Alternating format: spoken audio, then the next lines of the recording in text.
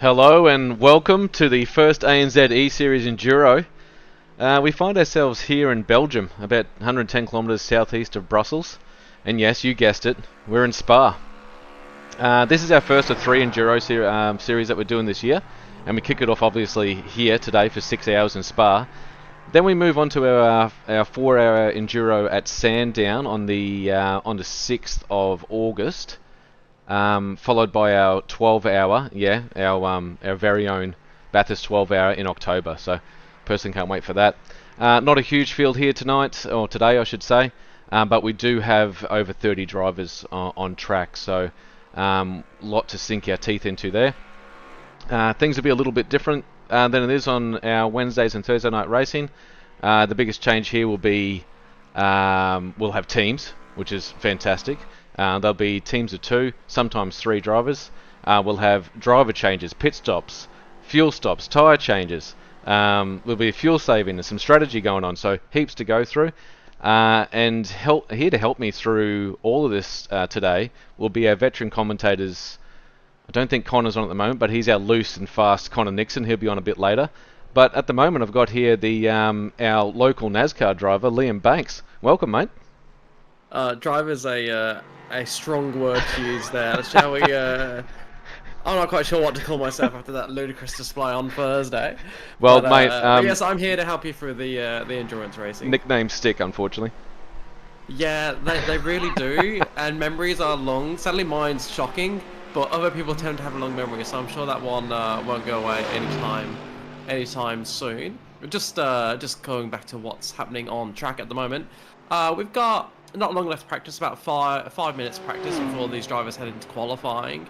And there's quite a bit of field spread at the moment, so it's going to be interesting to see whether those times tighten up when we get into qualifying, or whether this is indicative of their true pace. Of course, there'll be a mixture of some drivers practicing their quali runs now, others will be just working on their race setup, or just trying to get a feel for the track. Some cars probably won't be running their lead driver now. They might do a driver swap before qualifying, so it'll be interesting to see what happens, what in both classes, multiple seconds separating the fastest team from the others, and the generally in the 2 classes. So in the LMP3, it looks like Boogie Bomb got a healthy lead of about a second over their nearest rivals in terms of fastest lap so far in practice, and in the GT3 Blackout Motorsports OPR leading that with about half a second over Crisscross Racing 22. So hopefully that comes down for practice and in terms of race times. Yeah, I'm really looking forward to today. Now, sim races normally, if you say 10 a.m. to get on your sim, I don't think many would do that. So you might actually find there's one half of the team here and the other one might be asleep. I just wanted to talk about we're going to have some guest appearances tonight. Today, I keep saying tonight. I'm so used to doing Thursday nights. Yeah, we're going to have guest appearances from our drivers on track. So everyone that's watching, everyone's joined the stream already. Just put the kettle on, quack a tinny, some of the guys would say. Settle and enjoy the ANZ ESeries here at Spa. Now, what do we got? Liam, we've got 3 minutes left, and you think they're doing driver changes?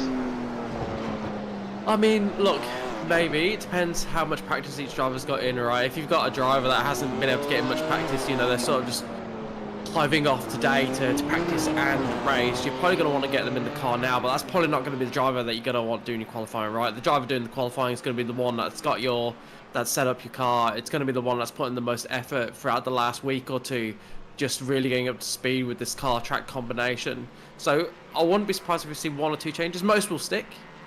You're sort of right to imply that, but there might be 1 or 2 changes. So I'm just hoping that we see those lap times get a bit closer when we get to qualifying. Otherwise, we might end up with far too much field spread in the first few laps. Saying that, I was watching these cars down the Camel Straight, and the LMP3s and the GT3s are very, very close. There's no difference in top line speed, so it'll be interesting for these LMP3s to try and get around some of these cars as well. They'll have to do it in braking into the corners. Yeah, and it's going to be a while before we see that class-based traffic coming into account in this race. You got 5 seconds difference between the fastest of the LMP3s and the fastest of the GT3s across a 2-minute 10-second lap, so that's 130 seconds lap, so 5 seconds. Oh, per someone's thing, so been it's gonna doing be their about maths. 26. I like that. It's going to be about 26 laps before we start seeing. Before we start. Well, I am a mathematician by trade. Oh, you so, are? Oh, well, I apologise. Oh, wow. Wow. I can do maths. So I can add 2 and 2 together. I'll just watch them coming through in the sector times. And I'll tell you when they're going to get close. Yeah, you know it's 5, right? Of course. Yeah. Yes.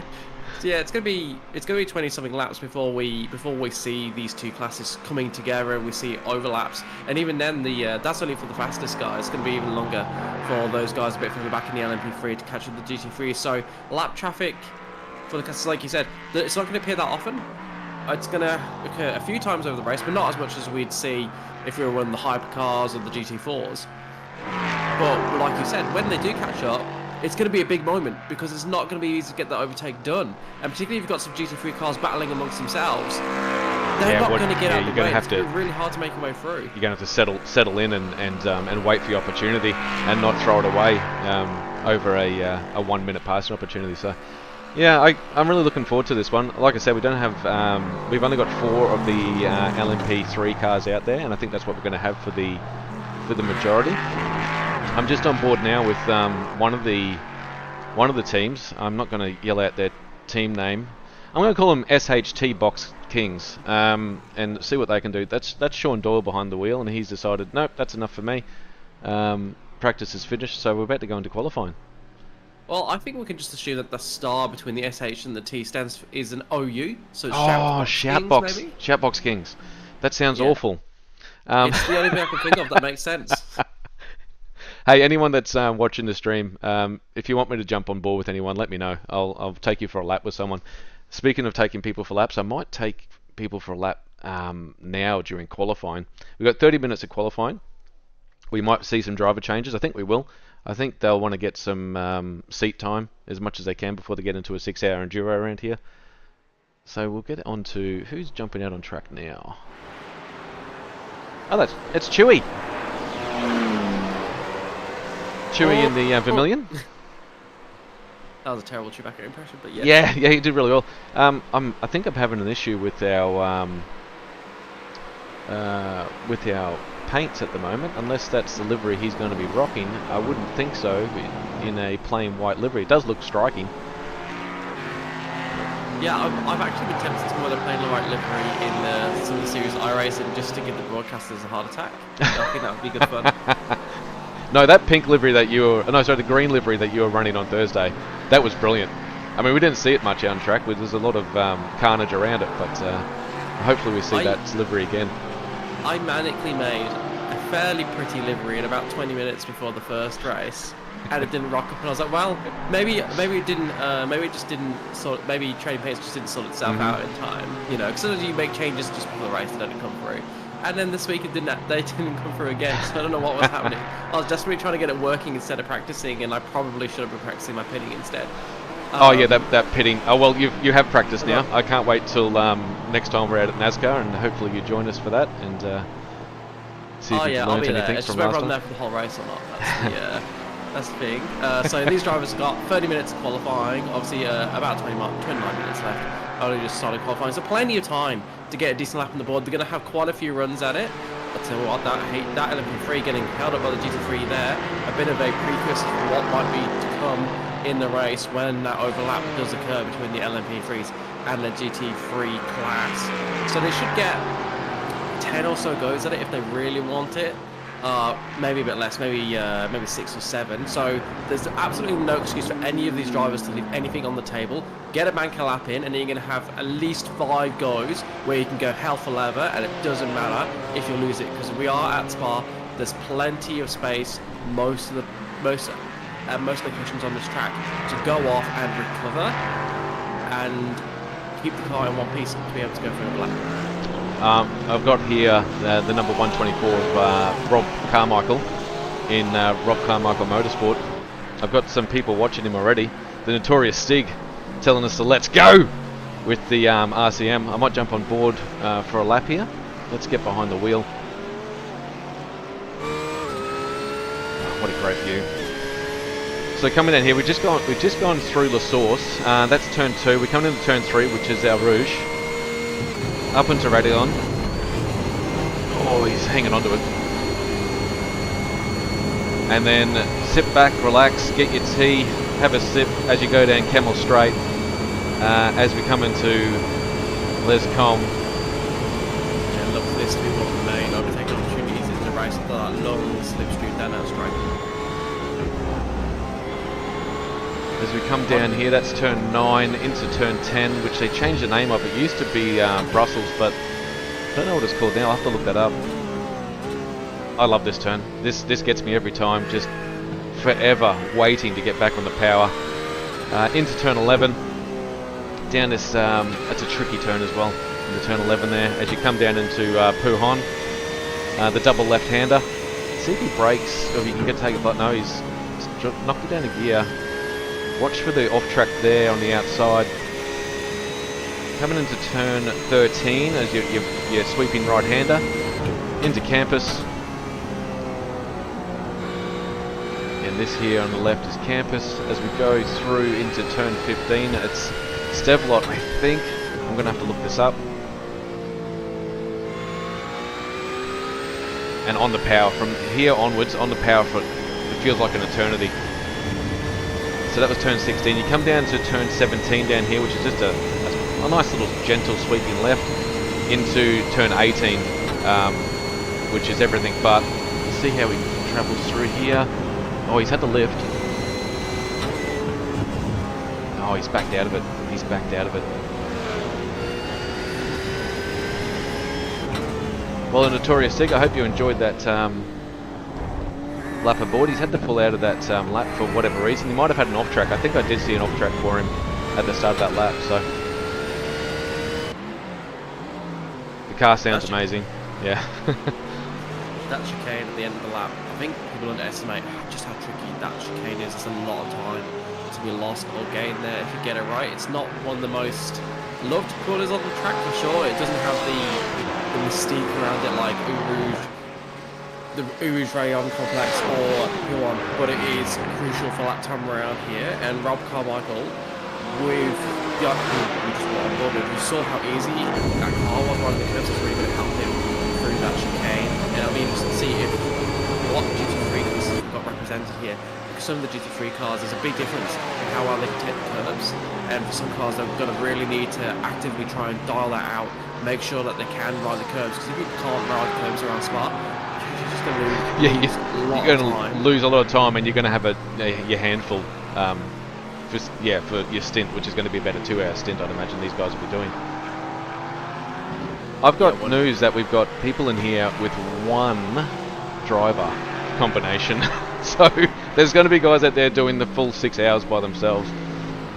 Yeah, absolute mad lads. I hope they're not in VR, because that's going to be mighty uncomfortable.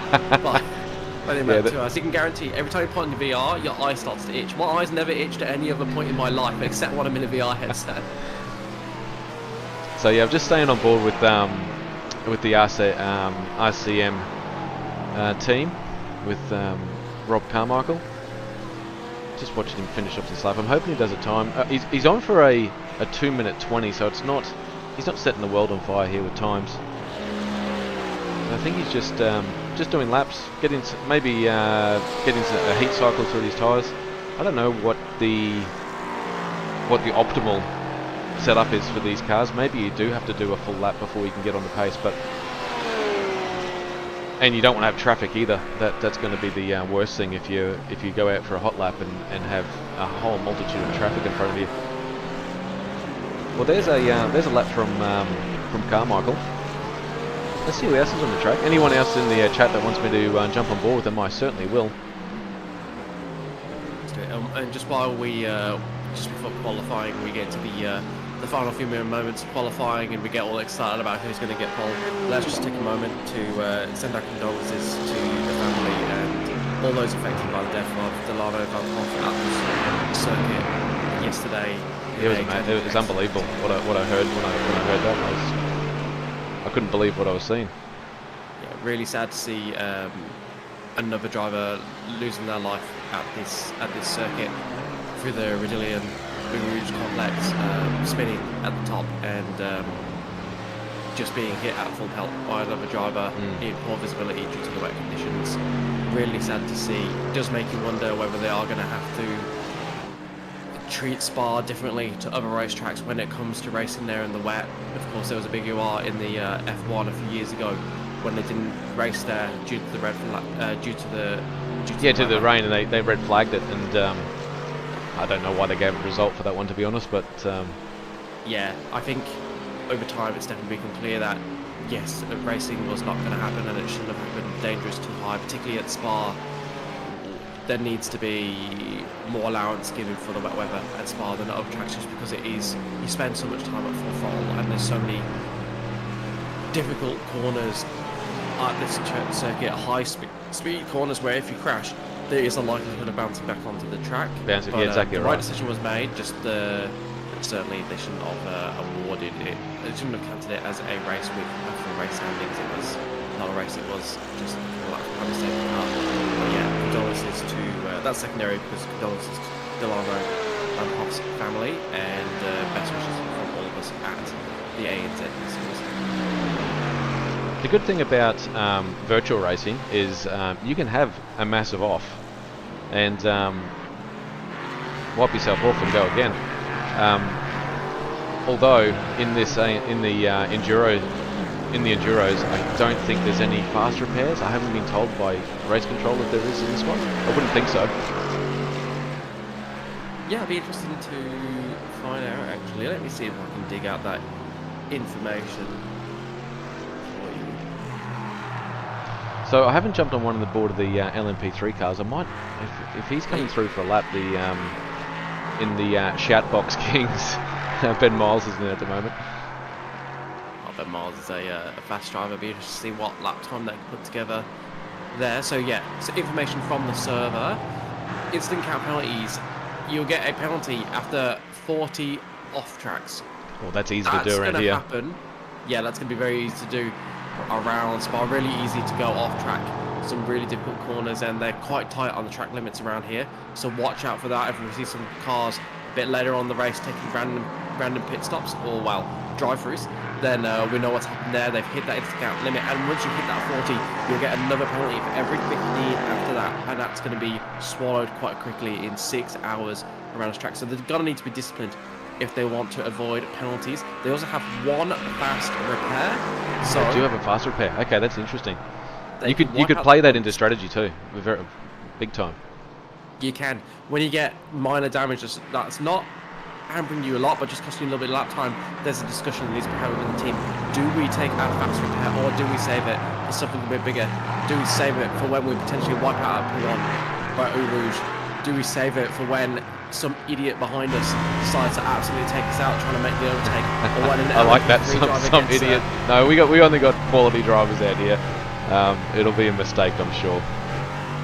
Oh yeah, 100%. No one's going to do it on purpose. But you can imagine, we were just talking about the GT3s and how they're quite close to the LMP3s in time. You can imagine an LMP3 driver watching their rival getting away because he's stuck behind the GT3 and making a late move, thinking the GT3 will get out of the way because they know I'm going to get them because we're not racing each other, and then the GT3 just not seeing them in the mirrors or something like that. A bit of impatience can make you do a lot of silly things as a driver. You just watch any fast driver other than the ones that are real class, real top of the top, the creme de la creme, and watch them coming through the field. You will see some fairly dodgy maneuvers as they're, I don't want to say arrogance, but their impatience. No, the impatience is going to be, I mean, the red mist descends and everything happens on track, so I'm sure they'll, after the race, they have a beer and get on with it, but during the race, everyone's a rival. 100%. You hear that old adage of, drivers are a different beast when once the helmet is on, and it's the same thing in sim racing world. You can have the nicest guys in real life, calm, placid, wouldn't say boo to a goose, and then all of a sudden they put the VR headset on, they get into the rig, and they become absolute animals, determined to win at all costs. And then you get other drivers who give their endurance team a drive-through when they've got one, and then get handed a drive-through and then have to serve that as well. True story. I'm just looking at that lap time there. He was on there. He was absolutely on for a lap, and he's pulled out of it. Yeah, we've seen that a few times. Drivers looking absolutely on, pulling out of it. I think they must be right. I think they must be picking up a 1-8. He's had enough of the boogie bomb already, and we've only 15 minutes into qualifying. Who else we got out there on track? We have got the Dr. Epoxy, the Vermilion Motorsport Dr. Epoxy Motorsports entry. Matthew Brunt's at the wheel. He's done no lap time yet. I think he's only come out just recently to do a lap. We'll see what he can do. I'm just trying to work out where he is on track right now. That's somewhere.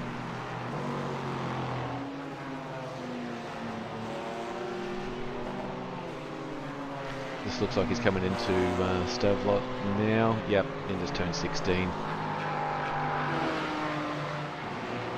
Is it Blanchemont? Blanchemont? I forget what this complex is called down here. I think it might be Blanchemont. Blanche, yeah. Sorry, I get my French. I need to tap into it. That was good. You should do that for the rest of the. No. That's turn 18. He's coming down here into turn 19, 20 into the chicane. That's a tough little complex. Got a little bit loose on the exit there. Yeah, it's really hard to get the power down out of that chicane.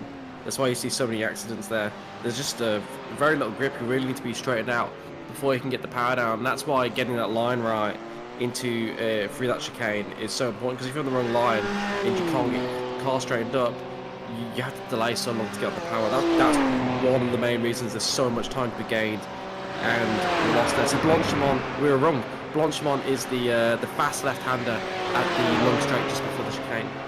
Yeah, that's what I thought. Yeah, so turn 17 is Blanchemont into turn 18 into the chicane. Okay, I'll keep that in mind. Ferreira is turn 15, according to this track map that I've got up. So many iconic corners to spot. It's hard to get them all straight in your head.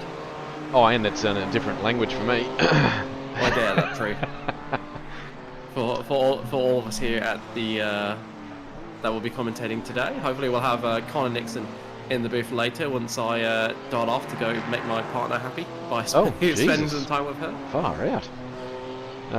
We'll leave it at that. I think Thomas Byrne is actually going to join us a bit later too. He wants to have a bit of a hit out in the commentary box, so I didn't say no to him. So that should be interesting seeing him in there. That'll be excellent. Connor Nixon has actually just jumped on track. Actually, now talking about him. And have we got you all day? Me? You got me all day, baby. All 6 hours. That's going to be a mega stint. You're going to need some lemon-infused water or something at the end of that for the old voice box. If it goes quiet for a bit, you know where I am. I'm going to get sent a bit of a feed. I'll try and time it with everyone else that's going out there as well. In pits right now, they've just done a driver change at Bear Racing to Connor Nixon. He's in there. They've done a 2:11.9. They're 4/10 ahead of Rush Planting, which are also in the pits, I think. Yep, they're definitely in pits. The Boogie Bomb entry of Joshua Horton. So there's not much time in between across the field here. We're talking 6/10, so not a massive amount of time between them. I love that Boogie Bomb livery. It's so basic but so striking at the same time. I love as a commentator, I love a striking livery. It makes our job so much easier. Makes it very easy when we're watching them go through down the straight with about 20 other cars. Yeah. 5 base Vermilion Motorsport liveried cars in the top 6. Well, look, there has been some talk about that off camera, so you'll probably find we'll have 2 or 3 Vermilion drivers and the rest doing their own thing. So, Blackout Motorsport's in here too. That's Dylan Shepherd, very quick driver, like super quick driver. I can't wait to. They're already doing. They're already 3/10 ahead of the field in the Blackout Motorsports OPR entry. Yeah, it's a shame that Connor Nixon's in the LMP3 class. It'd be interesting to see what he could do against that lap time. Of course, one of our winners in the GT3 series, ANZ ESeries GT3 championship so far this year. It was a reverse grid race, so Yeah. see how much that means. Unlike yourself, who's got one of the actual victories, if I remember right. Or was yours a reverse grid as well? Mine's a reverse grid, but I'll take it. I've had it. Yeah, a win's a win in my book. I think it's fair to say the Thursday night commentary crew better drivers than the Wednesday night. No. Crew. We're too early. We're too early in the series to shout that out. We might have to get on track though. We might have to do something. A commentator's race. I'll thank you to not interrupt me while I'm talking to the commentators, cursing the two of you. Thank you. Actually, I don't know what happened there. As soon as we jumped on board with you, you were and it happened with a lot of guys. We've I don't know what I've been doing over the previous series at Familiar Motorsport and then into the ANZ. It just keeps on happening. What I have found out is some of our drivers will actually have the live stream going while they're racing. So. Oh really? Yeah. So one of those is Thomas Byrne. He definitely does that. He has us in the background. He uses it as a bit of an advantage. He can know how the race is progressing and what's going on. But man, frauding with danger there. I did think it would be fun one of the weeks to get one of the commentator drivers in the comms box for the week that they're driving, and just have them in the comms box whilst driving. Oh, for sure. Both at the same time. We can do that. Well, we're going to do that with Connor Nixon today. I'm hoping to drag him in here while he's out doing a. He'll hate that. He'll absolutely hate it, but we'll give it a go anyway. Anyone else that's listening that wants to do that, just send me a shout out on the Discord, and I'll see if I can get you in during one of your stints. Yeah, we'll do the awkward Formula E thing where they talk to the drivers in the car. Oh yeah. So cringeworthy. We'll give it a go. We got Drifter Wars, Go Bear Racing. Yeah, they are going very, very quick too. Yeah, the others can barely keep up with them. So we'll look forward to seeing them at the front for most of this. But hey, anything can happen in these races. It's 6 hours. Like we said before, 40 off tracks can happen very quickly. Find yourself in a penalty. You could go a lap down very quickly as well. And that's the thing we're seeing, right? At the moment, we're looking at the ultimate pace of the drivers in these cars, and there's a bit of a gap. 1.3 seconds between the fastest car in the LMP3 class and slowest car currently, Rush Planting B, which is a fair bit of field spread across only 5 cars in that class currently. Well, I didn't know there was 5. That's only just come up now. Curtis Bird in the Rush Planting has come through. So, yeah, we're going to have... Well, they must... Oh, they got an A and B. That's why I've got confused. Okay, excellent. Yeah, it's a few more cars in GT3 and another fairly big spread given the amount of cars there. But this is ultimate pace. And ultimate pace in a endurance race, not the deciding factor. Not at all the deciding factor. Discipline is going to be much more important. And how close you can get to your ultimate pace each and every lap while keeping it safe is going to be much more important. What we don't know is how on the edge are these drivers doing these limits. Bear Racing did a 211.9. Was that absolutely pushing the limits every corner? Because they're not going to be able to do that every lap. If they had to take off half a second to be able to do that every lap, and Rush Planting A can keep much closer to the 212.3 and keep it safe, then that's going to make a difference. Also, how much of the tyres are they using? How much fuel? Fuel is a big one. I think you have to get that stint to an hour. If you can get that stint to an hour, or increase it just by a couple of minutes or by a lap, that'll put you in good step for that last hour. But yeah, you're right. There's too many factors to factor in. I remember at the top of the broadcast, I said it's completely different to our Wednesdays and Thursday nights because you got driver changes, pit stops, fuel, tyre changes as well, fuel saving, strategy, the whole lot. So yeah, it's going to be a different 6 hours for us than we normally commentate on. Yeah, absolutely. And in the endurance series of race, you've seen teams that knew they didn't quite have the ultimate pace actually go for that more conservative strategy, more fuel saving, try and go one less up, and it's put them in the race for the win up until the final few laps at times, because they worked to the pace that they had and they were able to save without losing any extra pace, and that meant that actually put them in the ballpark of ultimate efficiency in terms of race pace versus tyre usage, fuel usage, and almost able to sneak sneak the victory on multiple occasions. I've seen that happen. So that's one of the stories to watch out for as this race unfolds. Who are those teams that don't have the ultimate pace but are doing a really good job at the fuel saving, and they're going to make up that time in the pit stops? Because that's the beauty of endurance racing, is these stories unfold over hours, and you can see them coming. It's kind of like test cricket. You can see it coming for a while, and you have that slow build up, and then all of a sudden, something can happen, and the race just comes alive. Like when you have a flurry of wickets in test cricket, all of a sudden the cars on different strategies end up on track together at the same time, and it is go time. Gotta keep the car behind, else you are going to lose the race. Or there'll be a well-timed safety car that will just bring a bunch of cars back into the race that you thought were out of it. And that's the beauty of endurance racing, and it gives us in the comments box plenty of time to talk and actually bring these stories to life, which is something that I really enjoy over the course of an endurance race. Much harder to do that when you're in a sprint race. You don't have time for these stories to unfold. You're always calling the immediate, because the immediate's all that matters. In an endurance race, the immediate doesn't matter so much. An overtake here in the first few laps. Yeah, it's all about that ticket. It's all about that ticket to that last 2 hours. So the last driver change, that last lot of fuel. I hope there's some guys here. I don't know. It might be me. It might be me with my trading paints going on. That's what we use here at ANZ ESeries. We use a trading paints program, but that is striking a flat black livery too. Hopefully that's what they're using. I'm just going through some drivers now. We've got Greg Barber out there in the Crisscross Racing, number 22. And we're getting towards the final laps now. Only 6 minutes of qualifying to go. And that means if you are starting a warm-up lap now, if you're just coming out of the pits, this will be your final lap. Those are already on a flying lap. Depending on how they're fueled, they might get another lap in. But this is it. We're getting to crunch time now. So watch those leaderboards much more closely for these next 6 minutes. I think this is a lap. I think this is a lap from Crisscross Racing with Greg Barber on there to chase down Dylan Shepherd. I hate this predicted stuff, but I got a predicted time of a 2:16, so we'll see how he goes.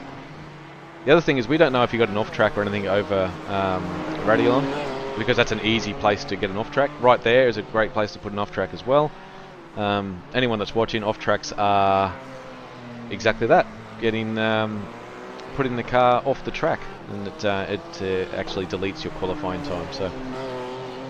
Yeah, and during the race, that will give you what we call a 1x. So 1x is a minor indiscretion against your name, but 40 of those throughout a 6-hour stint will get you a penalty. If you have an incident, that will get you 4. So contact generally gets you 4x. If you lose control, that will get you 2x. So you can imagine you have a couple of a bit of door banging that can get you 4, 8, 12 across a race quite easily, and then you get 1x's at Radion. Sometimes you'll get those almost every lap. I can guarantee you that, like I've done plenty of laps around Spa, there's not many that you get perfect. And probably 1 out of 10 that you probably won't get an off track. So that's with any driver. So it should be interesting to see. I know they've changed the track limits a little bit around here, but that's a good shot of that car. But yeah, I'm trying to work out how I can actually see what off tracks they've got, which is not going to let me do that. So 3 minutes. He's coming through the last chicane now. He's just on a... This is a quick time if you can get out of there. No, it's a little bit slower than previous. That was a 2:16.6. He's already done a 2:16.4.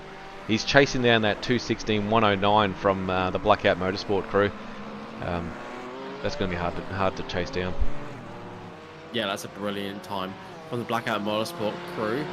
Almost a second, well, a second on everybody but Crisscross Racing. They're the only people to come anywhere close to Blackout Motorsport. The only other team in the 2 minute 16s, and Blackout Motorsport in the 2 minute 16.1. So they're almost in the 2 minute 15s, which just shows you how fast that lap time is.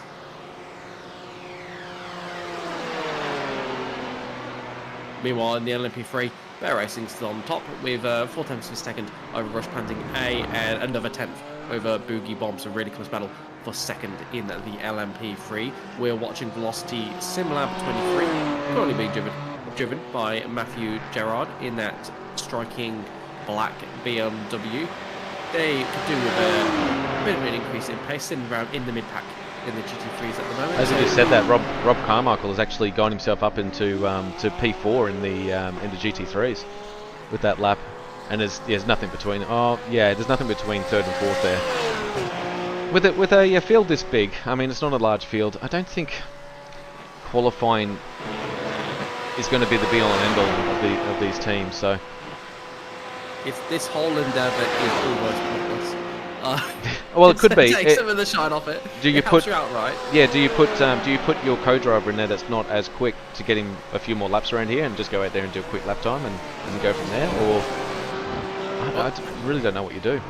This is the thing. The driver you're putting in for qualifying is probably going to be the driver you start the race with, and that might not be the driver that you think's got the ultimate pace. Because, like we said, qualifying, it's a small grid, and Spa's really easy to overtake at. So you're not likely to get held up behind a slower car for more than a lap or two, unless they really go all out on the defence. And there's no way anyone's going to do that in the first stint of a endurance race. So everybody wants to get through. However, your out-and-out fastest driver might be a little bit crashy. We've seen it time and time again. I like that. A little bit crashy. I love that. I mean, you look at any top level motorsport, those drivers that have the ultimate raw pace, they often are unrefined, they often are a bit crashy, because they just live on the limit, and that's how they accept that pace. You probably don't want them in the car for your first stint. Potentially. You might want the car, the driver that's actually a couple times slower, but it's a really safe pair of hands. The driver you know is not going to get caught up in instance, and then let that ultimate pace driver come in once the field's spread a bit, once they're only going to be battling one car at a time, and they can actually strut their stuff, do their thing in a bit of clean air. So it'll be really interesting to see what strategy these teams go for. And then there'll be some teams that the drivers are so matched that there'll almost be no difference in pace between the two. Others, there'll be a larger difference in pace as they have lopsided, unbalanced driver lineups, which is another interesting thing to see, because sometimes in endurance races you see cars yo-yo as the fast driver gets in and then the slower driver gets in. This is Rob Carmichael. He's timed this perfectly. 10 seconds left in qualifying. I don't know if you get another lap, but he's gone across the line. Oh, that was a 2:17.4. So he did improve on his lap time. Those last two laps that Rob Carmichael just did were blisteringly fast, but just couldn't catch the pace of those the Blackout Motorsports crew and the Crisscross Racing's crew. So the Vermilion Dr. Epoxy Motorsports of Chewy in there in third place, and Rob Carmichael. So we might just go over the grid. I'll see if I can get this up for everyone to look at. We might go through the LMP3 grid right now. If it lets me. Oh, here we go. It's working for me. Pots and pans are smashing it. So Connor Nixon's going to take us out in the Bear Racing livery in P1. P2 is going to be Stefan McCartan.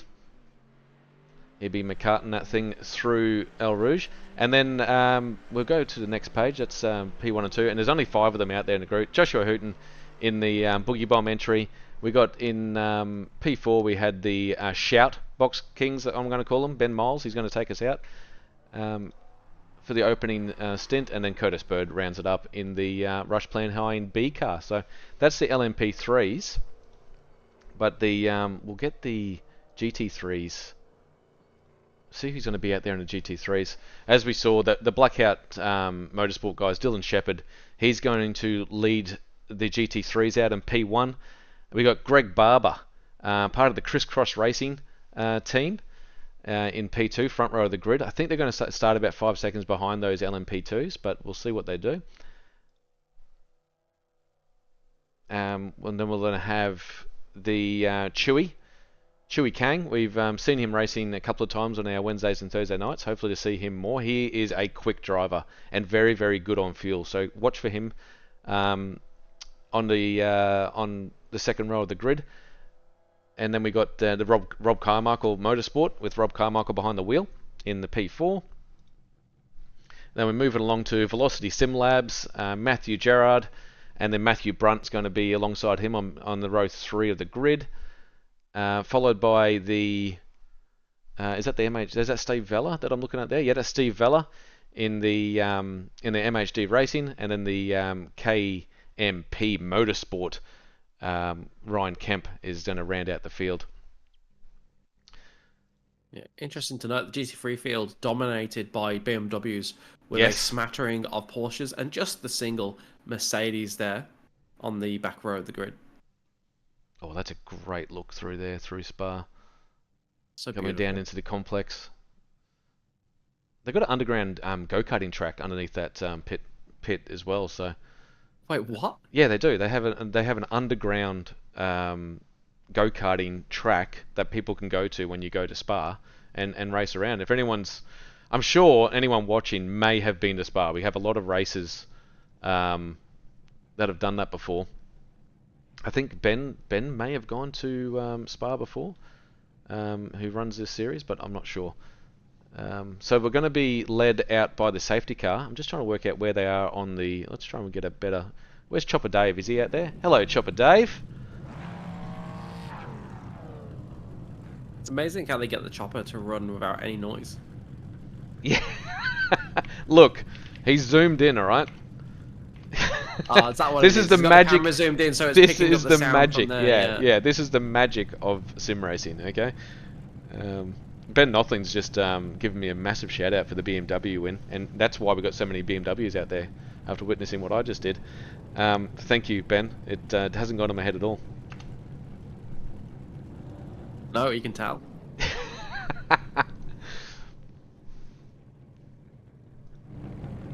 So just to let you know what's going to happen here, it's an endurance race, so it will be a rolling start. And what you'll see is the two classes separate themselves out. So it's generally it's not actually required, but it's a iRacing. It's a gentleman's agreement. Gentleman's agreement that the slower class will back off at the start of the race, and you'll end up with two pack leaders. The first placed car of the LMP3s leading away leading away the race and getting the race underway, and then the leader of the second class deciding when their class will go.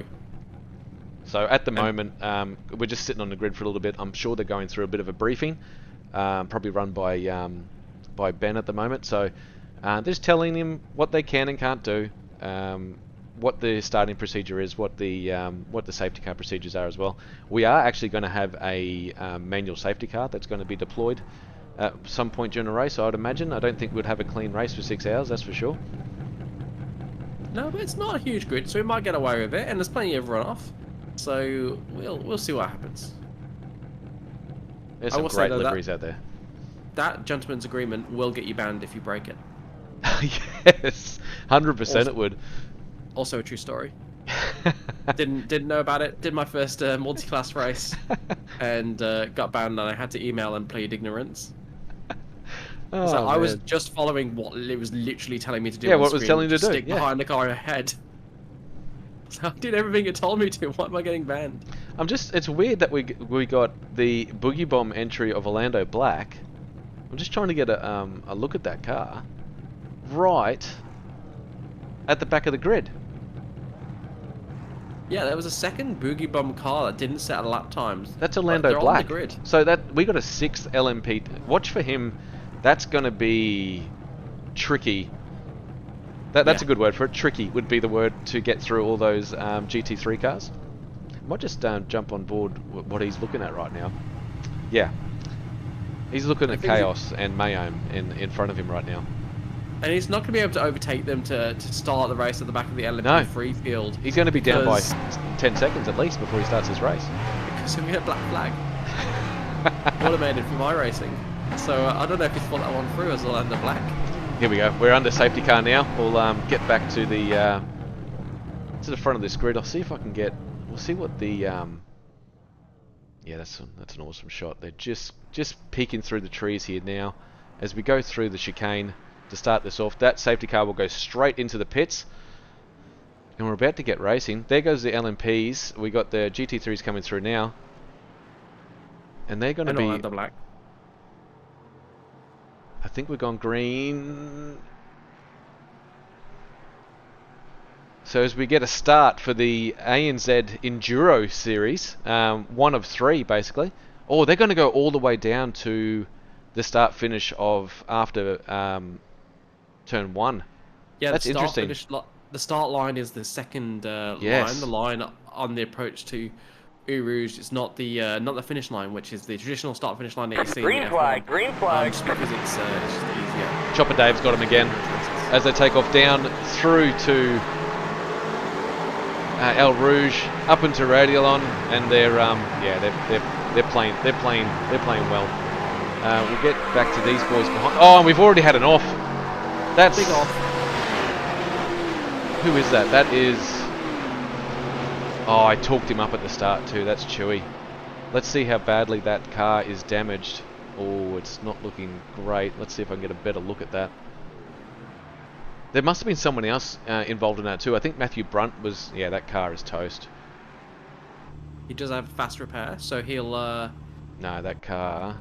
Yeah, he's had to request a tow back to pit. So that's going to be a very, very long morning and afternoon for the team at VM and MC Enduro. So Dr. Epoxy Motorsports, Chewy Kang in there at the back. So let's get back to the front of this field. No safety car called, despite the car being stricken in the middle of the road, pointing in the wrong direction. So we've got green flag racing here still. Not wanting to call safety car on the first lap of the race. LMP free field, very, very tight. Oh, that's someone off. Someone getting the braking all wrong, going off in a burst of tyre smoke. It looked like it was one of the LMP3 cars. It did look like it, but I think it was MHD Racing. I think it was David Milne. I'm just on board with now. I'm pretty sure that's who went off the road. They were very close to the LMP3s. Very close. Well, we've already got the Curtis Birds actually making his way through. That might have been the glimpse of LMP3 that we saw as that car went off track. So he's making his way through. Yeah, I'll get a replay. I'll get a replay on the MHD David Milne incident. I'll jump on that now.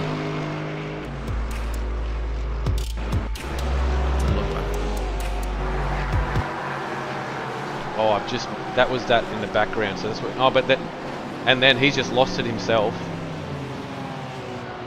So he's just got on the curb and it's unsettled the car. We spoke earlier on about how important it would be to be able to ride the curbs. Looks like that's Puon that they're going through. Yeah, that's Puon. Yeah, going through there. That's turn 15 as 6. No, sorry, that's turn 12. I guess it's a double left-hander, but it's one turn, so yeah, it's a tough one. Yes, turn 10 and 11, I believe. Really difficult corner, so high speed. So yeah, you get on the curbs and then just induce some oversteer in the car and just dives the pole. Not as dramatic as it looked. I think there might have been the end of that accident. That was the plume of tyre smoke. Bear Racing had an incident there, dropping down the field. So they're down to 4 for the LMP3s now. Yeah, they've been swamped. They must have a bit of an incident going through. We'll see what happened. I'm going to be on the replays all day. Pots and pans, Aaron, let's go. I'll go a fair way back because we missed a bit of that, a bit of what's going on. So we saw Bear Racing in P2 as they came through. This is coming down into El Rouge, then bottom here. What's the bet? He's got a little bit crossed up going over here. No, not at all. Yeah, just cut that and he's going to get slowed down, I reckon. Oh, you reckon he got a slow down? Yeah, you're possibly right. So he's going for the overtake here. Going to the inside. All pretty. Oh, bit of contact. Oh, he's just lost it himself. Actually, there's no real contact. He just lost it himself. He's lucky to keep it off the wall, keep it off the gravel, and he's still within a second of the leader there. So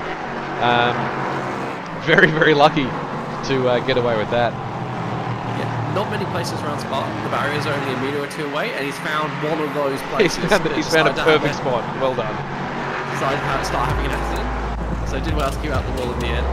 And that left them in 4th place, so that's our pulse now, down to 4th place in the LMP3, so that's a bit of a turn up for the books. With the pace they had in qualifying, thought they might be able to pull away, but that mixture of the slipstream and some untidy racing, just letting the rest of the field get ahead of the Boogie Bomb. They have recovered back to 3rd place, taking one position, Bear Racing, taking one position from Boogie Bomb, but Boogie Bomb actually taking it back at the hairpin. They're going to have to try and get them as they come down the Kemmel straight. Won't be able to get them through Eau Rouge and Radion, just not enough braking to be able to do it through there. There's no braking for these cars. They are flat through El Rouge and Radion onto the Kemmel straight. And I'd imagine that Joshua Hooton in front of him will block. Yeah, he's just ducked out there just in case. So we're what are we? 5 minutes in, and they're already racing for the win already. Yeah, and you got Boogie Bomb 2 in 5th place, trying to catch this group as well. So he'll be hoping that these guys keep battling, because that's going to allow him to just cruise up to the back of him in his own time. But at the moment, not catching Planting A, who are the fastest car on track at the moment in the GT3's Blackout Motorsport, still leading that class with Chris Racing 22 in second, and Velocity Sim Lab 23 in 3rd place.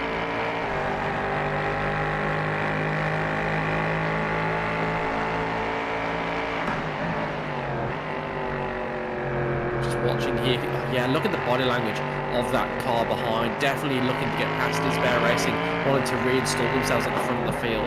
Boogie Bomb not having any of it, but you can just tell by looking at where the car places itself. Oh, who's that has gone off? That's Ben Miles in the background. Is that the Shoutbox Kings? That's the Shoutbox Kings. We'll jump on board with that. I'm sure it was him. He's got the thing going again, but he's well off the pace. He was battling for P2. Let's see if I can find that on a replay. Come on, guys, just give me a break for 2 seconds so I can get into this race.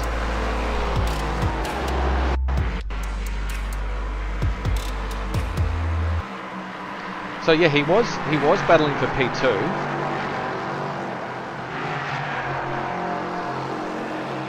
I'm pretty sure that was turn 12. Lost the rears, has he? It was just down here into Stevlot where I saw him lose it. As he's caught the curb. Caught those curbs. You called it out. Oh, light contact with the rear too. Yeah, he'll. Oh, and then. I didn't notice that either. So that's Boogie Bomb 2, I believe. Also yeah, that was the Boogie Bomb entry, number 2. Unbelievable.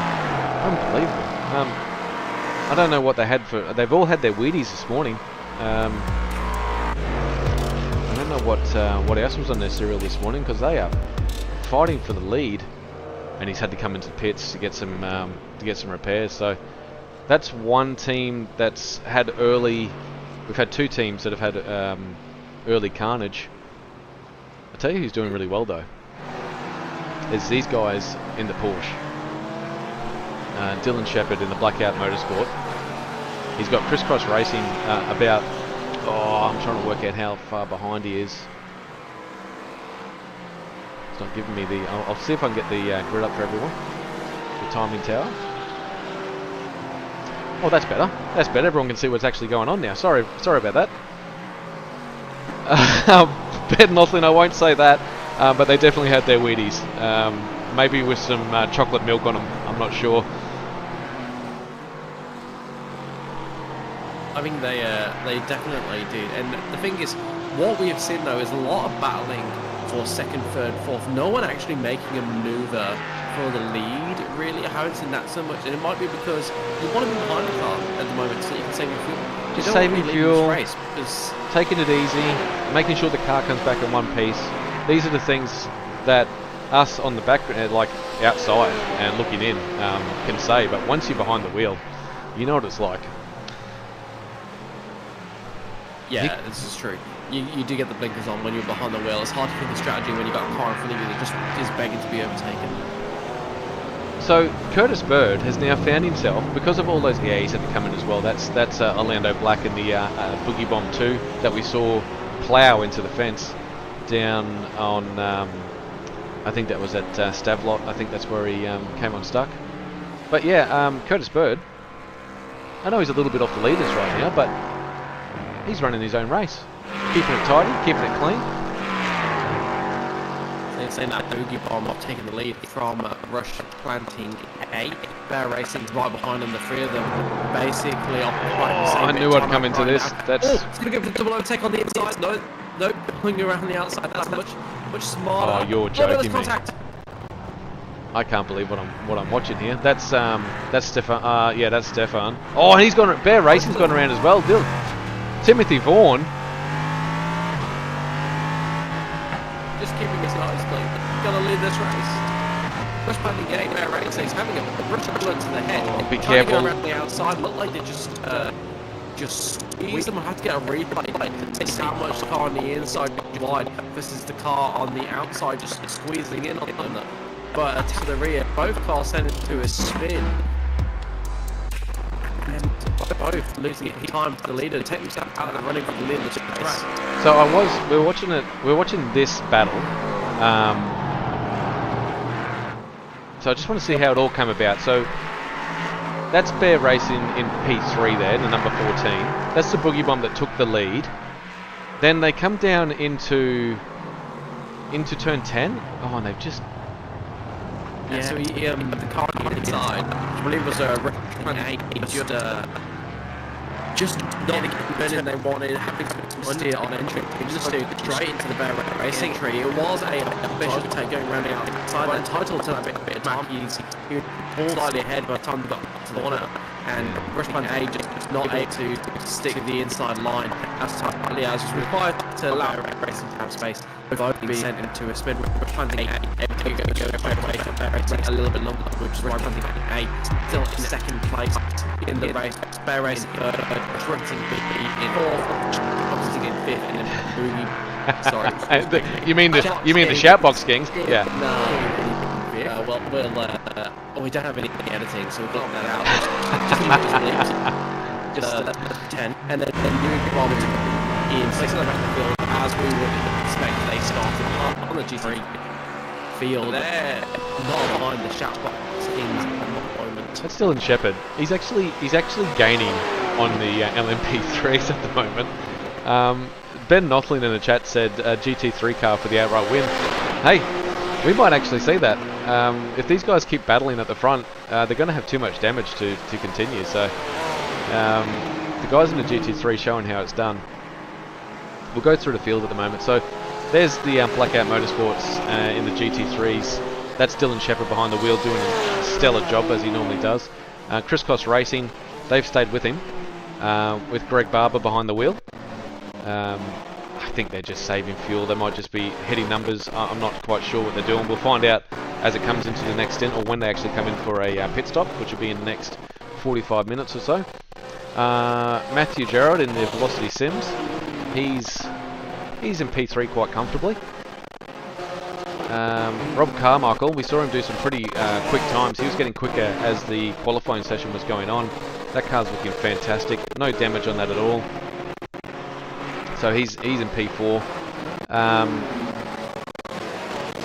Matthew Brunt, I'm pretty sure he had a little bit of drama, but he's still in P5, not that far off the lead either. The MHD Racing, David Milner, we saw him have an incident and put him to the back. KMP Motorsport with Ryan Kemp in there, doing his own thing. It doesn't look like there's much damage on that car at all, so just trying to get... clean racing is good racing. And it's good to see Chewy Kang back out on track after that turn 3, I guess you'd call it turn 3, 4, 5 incident that he had. So he's just coming down into the chicane now onto lap 5. So he's about a lap down. Oh, he's probably about half a lap down from the rest of the field. So hopefully they can have a good race and get back onto it. Back up the front. Yeah. See, this is the good thing about the endurance race. You do have plenty of time to recover if you make a mistake. It's going to be hard to win once you make a mistake, because generally you're going to find at least somebody having a completely clean race, not making any mistakes, losing a heap of time. But in saying that, I think there's only one car in the Olympic Freeze at the moment having a clean race, and that is Boogie Bomb, leading this race with Josh Wilson at the wheel. So just the 5 hours and 45 minutes to go, so we're only 14 minutes in. We're only 14 minutes in, and I feel like I've had a whole race already. Yeah. Yeah, I feel like we've already had the main course, so we're quickly moving through the degustation menu and getting towards the desserts already. Interesting to note that the battle in the GT3 class is much tighter at the moment than the LMP3 class. 1 second between Blackout Motorsports and Crisscross Racing, so we're waxing lyrical about the job that Blackout Motorsports are doing and how they're catching the LMP3 as well. Crisscross Racing going right with them, not much to choose between them in lap times, interval only a second at the moment. So that is a very live race for the lead. They're not quite at the point where they're battling wheel to wheel, but they're close enough that one small mistake is going to put Crisscross Racing into the lead of this motor race in the GT3 class. You then got Velocity Sim Lab about 5 seconds down the road, so again within touching distance of the two leaders, and they'll be looking to stick there, and from then on it's fairly close. We just had an throughout the field. there? No, we haven't. We just saw sorry to interrupt, but Curtis Bird just passed Rob Carmichael from the LMP2 to the GT3. Certainly has. And we said it at the start how it was going to be a while before we saw LMP3s having to get past the GT3s. Well, not if they crash. Yeah, not if they crash. As they crash, already finding slower traffic that they're going to make their way through.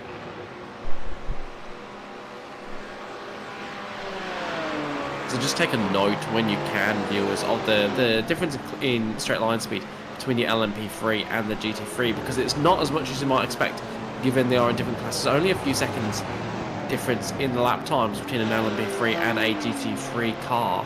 So it is going to be difficult. It's not like you see at the, if you recently watched the 24 Hours Le Mans, where you got the hypercars just absolutely blitzing past just about everything. You're not going to see that here today. You're going to see the drivers having to work to overtake the cars in the lower classes. Just on that, I might show you what this is all about. So this is on board with Curtis Bird. He's following a GT3 car through up into Radion now, and he won't be catching him down the straight. So he is going to get blitz. Oh, you get a little bit of slipstream, but it's not a massive difference in performance. It's all about the braking and all about the late turn-in for this LMP3 car. Yeah, you normally expect a multi-class race at Spa, the Kemmel Straight, to be long enough that you're going to get past, so you're going to get him here. Very nicely done. And the GT3 car doing a sensible thing and yielding before corner entry.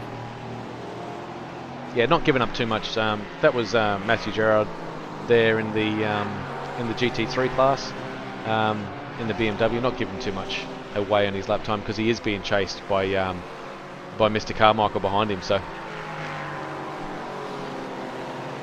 Yeah, interesting to note at the moment, Boogie Bomb, the leader of the LMP3 race, but not the fastest LMP3 car on track. Rush Planting A and Bear Racing both going a couple of tenths faster on the last lap around. That's unlike in the GT3s, where Blackout Motorsports are the fastest car on track. 2minute 18.1 for them, 2minute 18.3 for Crisscross, 2minute 18.4 for Velocity, and everybody else in the 2minute 19s, except for KMP Motorsport, who are quickly becoming detached at the back of the field, 53 seconds behind everybody else, and running a few seconds slower. So I believe they might be carrying a bit of damage that they are yet to fix, perhaps trying to get to their first scheduled stop so that they can use their fast repair. Not sure what's happening now, or whether they just are lacking in pace here today.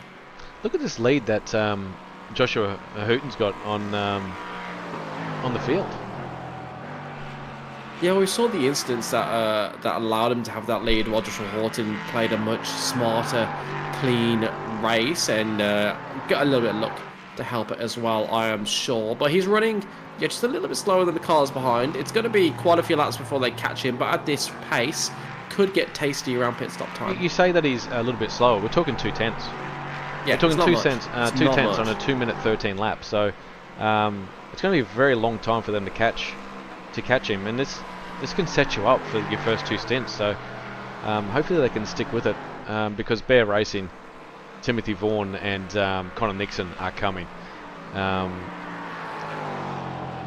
it's good to see the Rush Plant High in A with Stefan up there in P2. They started, I'm trying to work out where they actually started. Oh, they started P2. They did start P2. It's going to be interesting to see how Colin Nixon... I'm interested to see how Colin Nixon goes in the LMP3, because I've only really seen him race the GT3. I know for the GT3s, like he's a gun in the supercars as well. He's actually pretty good in anything he jumps behind. It's quite annoying actually, that he's so quick in everything. But same with most of these guys out here on track right now. They're on another level compared to your compared to me anyway. I say compared to your average commentator. Compared to your average veteran commentator coming to you live. We got, I think, the Blackout Motorsport of Dylan Shepherd. God, he's doing some good lap times. He's just hitting that 2:18 over and over and over again. He did his best lap was a 2:17.5, but I think he had a little bit of assistance from the LMP3s, I should say, on that lap. So he's hitting the marker. But the guy behind him, Crisscross Racing, they're actually a 10th quicker right now. Oh, who's that coming up behind them? That's Curtis Bird. Yeah, he's making his way. He's making his way up here. I know he's P4 in the LMP3s, but he's P6 overall at the moment. So he's just making his way through. He started at the back of the grid, and he's just starting to make his mark on this race. Yeah, looking to recover. It's interesting because the LMP3s, we know some of the drivers in that got pace, but they've come separated just through incidents. So it's going to be really interesting to see if over the course of this race, whether that class compresses again like a spring that's been stretched out, returning back to its normal state, or whether the times are too close and that these gaps just continue for the rest of the day. Plenty of time for lots to happen. So it's going to be interesting to see how that plays out, and I wouldn't like to predict it so far, but of course Joshua Horton in the Boogie Bomb entry looking good at the moment, looking like it's going to be between them and Rush Planting A. But yeah, it's just going to be interesting to see how that develops over the next 6 hours. Yeah, thanks for reminding me how long we're on for today. These guys get a break. You're going to be here. Just want to remind you that you're going to be here for 6 hours up until, what would it be, 4 o'clock-ish Australian Eastern Standard Time? Well, some of these guys that are racing are from, Connor Nixon's from, he lives in Perth. So he's 2 hours behind. He had to wake up very early in the morning. He had to wake up at 7 o'clock. I honestly haven't seen him wake up that early ever. So I was just following Curtis Bird. He's made his way through the GT3s now, so he's got a lot of clear track in front of him. Just trying to work out how long he's actually got there. He's got nearly 46 seconds to the leader, so he can run his own race now. And try and use a bit of strategy, maybe use a bit of fuel saving to get that back. Yeah, it'll be interesting to see what happens around that first pit stop time. Who stretches it past the hour? Who comes in short? It'll be our first indication as to what strategies everybody is running around here. It'll also be interesting to see who takes a driver swap and who sticks to the same driver. Of course, we know some of the teams running the same driver for the entirety of these 6 hours. Yeah, going to be interesting to see. that is a brave move.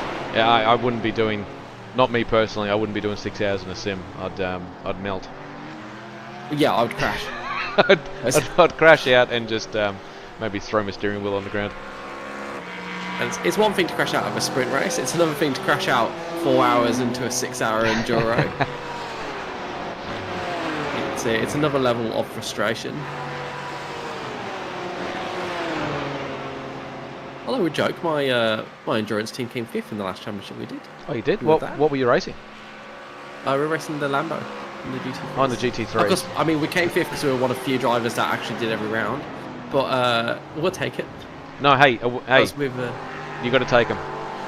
Got to take it. That was with Brody Shepherd, who you'll know as one of the newer faces around Vermilion, and Brady Tress, who I believe is racing for Flat Out. I can't remember what they're called. Very makeshift team. Anyway, not much change at the moment. No, everyone's settled in. Everyone's settled into their groove. Crisscross Racing has just matched the pace of Blackout Motorsport, so that's going to be interesting for the rest of the day. Velocity Sim Labs with Matthew Gerald is actually matching their pace too. I know he's about 14 seconds off the lead, but he's matching pace. So actually, when I say matching pace, they're all doing the same lap times. From P1 to P5 in the GT3s, they're all doing the same lap time. So a safety car or something like that could bunch this field up again later on, and we'll see what happens. I think that Rob Carmichael Motorsport put in a fast time their fastest lap of the race last time round, yeah. 18.3, almost half a second faster than the cars ahead of him. Like you said, the others, other than MHD Racing and Down, all doing the same lap time, late 2-minute 18s. But yeah, Rob Carmichael with a cracking lap last time round. So if they can keep up that pace, they might start to eat into that, into that gap to the car ahead and start pulling down on the leaders. So that's something to watch out for over the next 2-3 laps, whether they can sustain that pace or whether it'll drop off to a high. You say that, and Crisscross Racing, and same with Blackout Motorsport, just did a 2:18 too, to match the pace from Carmichael. So obviously the teams are giving information out and letting them know what they should be doing. As this fuel load as the fuel load goes down as well, you're going to see very fast times. Yeah, we've got a battle on track at the moment. Can we cut to the battle between Velocity Simulator 23 and Rob Carmichael Motorsport? Only 0.7 between those two cars at the moment, and we just mentioned Rob Carmichael Motorsport, how fast they were going, catching the cars ahead of them. Well, they're about half a second quicker than these guys in front, than Matthew Gerard. So we'll look for a. I might get some. You keep on chatting. I'll jump on the pots and pans, and I'll see what I can bring up for everyone. Yeah, see what tune you can play for us on those instruments. Velocity SimLab, they're not able to go with the pace of the leaders at the moment. The lap before, a 2-minute 19 dead. So as everybody else improved to match the pace of Rob Carmichael Motorsport, Velocity SimLab actually reduced in pace. So that's not going to help their cause, trying to keep Rob Carmichael Motorsport behind them. We'll have to wait and see what the lap times are like this time round to get a gauge of whether that was just a mistake or whether they're just not able to live with the current pace of this race. Could also be a bit of fuel saving and alternate strategy is starting to play out. So let's wait and see what happens here. I just saw Carmichael get very loose through that that complex of turn 12, I think that was. Yeah, certainly looking like a car that is pushing to at least some degree. Not out and out, not showing the, not taking the lines I would expect of in a sprint race or in qualifying, but not far off that. Just leaving that little bit of margin, but definitely, I would say, pushing more than you would generally like to in an endurance race, unless you're that top class of driver that can do it lap after lap after lap and not make a mistake. And they've got a 4.9 rating driver in the car at the moment. So I'm betting Rob Carmichael, pretty handy behind the wheel, probably can't drive the camera stuff after that without crashing. We might jump on board for a lap. We'll turn us down for a little bit and go for a lap with Carmichael here. We might see some pretty good action. Sit back and enjoy this, ladies and gentlemen. 2 minutes and 13 seconds around Spa.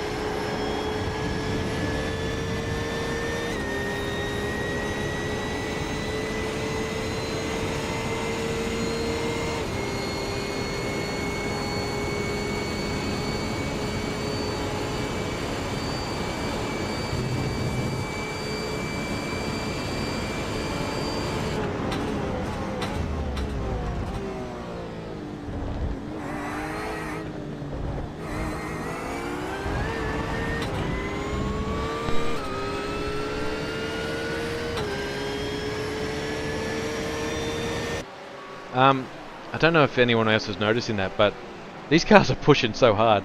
They're on the out of track limits at probably 3 or 4 times during that lap that we're on board there. So Rob Carmichael pushing hard. Matthew Gerald feeling the pressure as well. So, oh, that was good to watch. Yeah, both pushing, but not translating into lap time. Particularly in the case of Velocity SimLab, still only a 2-minute 18.8. Blackout Motorsports able to do 2:18.175. Crisscross Racing at 2:18.229, and Rob Carmichael Motorsport behind a 2-minute 18.5. And you got to imagine their lap time being impacted by running so close to the car ahead. I think he's got him here actually. I think he's just done it. Have a bit of a dig here. Probably find him go down into Pujon into turn 12 is probably his best chance to have an overtake, but this is for P3 by the way. You expect him to be sensible here, wait for the overtake into the chicane at the end of that long back straight. Unless there's a gilt-edged opportunity before then. But you can just see he's just pulled back a little bit, running a little bit further away than he was a few corners ago, just leaving some space in case there is a mistake from the car ahead.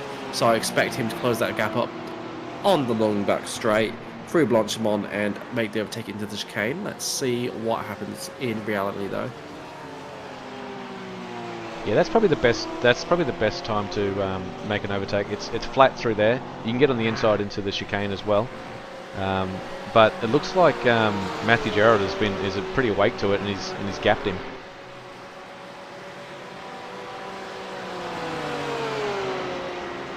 Really cool livery. He's too far back, isn't he? Yeah, he's just lost a little bit of pace on him. Whether following the car in front has an effect on your fronts, I'm not sure. But yeah, this is it's pretty cool racing. I've been on here for a few laps. We might see who else is battling at the moment. The Boogie Bomb is gone. He's checked out. He's 5 seconds up the road.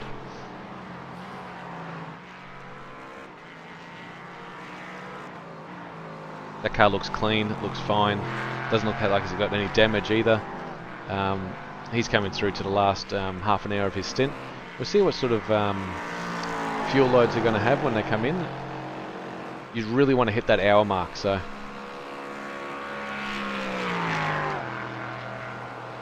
Yeah, currently just at the half-hour mark. It's about halfway, we believe, through the first stints. Well, this is a track with a lot of full throttle, so it'll be interesting to see whether they can make that hour or whether some of the cars will be just short. If they are short, they're going to...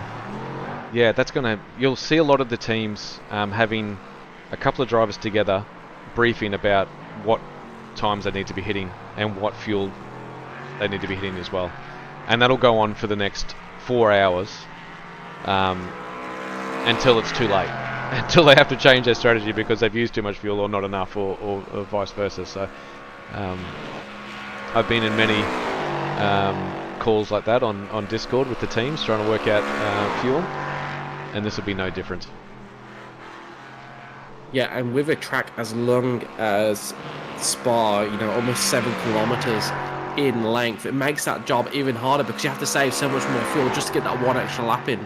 It's not like a short lap like, say, Red Bull Ring, where it almost doesn't matter because you can drive right to the limit of how much fuel you've got because the lap's short enough that you can just do that easily. Spa, you know, saving enough fuel to get around even one extra lap is a big effort. So it makes life a lot harder. You're going to see some drivers, they'll, you know, only say 0.9 of a lap. Well, that's not enough. If you say 0.9 of a lap, might as well save nothing. Yeah, that's exactly right, yeah. So, because you're going to have to pay, yes, you'll pit for and take on slightly less fuel, so you get a little bit of benefit. But your main benefit is from running longer if you're trying to reduce the stint.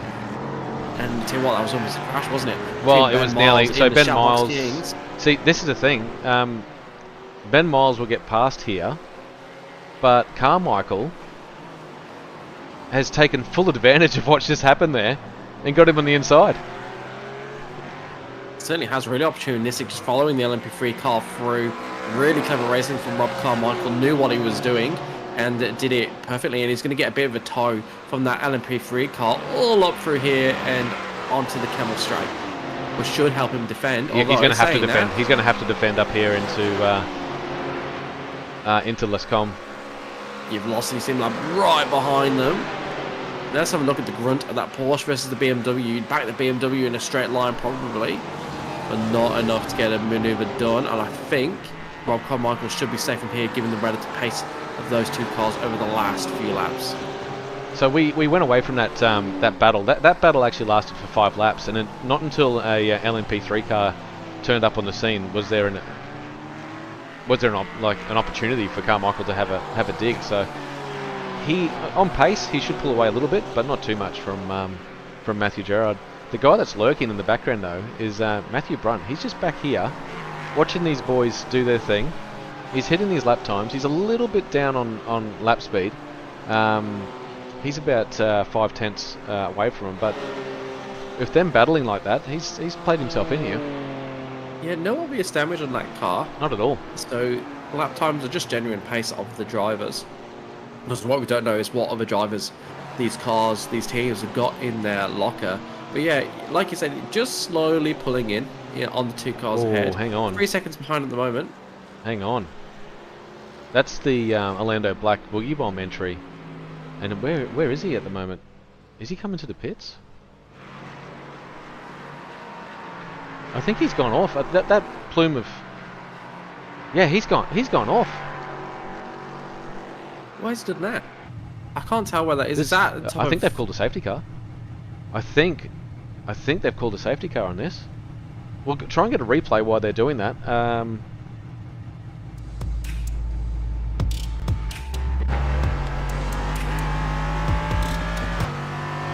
Okay, so we're on board here with the Boogie Bomb entry, Orlando Black.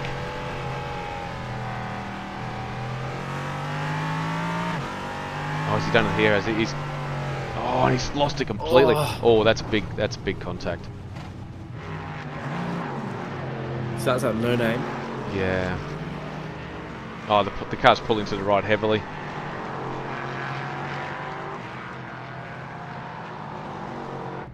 So there you go. There's the damage on the front right. That's over and out. I think they've called a safety car. I'm just going to jump out there now. Fast repair as long as he hasn't used it already. Yeah, so we'll probably see him back in the race shortly. Yeah, he's back in the pits now. And look at that. It's nice and repaired. And yeah. Oh, here we go. Safety car's been called. This is going to... Now, we're only 40 minutes into this race, and here's our first safety car. Orlando Black when Orlando Whack, Ben Notley said on the chat. Oh, fantastic. I love it. That's the safety car. So he's going to be waiting for the Boogie Bomb entry of Joshua Horton to come through. We'll just wait to see that. There's a great looking Porsche. I should say it's sponsored by Dr. Epoxy. We've got Thomas Byrne, a long-running sim racer with us at Vermilion, behind the wheel.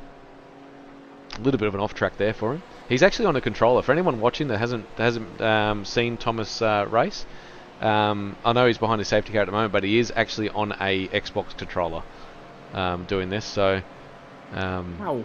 Yeah, effort and a half. So. Does he always use the Xbox controller? Yeah, he has to. Yeah, he's got a disability that doesn't allow him to use a traditional sim rig, so he has to use an Xbox controller, and he still battles through the lead. You saw him on Thursday night, looking like a race win was on the cards, only to get taken out by... It wasn't you. I don't know who it was that took him out, but put him out of the race. But yeah, definitely has the skills, even on a controller. So it's good to see him out there. So just waiting behind him. Let's just see where... Oh, you're joking! You are joking!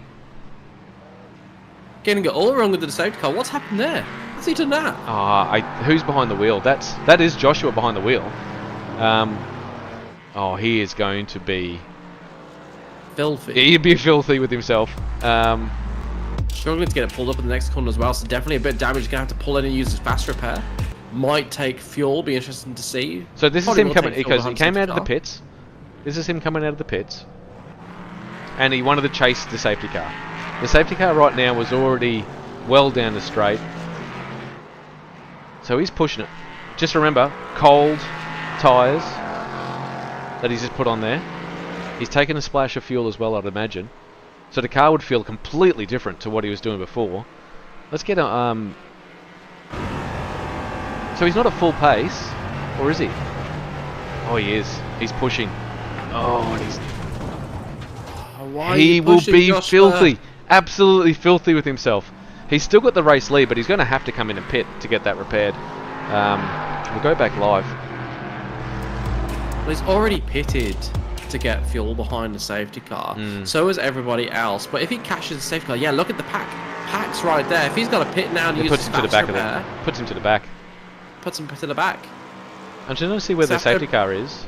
Safety car is coming through. That's approaching the chicane. Yeah, so he's coming onto the main straight now. I don't see the cars behind him. So they haven't caught the safety car. That's interesting that they Well, I haven't think- caught the safety car yet. I think Joshua Horton driving at a relatively slow pace because of that He's damage. gone Yeah, in. He's ducked holding in. and using the fast repair. That's So up onto massive. the back of the LMP3 field after leading He the race will so go far. right to the back of the whole field after Oh, that. even worse, yeah. Yeah, so he'll have to fight through the GT3s. The person that's got the lead of this race, I don't think it's the guy behind the safety car right now. Yeah, he's gone through. So here we go. New leader. Rush planting A. Yeah, Jared Farrell. He's jumped behind the.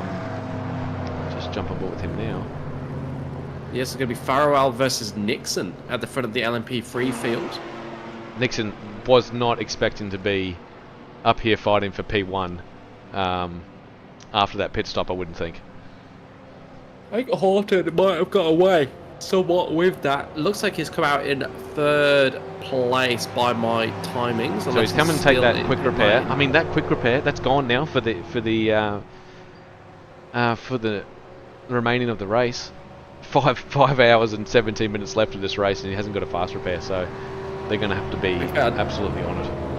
I'm not sure anybody in the LMP3 field's got a fast repair. I wouldn't think so. Actually, yeah, you're right. I think they would have had to take it. I see these vehicles looking pretty schmick at the moment. We know they've been in a bit of trouble.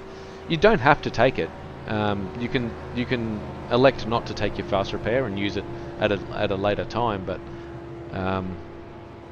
that Boogie Bomb entry of Orlando Black, is he back out on? Oh no, that's going to be in there for a long time. If that has to repair that front right, that's going to put them out of the race. Curtis Looked Bird. like they'd already used the fast repair there. Curtis Bird is absolutely on it right. Yeah, I'm pretty sure they did early in the race. Curtis Bird's car's looking very good. He's going to actually be in P5 once he catches the back of this. It's taken a long time for these guys to catch the back of this safety car doing... I'll see if I can get on board with him to see what actually pace he's doing. One. He's doing one that I can see there. Sounds like he's under on the pit lane limiter, actually at 80 k's. Really shouldn't take long to catch him up.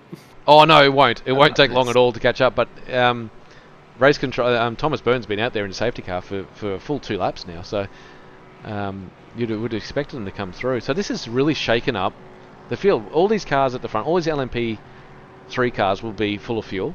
So it's going to throw out the whole strategy of what's going on. They're going to have to do a short stop at one point to get them home. With that last hour left, I'd imagine that'll all come in quickly. So that's shaken up. I take it with that is taking all the strategy out of it too. Your driver change is going to change because you need to be empty on fuel to do the driver change. So it's all happening. Who else has changed out? So Blackout Motorsports actually has Samuel Sproul out there. These are some races I haven't seen. I hope they join us in our Wednesday and Thursday racing. The Blackout Motorsport OPR crew. Crisscross Racing has had a driver change as well. There with I might show this for everyone. Now Adam Hughes is behind the. Okay. He's been promoted up the front there. Okay, that makes more sense. Rob Carmichael is still behind the wheel. He must have pitted but stayed in. Matthew Brunt has also stayed in. Velocity Simlabs, Douglas Gowans has jumped in. We'll get to see what sort of pace he's got. Steve Vella's stayed in. Chewy has stayed in the vehicle. He has got a lot to do. We know he is quick. We know he had an incident at Radilon in the first lap, but he'll be pushing his way back through. That safety car is probably going to help him. He's still 1 lap down, but we'll see what they can do. And the KMP Motorsport of Ryan Kemp, they're actually a couple of laps down at the moment. So, and the Boogie Bomb entry of Orlando Black, let's hope they get that thing going again, but it's not looking too good for them.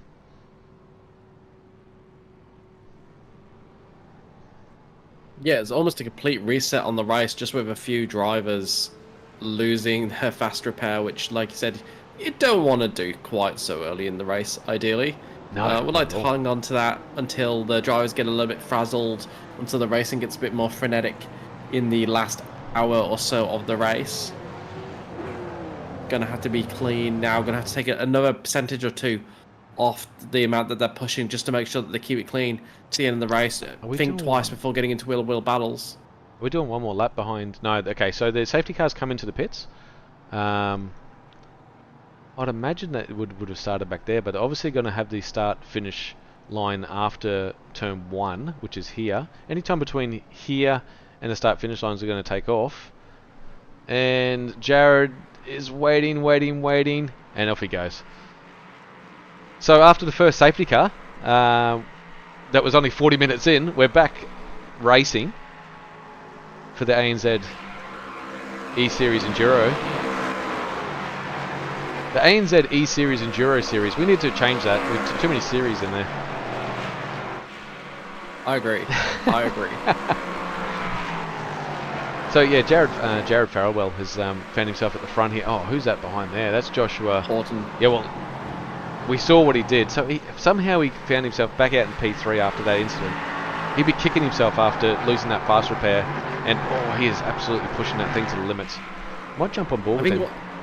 What saved him is the fast repair is obviously instant, so it's basically just a drive-through, and it's a drive-through under safety car speeds. Yep. And because some of the cars were so far back to begin with after their earlier incidents that they took the penalty for that at racing speeds, they hadn't caught the safety car yet. So Joshua Horton able to get back out ahead of some of the other LMP3 cars to come out basically in the midfield in the LMP3, which is a really good result considering that Aries got away with it almost scot-free, only losing 2 positions. Time to make up for that and get back to the lead of the race. Be looking at him to be pushing here because he will not want to hand that car over to his teammate in P3 when it could have been very easily a P1. And touching the gravel there, managing to recover it. It's going to cost him a little bit of speed. Coming onto the back straight, be interested to see whether the car behind him, the shout box, can do anything about with that mistake.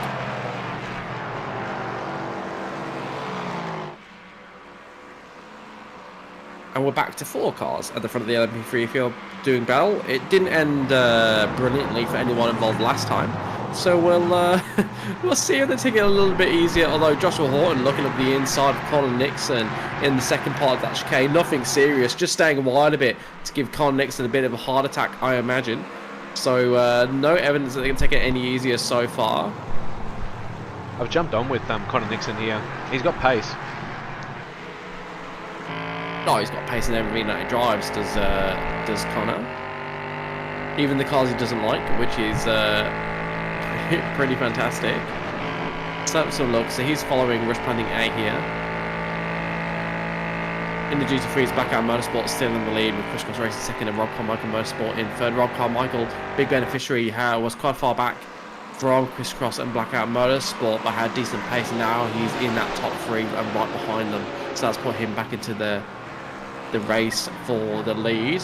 Look how close the GT3s are, all 6 cars. All 6 cars there. We got one person, we got the Chewy at the back of that is actually a lap down at the moment, but anything can happen. If is another safety car, we'll probably find him back at the back on the lead lap, and he'll be doing some damage then. Yeah, lap down in a normal race, not great. Lap down in an endurance race, Yeah, no, it doesn't really matter. So early on, plenty of time to get it back. It just means that you've paid your bad luck up front, and hopefully everyone else will pay theirs throughout the rest of the race, and you'll get back into a competitive position. If this is whetting your appetite to get involved in the ANZ ESeries Endurance Championship, we've got 2 more rounds coming to you, so do sign up for those rounds and get involved. It should be good series. We want to grow because we want to grow the entirety of the ANZ ESeries over the next year or 2, and that goes for the endurance series as well. We love to get to a point where we have 20 cars in each class and a full track. Obviously not going to happen in the first season. Please do join us if you are all interested. It's relatively cheap to get involved. Just get onto the socials and you'll find all the links you need to get involved in the next race. I'm really looking forward to this Enduro series when we get to Sandown for the 4 hour. That's going to be amazing. And that 12-hour Bathurst, get involved in that. That is going to be unbelievable. I hope I'm not broadcasting the whole time. I'd like to drive it actually, but we'll see what happens. Yeah, casting doesn't mean you have to be on the pots and pans all day. You can just leave it running on auto for a little while with no commentary. Just leave the stream up, or take a little bit of a break in the 12 hours. We'll have to work with Ben to figure something out. We need some more commentators. And in saying that, need more commentators. We've got a lot of people that actually want to jump on here and have a chat. I've got actually in our chat, and I'm pretty sure you've seen him on the Wednesday nights as well. Ben Knopfling. We need to get him in the commentary box one day. Absolutely, he's certainly vocal on the YouTube comments. Oh, definitely. It'd be good to get him into the box. Yeah, if you want to get involved, not just as a racer, but if you want to volunteer, if you want to get involved in the commentary or the broadcasting side of things, if you just want to help, just be involved in the ANZ series, even if it's not as a driver, do just hit Ben Faulkner on the Discord channel, or even put a comment in the YouTube, and I'm sure he'll get back to you. Oh, he will get back to you, for sure. It's an exciting new series coming to mainly for Australia and New Zealand consumption, of course, but yeah, please, we're looking for any help that we can to make this into the superb series that we believe it can be. It's to a strong start, but any help is massively appreciated. As we're watching Samuel Sproul for Black Eye Motorsports, so they've had a driver change. Samuel Sproul taking the wheel from Dylan Shepherd. Sorry, Dylan Shepherd. Dylan Shepherd. Yep. In the who took the first stint and did a magnificent job. He's got Crisscross Racing right behind him as Samuel Sproul in the BMW. Both cars looking very evenly matched around the circuit. And you've got Rob Carmichael Motorsport in 3rd place. Tell you what, Crisscross Racing look very close to the back of Samuel Sproul here. Through Blanchemont, I believe that is.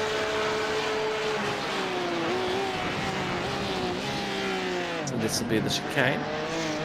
Let's have a look at the run. Then it gets out of here. He's going to be close enough to maybe make a move into the hairpin. No, Samuel Sproul doing a really good job on the exit here, putting a nice little gap between him and Crisscross Racing behind. So there won't be a move coming into the hairpin unless it's a bit of a dive bomb, and that should mean he's got the lead. That's I just got to get back to the this race at the front. Bear Racing's Connor Nixon is putting all the pressure on Jared at the moment in the rush planting.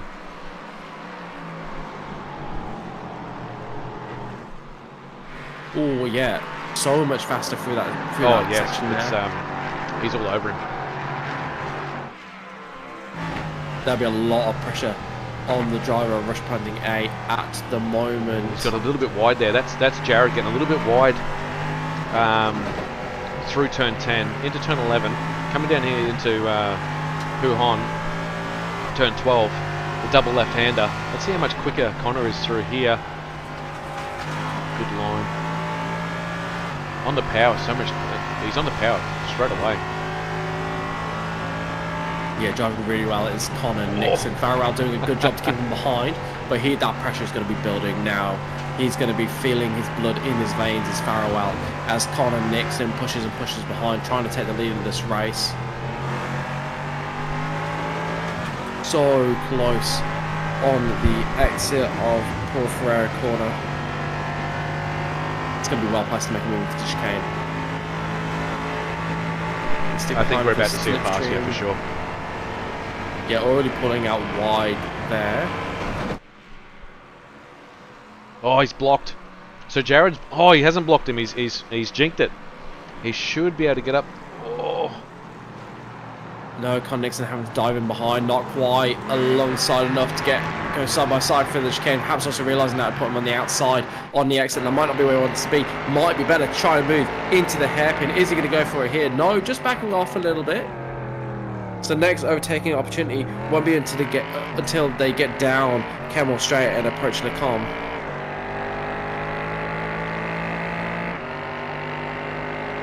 This would be a great shot going through El Rouge here. Oh, that's fantastic.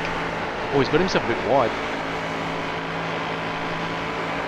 Yeah, Com Nixon with a little bit more pace at the top of Radion. Going to carry that all the way down the straight, and he's going to get the slipstream. Will it be enough to put him into an attacking position for Lecombe? No, not quite. Honestly, not a fan of the indented nose on the front of the LMP3. It just looks wrong. It's a little bit weird. A lot of downforce is generated for him. That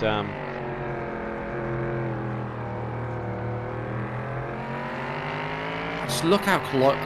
Con Nixon all over that curb on the inside throughout the entirety of that corner. Jared Farrell just not able to hug the inside like Nixon is. Nixon's really got that car hooked up. He is choosing exactly where he wants that car to be on the track.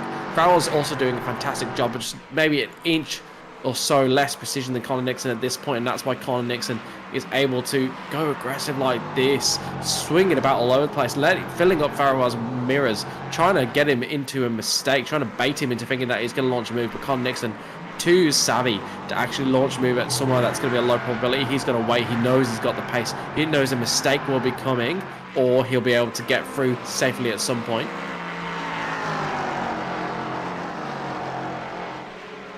there's nothing in it. We're talking a tent. Well, approaching Blanchimont now. What's Farrell going to do in defence? Been diving very well in defence so far. Nixon's taking the claim early to the outside. No, swaps back under. Oh, doesn't launch the move. As soon as I go away from this battle, you know what's going to happen, don't you? So I might just see what they do into turn one here. Then we might go back to what's happening at the front with Samuel and Adam in the GT3s. Yeah, should be safe once you get through the hairpin. Yeah, I think you're right safe there. to swap we're over. good. We're good. So we go. This battle here is unbelievable. We've got 4 guys battling for P1. We've got the Blackout Motorsport crew with Samuel Sproul behind the wheel. Actually, before I do that, hey Wayne Shepherd, thanks for the shout out, mate. Thank you. With Crisscross Racing behind him, Adam Hughes, and the rest of them. Rob Carmichael, he's been in the car for coming up to an hour now. And then Matthew Brunt is back in this battle as well. Actually, I should just say Douglas Gowans is in that battle as well. We're talking all of them. I mean, we can. Steve Vella, yeah, he's in there as well. Oh no, he's just coming out of the. My timing's a little bit out because Chewy is actually a lap down, but he's in this battle as well. Yeah, really spicy. The complexion of that GT3 race has changed massively thanks to that safety car. Really well timed for that GT3 race, which got really separated out. It'd fallen apart into sort of 3 or 4 distinct packs before the safety car, and that's just bunched them all up. And I think Samuel Sproul not quite with the pace of the preceding driver Dylan Shepherd, and that's just really opened up that series, and it's now anybody's game as to who's going to come out on top there. So you'd be glad to know that we are 1 hour down, 5 hours to go. That hour went pretty quick actually. We had a lot of excitement in that first 8 minutes. The field got themselves into a bit of a rhythm. The safety car come out, and it's all the red mist descended after that. It certainly did, didn't it? The red mist is very real, and yeah, it was covering everybody. I think for that first 15 minutes, I've never seen an endurance race where everybody seemed to be on board with just being aggressive and really going for it, particularly in the LMP3s. I mean, that race, they're lucky they got the safety car, because without the safety car, that race was all but over, except for the 2 cars at the front of the field. But now everybody into it, and nobody able to be separated. Now, everyone's brought their own setups as well. I should mention that to anyone watching. This is an open setup race. There's not fixed setup, so everyone here, look how closely people are battling out, and they've brought their own setups. Normally you see a little bit of a difference in time, but not here, not in the GT3s. Yeah, and the BMWs and Porsches so evenly matched, which is wonderful to see. I'm trying to work out what is better on fuel. I think the BMW is probably a little worse on fuel than that Porsche is, but if you're in a pack like this, you should be able to save a little bit of fuel. Well, worse on fuel is going to be Blackout Motorsport, because they're pushing all the air out of the way for all the cars behind. They're the lead of the pack. They're not getting the help in the slipstream. So Samuel Sproul, it might be the reason that we're seeing him under a bit of pressure, is he might be doing a little bit more fuel saving than they previously were, to try and make the numbers that they think the cars behind them are going to be able to make, just through the benefit of the slipstream. Although saying that, definitely not under nearly as much pressure as he was last lap. If anything, Crisscross Racing looking more under pressure from behind. Rob Carmichael Motorsport really trying to increase that dial and force them into a mistake. Nothing happening so far. I think that first 10 minutes of that opening stint for everyone has really shown what you shouldn't be doing, and these guys have gone out now. Most of the guys here are new on track right now, just taking it that little bit more easy, which is what we need to see. Taking it a little bit more professionally, shall we say? Yeah, that's a good word actually, professionally, and we'll use that for the boys when they jump into the chat a bit later. Yeah, they'll love that.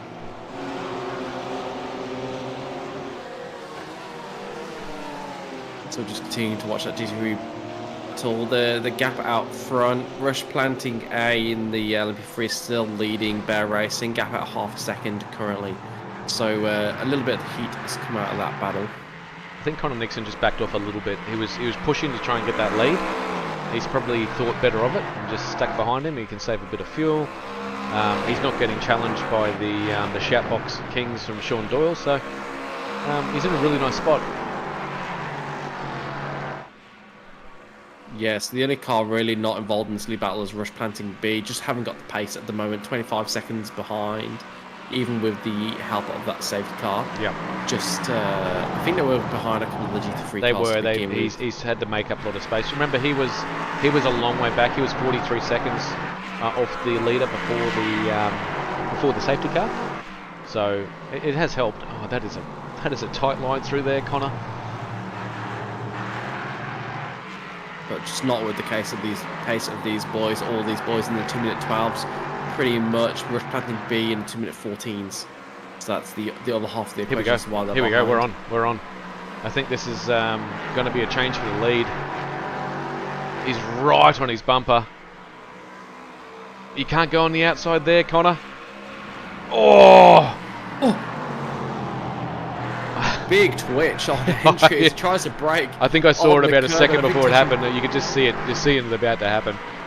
I think he had a little bit of dirt on the tyres, didn't he? And he just twitched. What I might do? Crazy. Oh, there's been an incident in the back. What I might? Oh, that's crisscross racing. I've got to quit to that. I've got to see that.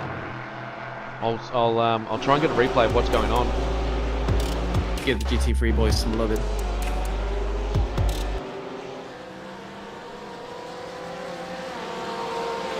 Okay, so this was the battle. I don't know exactly where it happened. So this was the start of lap 27. So that's Chris in P2. Sorry, I should say crisscross racing. Adam Hughes in the number 10. What's he done? Has he gone a little bit? late break into here. No, he's fine through there. Got onto the curb.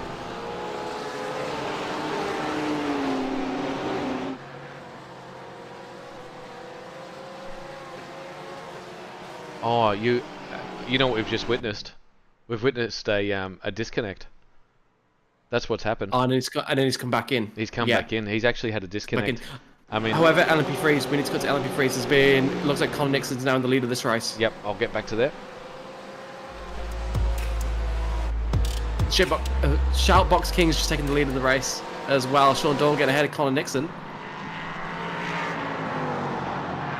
And Rush Panting A now 3 seconds down. So Rush Panting A, they've had a mistake, and that's cost them the lead of this race. Colin Nixon's gone to the lead, and then for Bear Racing and Shoutbox Kings, I've got Colin Nixon. Let's see if I can find that.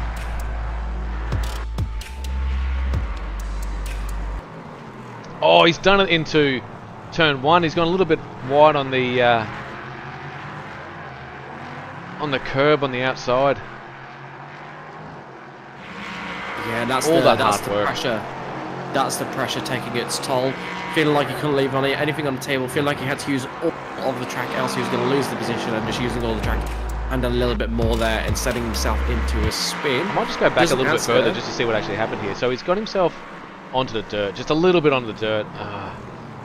Trying to take a nice wide line into turn 1 into La Source, but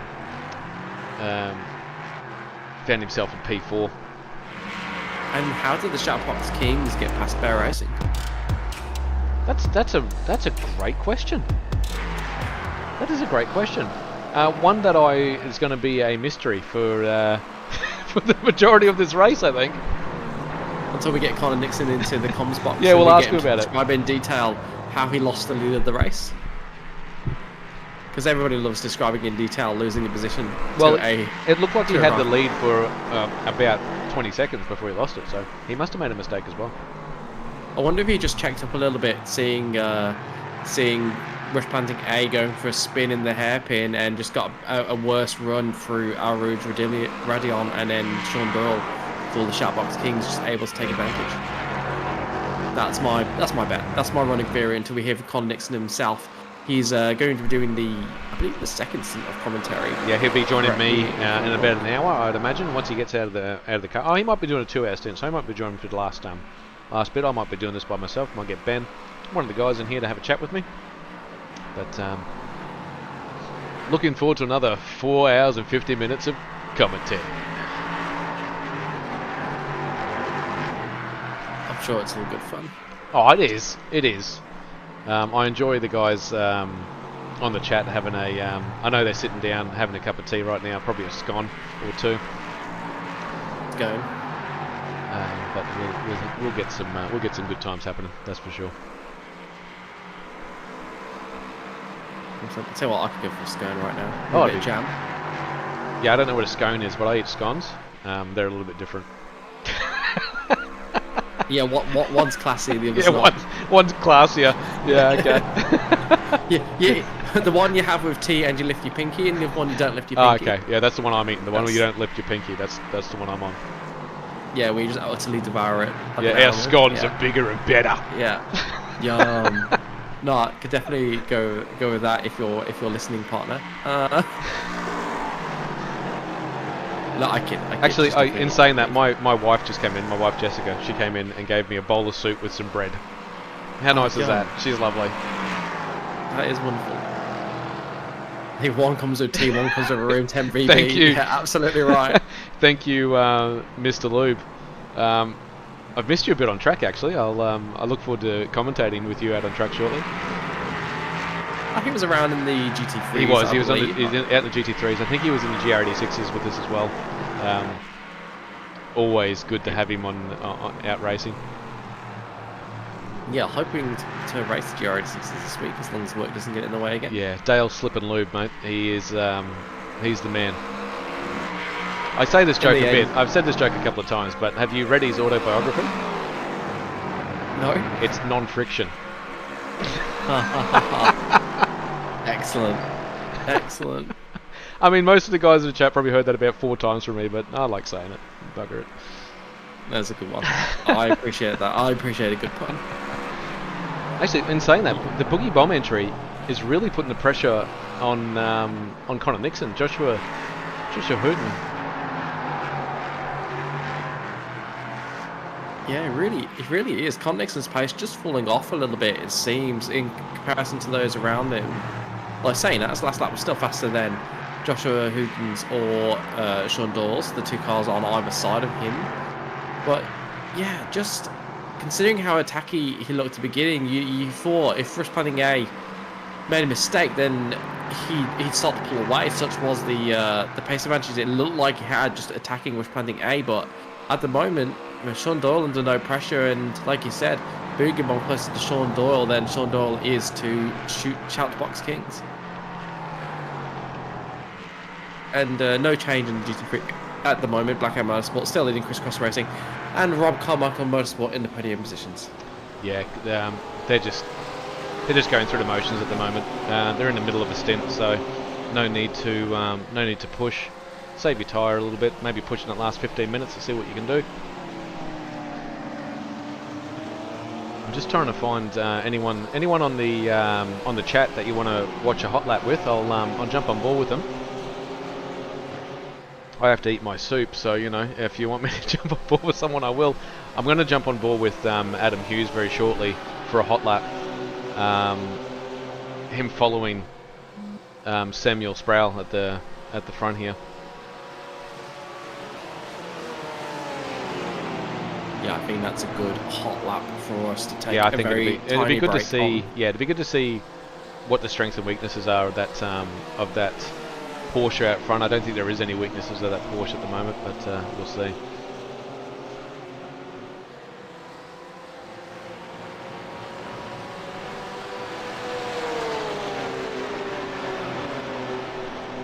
Looking pretty close through here. And there's been a change to the lead of the race. Bear Racing getting past Shoutbox Kings. I might just jump to that right now. We'll just do a quick replay on that overtake.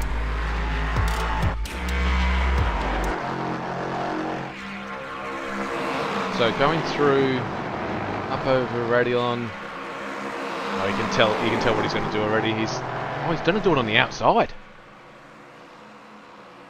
Well, that's ambitious. He hasn't got the overspeed to get past him before the end of the straight. Oh, he's just had to jump on the brakes very, very late. Good pass from Connor Nixon there. Yeah, clean really good. too. Not taking too much risk there. And not to take anything away from Sean Doyle, he helped with that as well. So he could have fought that on the inside, but decided better of it. I think probably the right decision at this point in the race.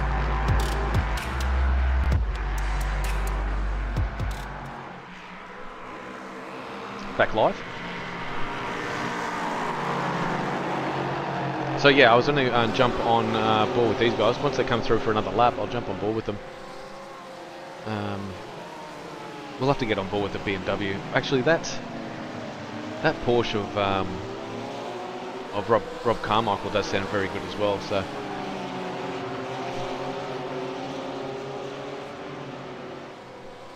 shame we don't have any Lamborghinis because they sound fantastic. yeah, they do sound really good.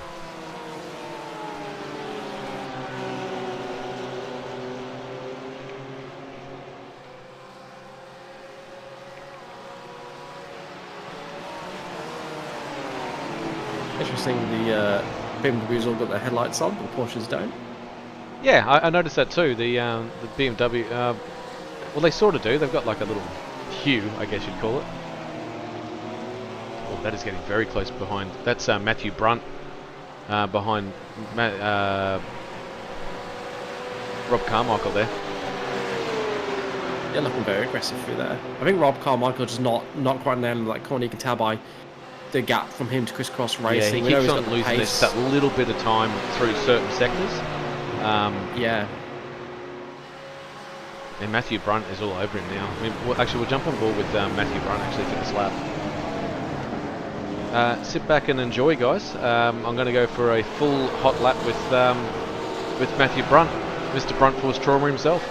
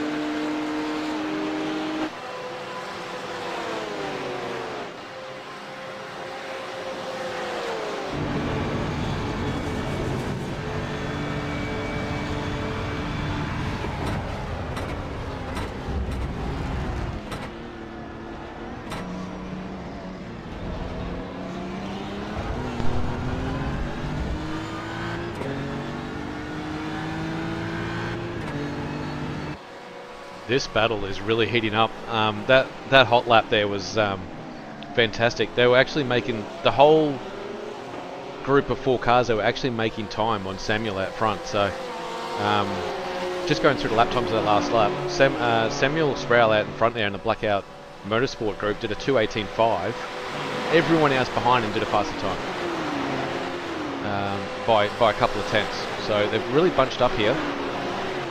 Who did the fastest out of those guys? The guy that we're on board with, Matthew Brunt, did a 2:18.2, which was about a tenth quicker than everyone else. So good luck to be on for that one.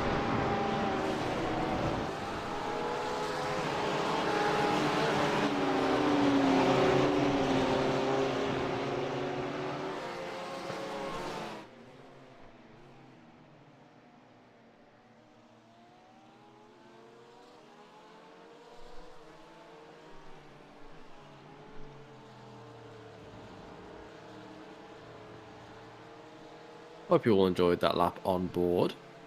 This GT3 battle not going anywhere at the moment. Hard to separate the cars on track. Ellie a gap more than a second between the top 5 of this GT3 field, and then proving to be a class above the back markers in the field at the moment. So we will be focusing mostly on this top 5 battle. Although it does seem that Blackout Motorsport have pulled a little bit of a gap compared to what they had over Crisscross Racing, who just struggled a little bit and come under pressure from Rob Carmichael. So it'll be interesting to see whether they keep doing battle or whether they decide to implement an armistice for a little while and just make sure that Blackout Motorsport doesn't break away out front, because that gap is at a second, and another second would mean losing the. Because, don't want to lose that. Don't want to lose the toe. No, I don't want to lose a toe, and you just don't want to. You just want to keep that pressure on your rivals as well. It'll be pretty easy just to let someone go ahead and give yourself some clean air, but not putting the pressure on that Porsche at the front is going to let them skip away.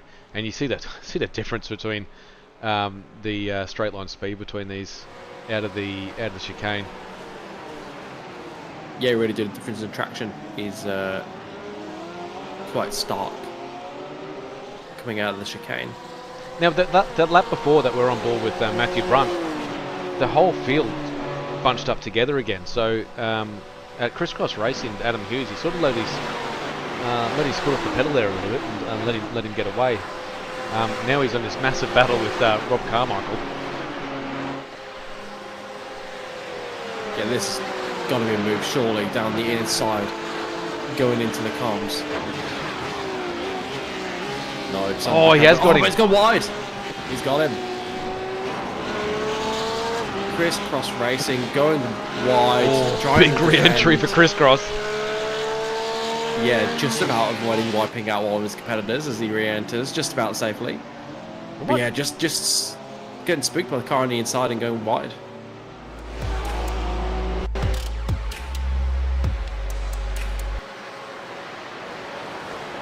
So he's on the outside, and he's just missed the apex. That's he shouldn't have too much damage. I'm just looking at this re-entry, make sure he hasn't got too much damage to that front splitter. Nah, it's pretty safe. He's done the right thing. He's going to have to do all that hard work that he's just done for the last hour and a half, gone, and he'll have to restart, reset, and go again.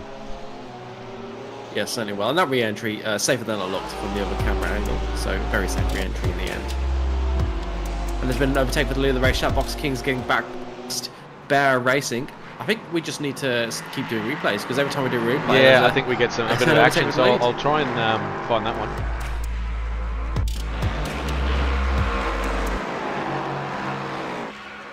Oh, he got a massive run.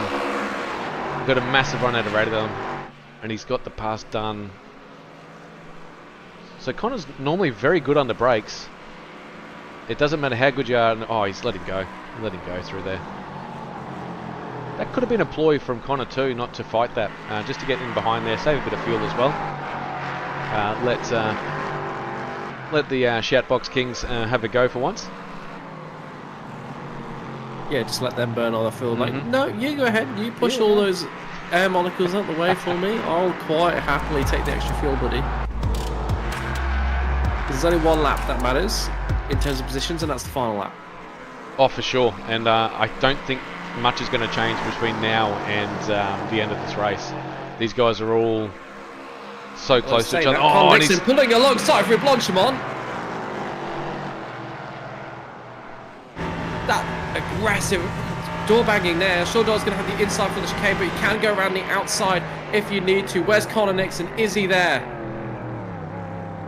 The Shawdor locking up on the entry. Connor Nixon not able to take advantage. And Shawdor holds position. Just as we're saying that, I think Connor Nixon's put pay to any idea that he might have decided to sit back and save a bit of fuel, because that was aggressive going side by side through Blanchimont, one of the sketchiest corners around this track. Absolutely insane.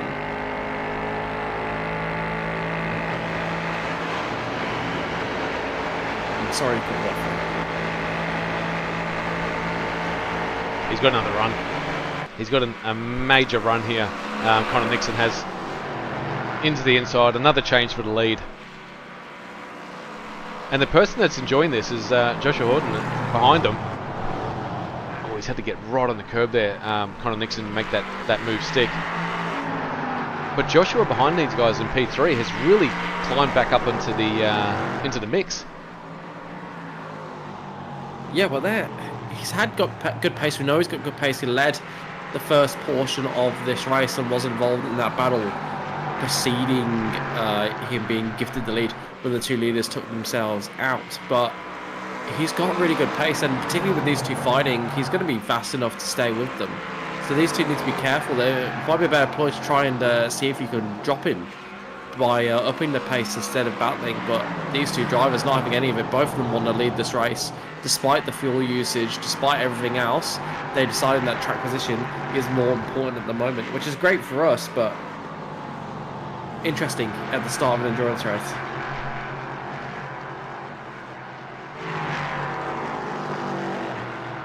They sound great on track too. I'm just sitting here listening to them go past. They do. It's very close at the moment between the Dr. Epoxy, the Brilliant Motorsports car, and the Rob Carmichael Motorsports. Only 0.2 of a second between them. Yeah, I'll jump onto them very shortly. Just making sure these guys get through. You know what happens when I take my eye off the ball? There's an overtake for the lead every single time. Yes, I bet you that. Yeah, just keep an eye on those sector times behind. Wow, he has got a major lead on this field at the moment. Samuel has. He's found another gear.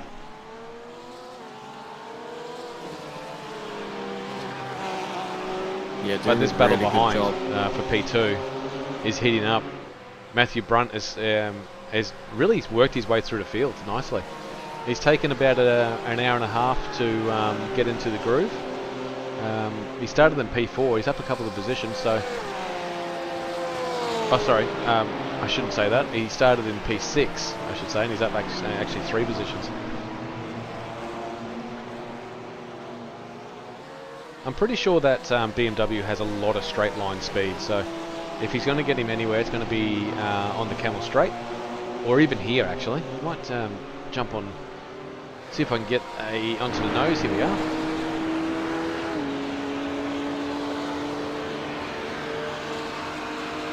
See how unsettled that Porsche in front of him is. 2 Porsche leading the race right now. Oh, it looks very settled.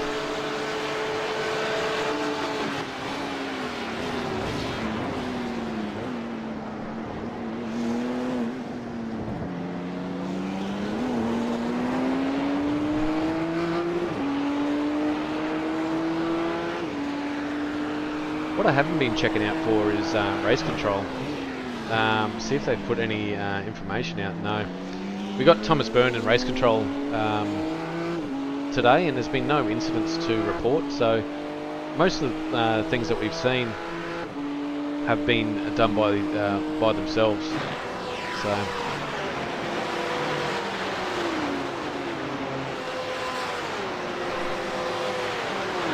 yeah, it's been fairly clean in terms of wheel-to-wheel racing. Like you said, most of the mistakes coming from just solo mistakes.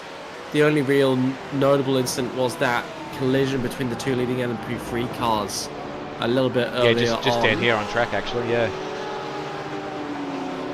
where it was an ambitious maneuver around the outside and kind of inside, just understeering into them. But both cars able to use a fast repair and continue on, or well, one car definitely didn't need to use it and was able to continue on relatively scot-free, just losing time to Joshua Horton. But then Joshua Horton surrendering all that time when he lost it under safety car conditions. And we're now seeing a manoeuvre for the lead of the race. Sean Doyle making another, overtaking Con Nixon. These two are going up and down like a yo-yo. That was just down the straight again, so they're obviously just getting, unless they're working a little bit together, just to get that maximum speed. But the only person that's, oh no, is he going to get back on track? Oh, that was a moment and a half. We'll go back to that. Oh, and then Joshua Horton getting having some tyre smoke at the next corner. So this is that battle for the lead. So we just saw Sean Doyle take the lead over Connor Nixon. He's gone through Lecombs. He's a bit loose already. Oh, and he's completely lost the rears. He's so well to give that out the wall. Unbelievable. No damage by the looks of it to the car.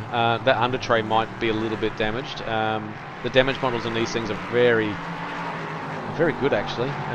You go off track, you will have some aero wash or aero damage. So I don't know how he managed to get back control. There's no idea. Back end was shaking like post Disney era Miley Cyrus's back end. That's how much that was shaking, and he managed to get it under control with the wall right there and not take any damage and only lose a few seconds. That was some impressive driving from Sean Doyle. Well, he hasn't dropped off the lead too much. He's about 2 seconds off the lead now. We're an hour and a half into the race. We know that they pitted at about 45 minutes into the race, I think it was, that everyone came in and pitted. So we'd expect another 15 minutes out of this tank before they have to come in and pit. I just wanted to jump back down into, I was just looking at him before. Our mate Adam Hughes in the crisscross racing, we saw him get a bit loose and off the track, and he lost his second position.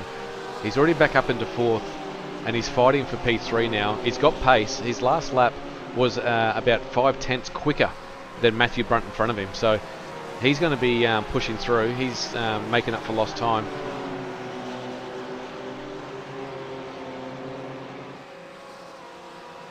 Jump on board with him.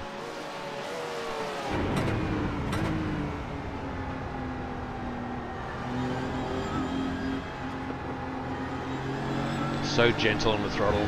They don't want to lose the rear at all. Look after the tyres. Get into the last 15 minutes of this stint as well. So the car's getting lighter, but also the tyres are wearing too.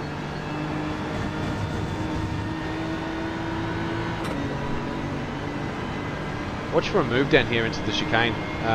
Crisscross Racing's Adam Hughes has got pace right now.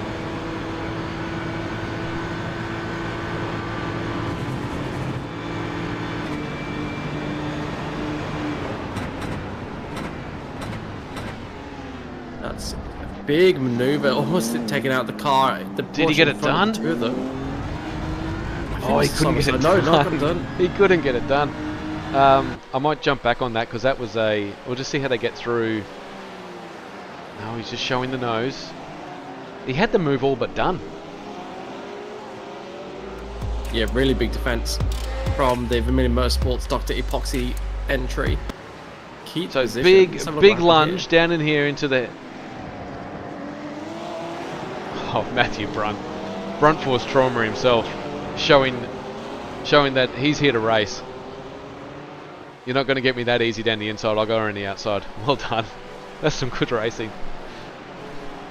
Yeah, that was really good. Really respectable between the two drivers. I do wonder if he would have got the position without the without the crisscross racing. I think so. I think it would have been the Robcon Michael Motorsport Porsche ahead. Actually, as we say that, I think he just got the lead. I'll go back live.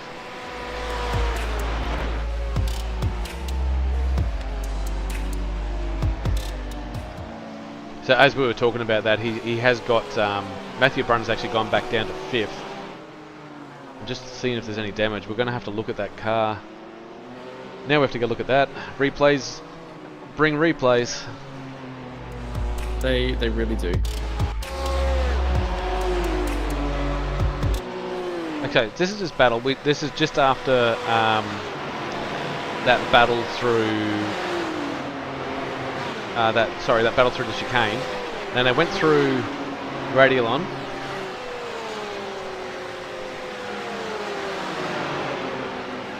Shown him a nose down here.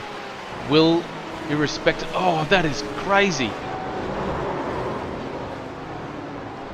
That's an interesting one. He actually came back onto the racing line just before the braking, and has taken Matthew Brunt a little bit by surprise there, coming into Lacombe, I should say. Yeah, he will be filthy with that. I'll have to check out what race control say about it. We'll go back live.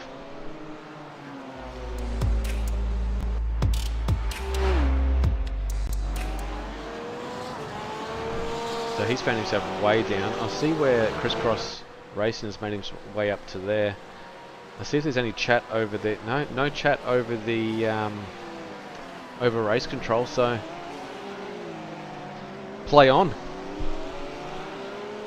Good to see some hard, tough racing. Some spirited racing. Race yeah. control. That move that Adam Hughes did there. He got just in front of him and got.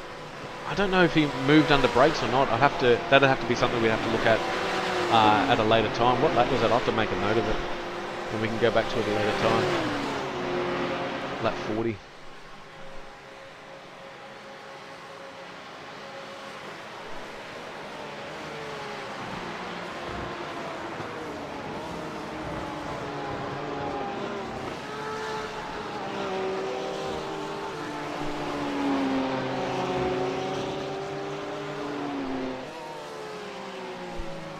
Okay, we might take this time to go through the field here. Up the front in the LMP threes, we got Connor Nixon. We saw Sean Doyle have a big moment, so Connor Nixon was actually battling him for 5 or 6 laps. So he'd be happy that Sean Doyle in the Shoutbox Kings entry is a little bit further behind him. Not that far. It looks like a couple of seconds. The Boogie Bomb entry of Joshua Horden. He's been out there this whole time. He came in for a pit stop, but other than that, he's been behind the wheel.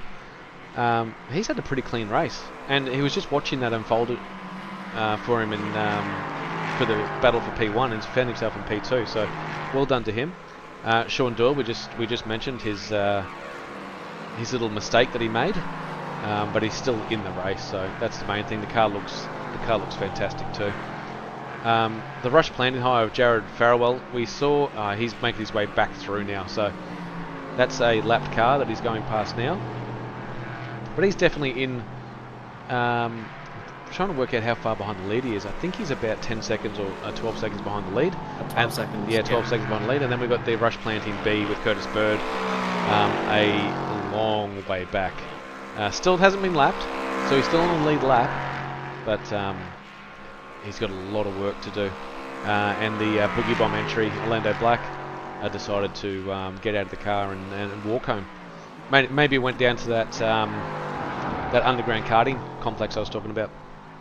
That would be good fun. Yeah, it'd be great. I imagine that's a great time. But yeah, Boogie Bomb 2 deciding to drop out of this race after only 16 laps. The Vermilion Motorsport MC Enduro team also dropping out after 28 laps. Yes. They were off the back of the GT3 field, and I think we might have another retirement somewhat soon. KMP Motorsport, they're 6 laps down now. They've been in the pit for a long time, and VM Dr. Epoxy in pits for just about 3 minutes now as well. So we got the that Chewy Kang incident right on the start. That put them back a lap to start the race, and they're obviously pushing pretty hard. We'll probably see Ryan Kemp. Whether they change drivers, he might want to change drivers and get his co-driver out there for some laps as well. Going through the GT3 field, Samuel Sproul, he's putting on a masterclass here right now. He's got himself a 2.5 second lead over Crisscross Racing. Now Crisscross Racing with Adam Hughes at the helm did have a bit of an incident, put himself at the back of the GT3s, but has shown some pace and worked his way back up there. He's actually the fastest car on track right now, so watch for him to take it to Blackout Motorsport That's going to be an interesting race for the rest of this. That's going to be awesome. Rob Carmichael is looks like he's getting quicker every lap.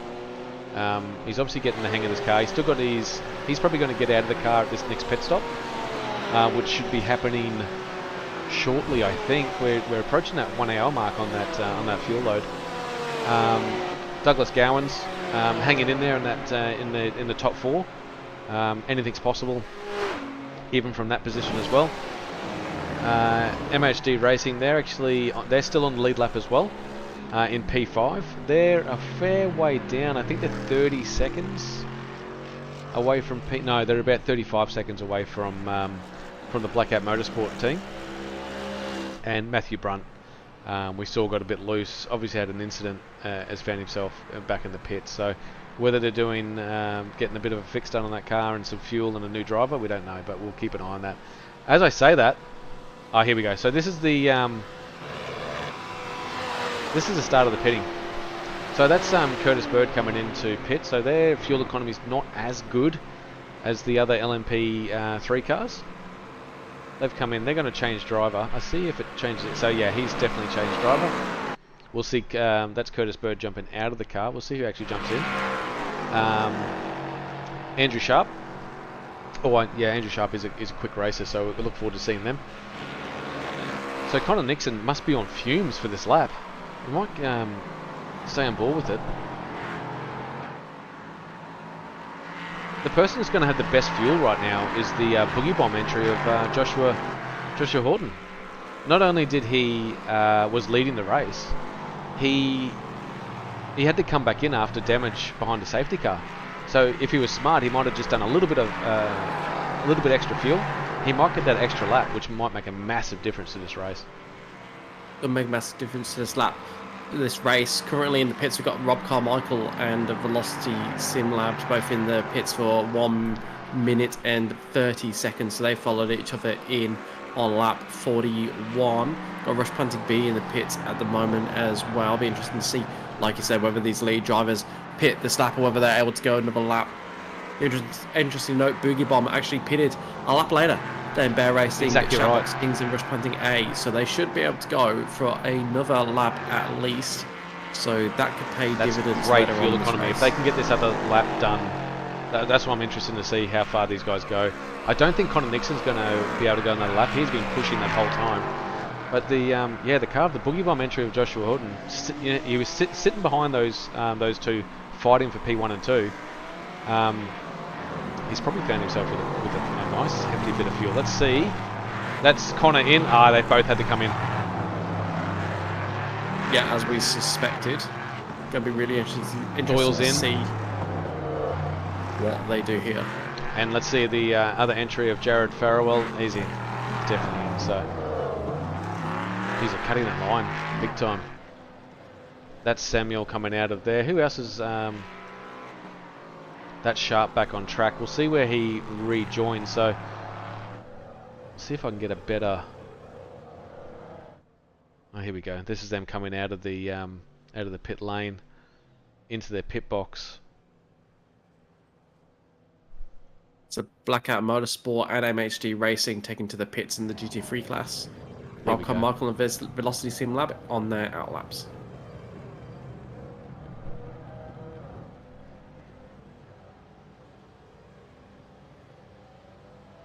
So Connor Nixon will probably stay behind the wheel of the Bear Racing livery, and Joshua Horton actually took a shortcut through about 4 GT3s there. Lucky not to make contact with any of them. See that? See who he's facing? Joshua Horton is actually facing on the outside there, trying to get a better exit. So this is a race for the lead out of the pit lane. Joshua Horton's actually down first. Will he get going? Oh, he's had to do a change. He's done a driver change, I think. No, Joshua Horton's still in there. That is a very long stop. He's got him. He's got him. Should Joshua Horton has actually taken the lead of this race? Yeah, pulls out ahead of Nixon. Takes the lead of the race. All done in the pit stops. Unless they took a little bit less fuel. Oh, actually, that's probably exactly what's happened there. Joshua Horton knew he had better fuel economy for that stint. Probably had to fill less, that little bit less.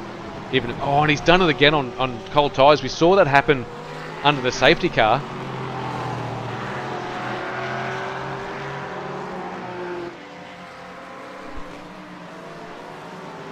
In between them is car number 124. That's Rob Carmichael.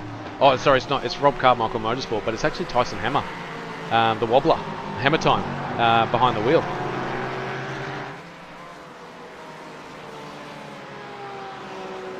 And Connor will not be liking what he's got behind, being held behind that Porsche for that long.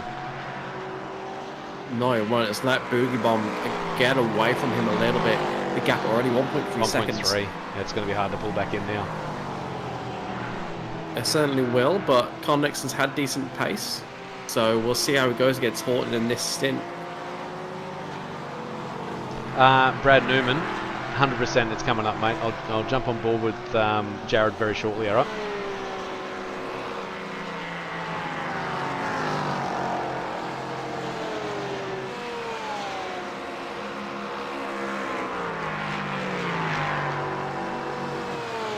Actually, it's interesting that Brad Newman's asked me to jump on board with Jared Farrell, but I'm pretty sure he's already jumped out the car. So I'll work that out shortly to see what's going on.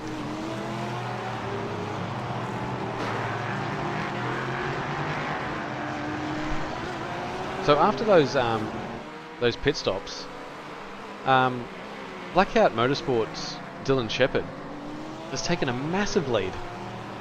Almost 6 seconds over the over Tyson Hammer. Yeah, doing a really good job. Really good job there.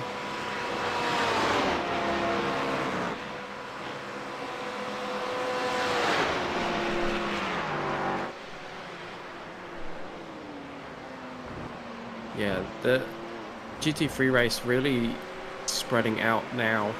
Following that incident, and Blackout Motorsports was 6 seconds ahead of Rob Carmichael, then 3 seconds further back to Velocity Simlabs. A very nice and that's lead. Yeah, it's a really good lead. And then you've got, beyond that, the race pretty broken apart, so really only the 3 cars still in this GT3 race. Of course, MHD Racing, Crisscross Racing will just aim to stay on the lead lap and hope that they can get that lap back through a late safety car. But Dylan Shepherd and Blackout Motorsports definitely the pick of the bunch so far.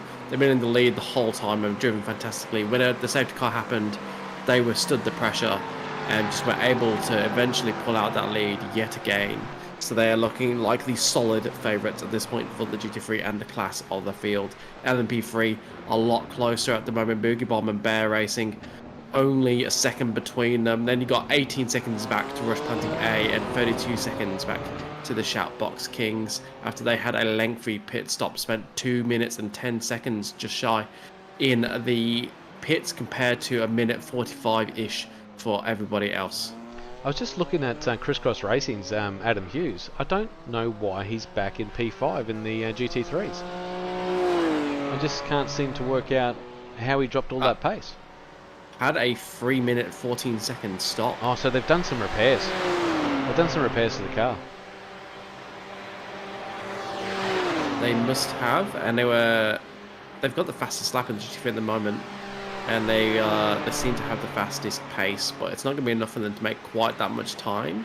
No, there's gonna be. So the next couple of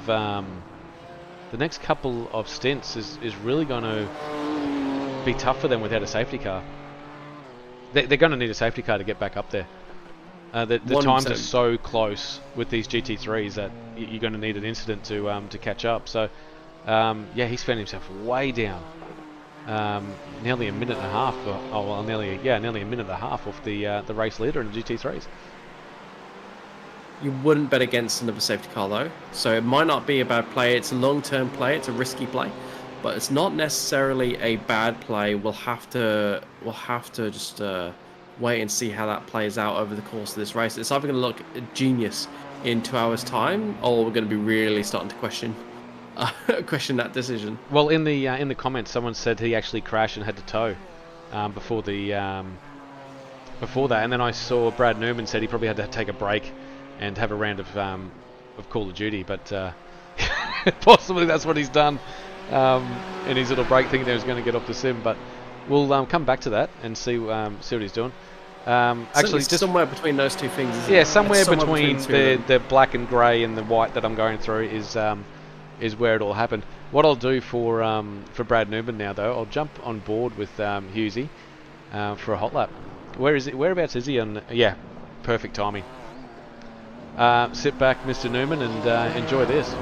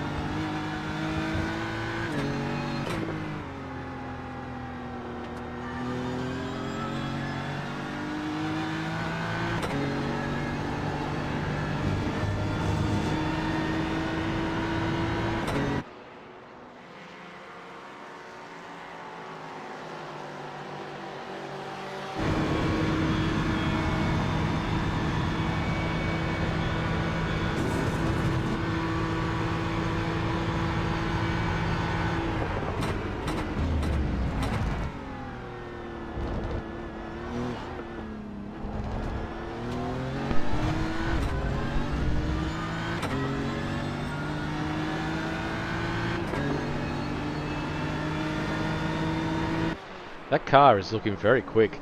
That he just did a Adam Hughes in the crisscross racing just did a 2:18.1,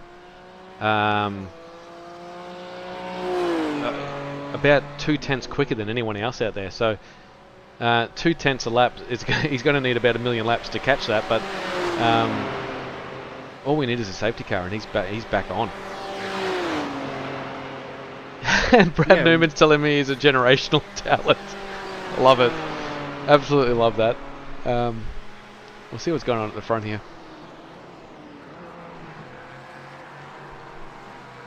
Oh, look at the gap Dylan Shepherd's got on the over Tyson wobbler hammer. So I might just, absolutely. Yeah, I might just show you the Dominant actual. display. I'll see if I can.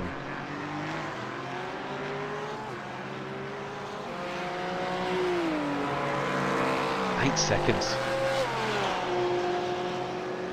That's crazy.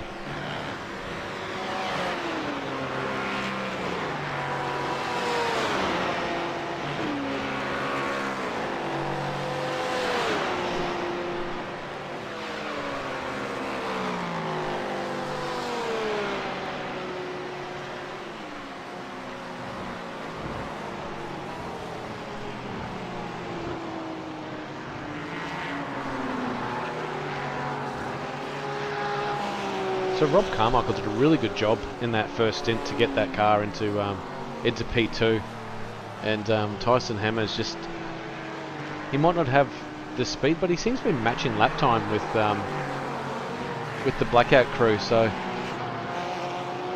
just see what he can do. He's coming up to a bit of lap traffic now at the moment.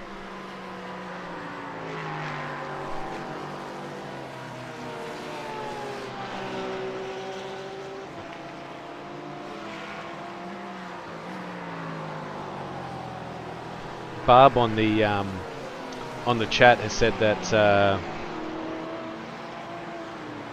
they had an incident. So we're talking about the Adam Hughes in the crisscross entry. He had a moment in lap 42, and that's where he has lost all that time. So just looking now how far. Let's see if we can get him off. How far he is off the leader. This should be interesting. I hope the pots and pans don't fall over when I do this. Oh, and it's been overtaken from the lead of the race. Bear Racing getting past Boogie Bomb. I'll jump to that now. Oh, it goes to the Connor Nixon. So, all right, we'll go to the lead of the race here. So, sorry, when did Boogie Bomb actually have the lead? we missed that as well. You're right, we did it. Yeah. Bear Racing were comfortably in the lead. now Boogie Bomb has. Oh, that's massive contact there before we go into Lacombe. These guys are battling hard. So much aggression. So much aggression between the two of them. Not afraid of having a bit of a bish bash bosh on the way. And we've got two drivers in the waiting room to come and chat with them. I'll jump on them now. We'll get on board with these guys. Who we got in the waiting room to have a chat with us?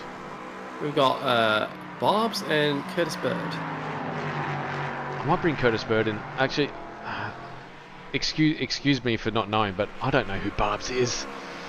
He's in the chat. He's in the channel at the moment. He might have to just tell me who he is before I bring him in here. Curtis Bird. Welcome, Curtis. Good first stint for you. Tell us about what happened. Yeah, I mean, I showed up with aspirations of being the biggest wobbler on track, and I think I've achieved that. There we go. I spun out and went off the track, so put it into the wall once, so we're a couple of seconds down on pace, but Sharpie's in the car now, and he's going to get us bolted in for a win here. Might just get your volume up just a little bit. Yeah, we're just on board now with the Rush Planting B entry. You guys are a fair way down. It says I think you're on the lead lap. Is that correct? I think we might have just fallen off the lead lap to the Rush Planting A car. Oh, okay then. Yep. Yeah, it's been challenging, very challenging. Ever since I made the decision to drive this car, I have regretted it because it's a little bit hectic around Spa. But that's everybody's got the same problem, don't they? Yeah, well, people that seem to be managing it differently to other people, but it's good to see the car out on track. You got the two entries out there. They're both looking pretty sharp. So I'm sure you guys can work your way. That's a little bit loose as we go through the chicane there, but the car looks good. Strategy-wise, are you guys still on the pace, you think? I think so. One safety car, and we'll have a look at using our fast repair. We just want to see how Sharpie's feeling in the car before we make that call. So you still have so we've still got that up our sleeve. Excellent. That's good to know, because we've seen most of the guys. We were actually chatting, me and Liam, before, saying that everyone's used theirs, but yeah, no, that's actually Bear Racing is just taking the lead again, I think. Yeah, this lead for the Brad Newman in the chat here, don't we? Yeah, like that's Brad, isn't it? I'll bring him down. I've got Sean Doyle, and Greg Barber as well. So I'll bring these guys in. Thanks for the chat, Curtis. Hopefully, if you want to jump in again, jump in here. We'll have a chinwag with you, but you're going to have to get your strategy ready for that safety car, because it's going to be all on when that happens. Here's Aaron, will do, and we'll see Brad Newman in for some search and destroy later. Thanks, Curtis.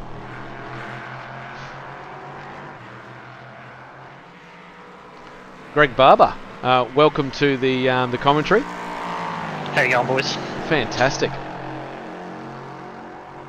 You've it's been an eventful race so far at the moment.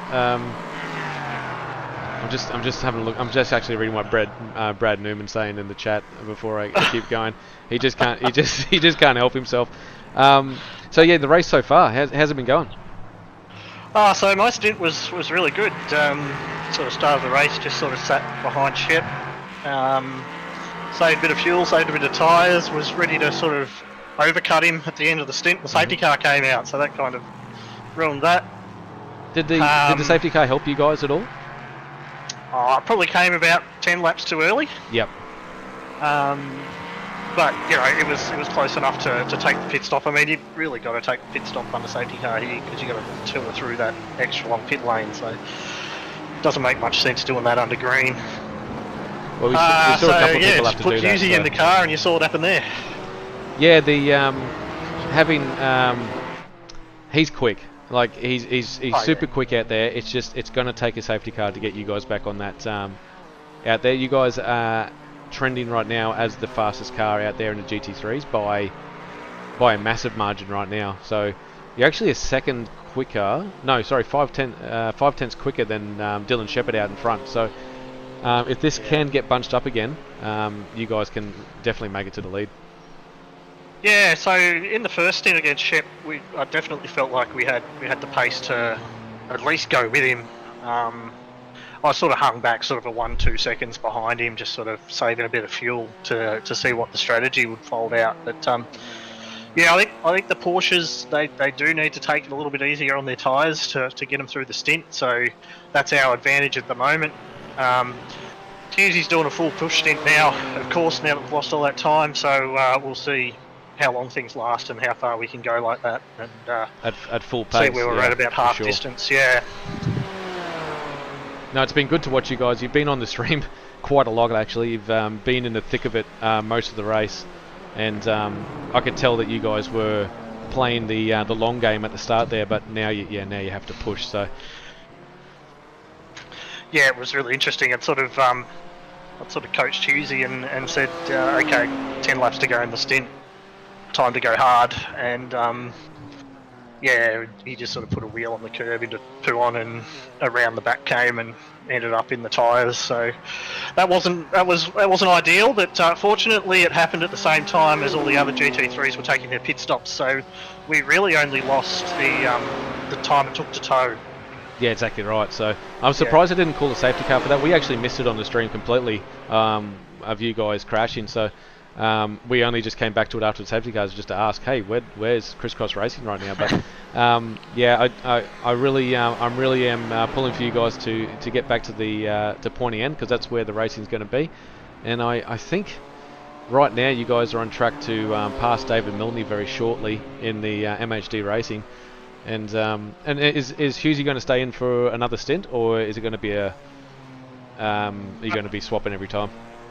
No, Husey's in stint 2 of a double now, yep. And then yeah, I'll jump back in and we'll see what pans out from there. Sounds good, mate. Well, enjoy your racing. I'll get you back in here a bit later, maybe on that last stint. Who's going to be taking the last stint for you guys? At this stage, it'll probably be Adam. There you go. Well, yeah, it depends how we go the next couple of hours. We'll see how your heart rate's going then. When there's about half an hour to go, we'll have a chat with you. Yeah, right, mate. Pray for a safety car. Yes, well, we don't want to pray for it, but I'm sure there will be. There's been some heated racing up the front, so we'll see what happens. Excellent. Thanks, Greg. Thank you. See you later. Liam. Yes. I think people want Sean Doyle in here too. We'll get him in here. I think they do. Mr. Doyle, how are you? Yep, he's so excited, he's speechless. Hey, gentlemen. Oh, g'day, mate. How are we, boys? Fantastic. Mate, this race has been like ups and downs. Oh, tell me about it. It's always the way with endurance races. So, tell me about that stint of yours. Was it all it was cracked up to be? Oh, mate, I'm sweating balls. I'm actually happy with the way I went in my stint. I've never driven this car. Oh, you've never driven it? No. Oh, wow. So did you come out of here fairly... Did you do the practice session? That's all you had? Yeah, no, I've done the practice session and a couple of laps last night, and other than that, never. Wow. So probably all in total, 15 laps in the last 2 days. Oh, that's not too bad. 15 laps around not Spa. too- That's about a week's worth of you know. driving. Yeah, it's enough. Yeah, I'm stoked to be keeping up with Connor and that. So we had a mishap in the pit. Yeah, is that where you lost your time there? Was it in the pits? Was it? Yeah. We think we ran out just before the pit stall. Oh, okay then. Yep. So we had to get a 15-second tow from like a metre away from the pit. You're joking. Yep. Oh, so that's where you guys have gone back at a rate of knots. So who's in the car? Who's in the car now for you? That's Ben Millsy. Yeah, Mills. But he's still. I was just trying to find him on track. He is in. We're still in P4. In P4, only 16. About 30 seconds off the lead. So nothing in it for you guys. No, we get a pace car. It's still anyone's race. You guys. What Ben Miles is doing now is race laps as quick as the leader. So we'll get to see what they can do. The leaders are battling the whole time. So expect it to be a four-horse race very shortly. But it's been good seeing you out on track, mate, in a new car. Yeah, I know. It's something different, but hey, you know me, I enjoy all my sorts of racing. Is Mama Doyle watching at the moment? She's out and about today, boys. All right, well, but she'll be tuning in. She'll re-watch later, I'd imagine. But good to see you guys battling for a P3 or top 3 finish in the next few hours. Yeah, that's all we want to do is try and get up there. Finish the race, to be honest. Well, I'm sure you'll finish the race. You've got the pace and you've got the and you got the know-how, and you know how to race these boys. I'm sure you've raced most of these guys before, so good luck with it. Cheers, gents, and I'll probably talk to you a bit later. Thanks, Sean. Cheers, See you, boys. That was nice to have those guys in here having a chat. Yeah, it's always good to hear from our drivers as in the middle of a race. It's something unique to endurance racing, which is, obviously we can't do it when they're driving the whole time. But endurance racing, it's really nice to get the word of people that have just hopped out of the car and get the lowdown on some of the instances and the stories of the races. Hearing their finally getting answers to why Shoutbox Kings ended up falling behind and losing time to I can't believe they had to despite- tow. I cannot believe they had to tow there. Like he put is there any clutch in the LMP3s? I wouldn't know. I don't think I've driven it either, to be honest. I don't believe so. Oh, I don't believe so. So just going back to the lead here, we got he's stretched this gap out, and Dylan Shepherd over Tyson to 12 seconds now. So pretty much the length of the there he is there coming through the chicane now as he's going into La Source. So big gap over his competitors. This GT3 field is really starting to string themselves out a little bit. Yeah, it was so close for so long, and it was almost too good for it to continue. So now Blackout Motorsports, they've got 13 seconds on Rob Carmichael, and they in turn have got 3.5 seconds on Velocity Sim Lab. So that's one of the closest battles on track, is that 3.5 seconds between the two of them. That's why I'm on it now. There's very spread out. Nothing in it for these guys. I mean, it seems like a long way, but just remember, you got a 2 minute 20, nearly 2 minute 20 lap time for these GT3s. So 3 seconds is nothing, and just one little moment, as we've seen heaps of them, can change the complexion of this race in a heartbeat. So the rush plant, Mr. Sharp out there on track in the rush planting, he's making his way through. He's finding his way through the GT3s, and he'll find himself into behind the Shoutbox Kings of Ben Miles shortly. But still well off.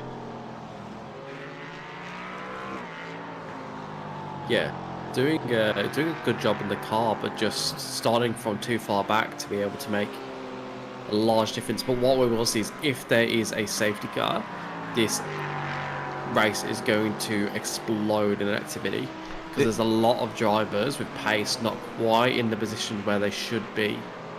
The only chance of a safety car with this is this front, the guys at the front. Joshua Horton and Connor Nixon still, they've obviously got some level heads now because they've stopped the battling and they've just got back to racing. They was looking like they were going to take themselves out at within 2 hours of this race, but they've settled down. They're getting some laps done. They're doing exactly the same lap times. for whatever reason, the boogie bomb on my sector times doesn't show, so I'll have to work that out. What's going on? But I'm trying to work it. Did they come in on lap 41? Is that when they came in? The boogie bomb came in on lap 44. On lap 44. Okay, I'm just making note of what laps they can do. Same as Bear Racing, Rush Planting A, and Shoutbox Kings. Rush Planting B, the old ones out, pitting on lap 42. There you go. So, just for everyone watching, all these guys in the LMP3 had exactly the same amount of fuel. These guys racing for P1, the P1, 2, and 3 here have had the same amount of fuel in for this stint. So, they're all going to come in at the same time as well. So we saw the boogie bomb entry make some time up on Connor Nixon's Bear Racing group, but after this pit stop, I don't think that'll happen again. They had a little bit of fuel up their sleeve and they've used it, so they got the lead and then they lost it back to Connor Nixon. So it's a tough race at the moment. It's been a race of attrition at the moment, hasn't it? Lots of drivers getting unstuck. Mostly, like you said, by themselves. Only a couple of incidents of note between drivers to report. And it's just a really tough track, isn't it, Spa? It's so easy to make a mistake, particularly as you get a bit tired, or particularly if you've got cars around you, like we saw with the Rush Planting A giving up the lead earlier on, getting it wrong at the hairpin, which would be counted as one of the easier corners on the track, but just trying to make use of every millimetre. Yeah, just that last little bit, like it literally a blade of grass was in it. That's what's caused that thing to go around. So, and now they're back. They went way back after that. They certainly did. Biggest battle on track at the moment is this one that we are seeing between Bear Racing and Big Bomb, and we've just been joined in the commentary box by Connor Nixon. Oh, hello, Connor. Guys. What's happening? Not much. What I'll do before we interrupt you and try and make you crash, I might just jump on board with you. Might jump on board with you now. Yep. Mate, this battle for the lead that you had with Joshua Horton, what's going on? Oh mate, it's been hectic, hasn't it? It's been such a great battle. I was just talking to Tim. I'll start from the start actually instead of mumble up my words. Basically, Tim got out of the car after a pretty little bad stint he had. We knew that the car was rotating a little bit too much for his liking, and he wasn't used to it because we changed the setup last minute. I just did magic numbers, and the car feels absolute magic now. He basically got in the car and just he had to get used to it on the fly, and so have I. But we've got a lot of downforce on the car right now. A lot of boys are actually stripped downforce off, but we've actually put more on. We're running backswing on the thing. Feels like it's on rails, and feels good. How does the car feel at the end of the stint? So if you're running that much downforce, do you think you're going to scrub your tyres out a little bit? No, we're actually finding the opposite because I've adjusted the camber of the tyres to not overheat at all. Oh, excellent. So what was happening was we were noticing in practice that the tyres were actually, if you spin or overheat them, they actually don't cool down at all. So when I was doing the setup yesterday, I was like, well, I've got to make the car not overheat its tyres and just drive really nicely, and that's what we've got. And Josh, on the other hand, is just full mangoes to the wall. He's running no downforce, full grip, and it's been a good little battle. Because right now, as we see you go through Radiolon, he gets this massive run on you every single lap. Yeah, look at it. He's just passed me now. Yep. So it's been a good battle. I mean, I know Josh quite well, and it's been good. Like we had a good battle on lap 49, just passing through the whole lap, and it's been really good. I'll show you three here though. So I'm in third gear. Fourth now. I'll jump on board, and you can take us for half a lap. So see when we get to this corner, see how he's really slow, no speed at all. I'm completely off the throttle then. I'm off the throttle there. I've got a brake earlier. He gets a bad run out of the corner, so now I'm going to go up fifth gear now. I'm going to go for a little fakey dive, back out of it, go down to fourth, run it all the way out, getting a little off track there just to get the run. Now he's going to gap me here a little bit just because it's straight. Now I'm hard on the brakes, and I've actually got the best brakes out of the whole field because, you know, magic brakes. I tuned with them last night. It basically feels like an LMP2. So there again, I've got to brake early. And on this car, I did a 11.5 at the end of the stint, which is the fastest lap of the race. So, but you can see here, like down the straight, he's just gapped me, and I'm in his toe. So I'm going to keep it in 5th this whole way till it really runs out of fair. Now we go up 6th gear, running all the way over the curb. Now I'm actually going to go for a dive here. So here we go. So he's actually got better braking through there, and oh, he's had a little blink. Had to just miss him there. Bad exit from me, but up to 2nd gear. Turn 1 is a really tricky one. I didn't get this until Tim told me to go down to 1st gear. So down to 1st gear, get it all the way in, rotate it all the way in. You got to try and pull it in as much as you can. These cars have very heavy steering. They're not very light steering, so you've really got to wrench on the wheel to get it turned. Now we watch here, so I'm only 9/10 behind Josh. We'll just see him stretch us out now. So I'm in the highest gear now, just cruising, saving a bit of fuel. I've been saving fuel these last couple of stints, and this is my 2nd stint now, and Tim will be jumping in the next stint because he wanted hash browns because he hasn't had breakfast. Down to 3rd gear. But yeah, no, it's been really enjoyable though, the race, Aaron. It's been good to be a little bit of a co-driver. It's been good. Well, you say you're a co-driver, but you're putting on better lap speed than the rest of the field. So, I just tell you that I don't want to give too much away, but the Boogie Bomb entry of Joshua Horton just did an absolute blistering lap that last lap. So that's going to be tough to catch him if he's going to keep doing that. He might be keeping something up his sleeve. We don't know. That's it. Yeah, no, we're just cruising at this point. Seeing what happens. But you could just see there, like, I'm just so much faster through the corners, and we've just been doing the moves through the corners. And yeah, I can actually keep on at the end of the stint just because his car doesn't like the end of the stint. So yeah, no, it's been pretty good. Well, good luck with the rest of it. I'll see you in the combat shortly when you get out of the rig and make your way up into the combox.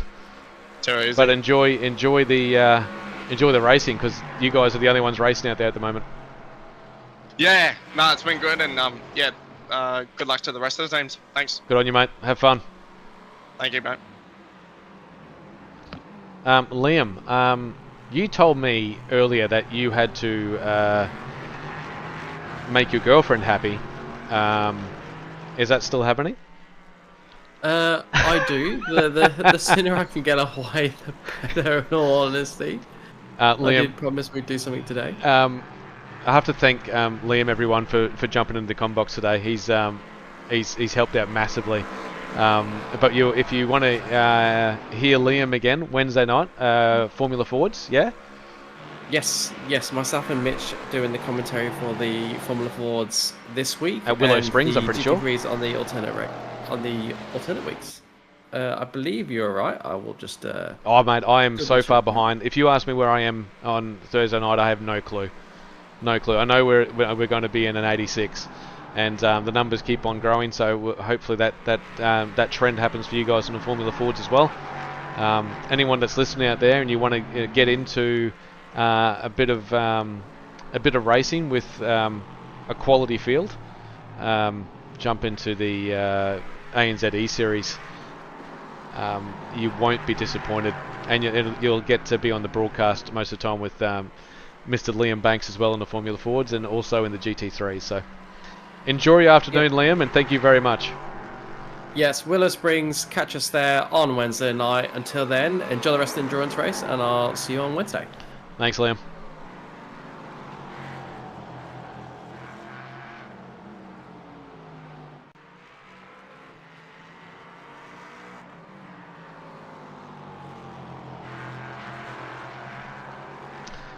Thomas Byrne. Howdy. I'm just going to increase your volume just a little bit for you. just keep on chatting, and I'll get you under control in the combox here. Thanks for making the long journey up here to the combox.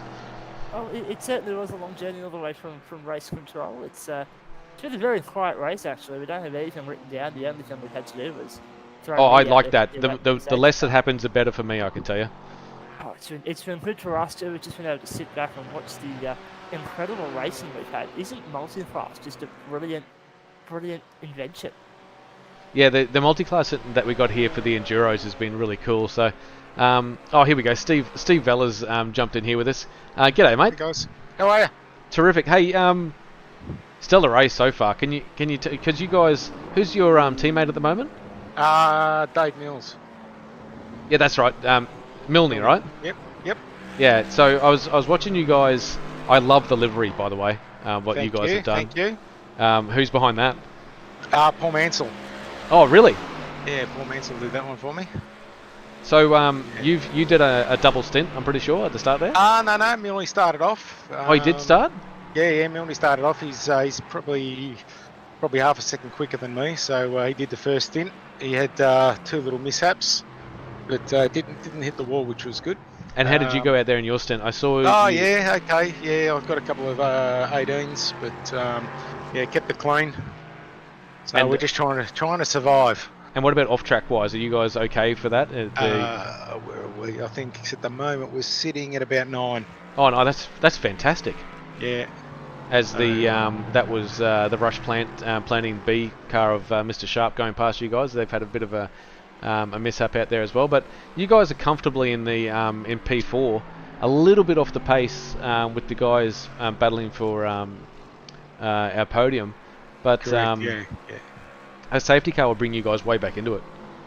Yeah, well, yeah, the earlier safety car got us close, but yeah, they're a little bit quicker than us. We don't want to take too many risks. Try and stay off the walls. And the fuel strategy, I don't think is going to come into play too much. I think that first us. safety car has really helped everyone with the fuel strategy. I think Yeah. that's nothing to be worried about now. You can most teams should be able to make it to the end full throttle. But like enduro racing, it just matters for that last couple. If you're on that last 20 minutes, if you're on that last little bit of fuel and ready to go, I'm sure you guys can be battling out for a podium. So Yeah, I hope so. All we need is one of the cars in front to have a bit of a mishap, and we'll be in the podiums.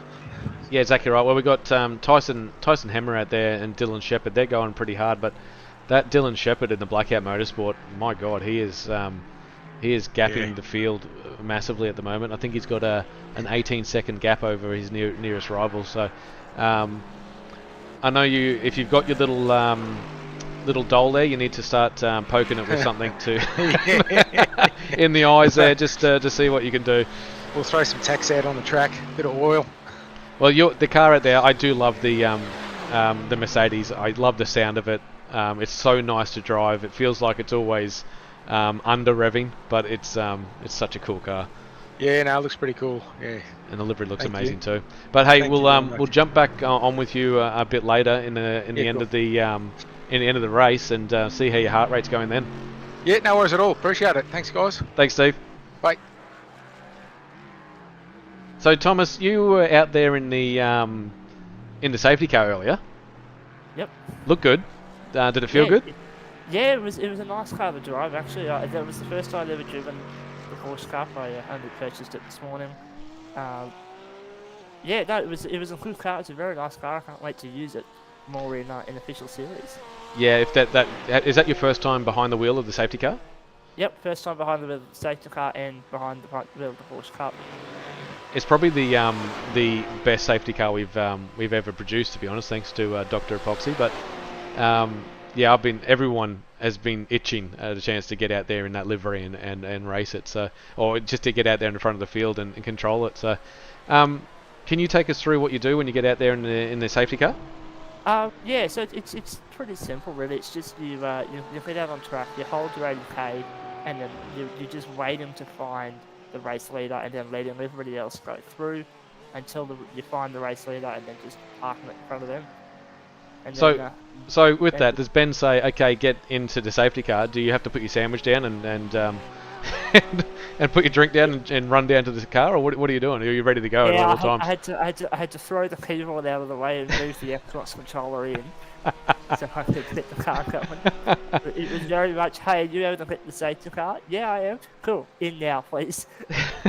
That's excellent. Well, you guys, it's been good in race control for you guys, I'd imagine. This I haven't seen anything come through on the on race control. We've looked at a couple of things, but there hasn't been anything worth writing down. It's all been really clean, all been really civil.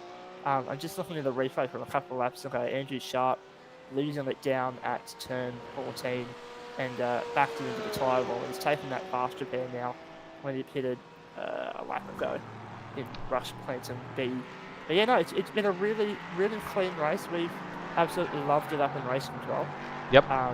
And we can't wait to see how the next 2.5 hours, 3.5 hours. 3.5 hours, mate. Yep. Don't remind me.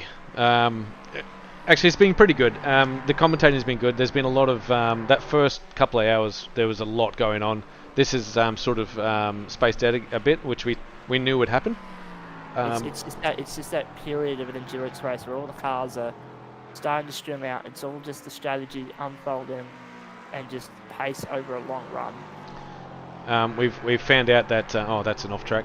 I'm watching Connor actually race at the moment, and I'd love to find out how many actually off tracks he's actually had, because he's getting a little bit loose out there, and he's had a bit of contact with the Boogie Bomb entry of Joshua Horton as well. So Connor, so the Bear Racing car's got 23 incident points so far. Oh, this is some inside information for everyone watching at home.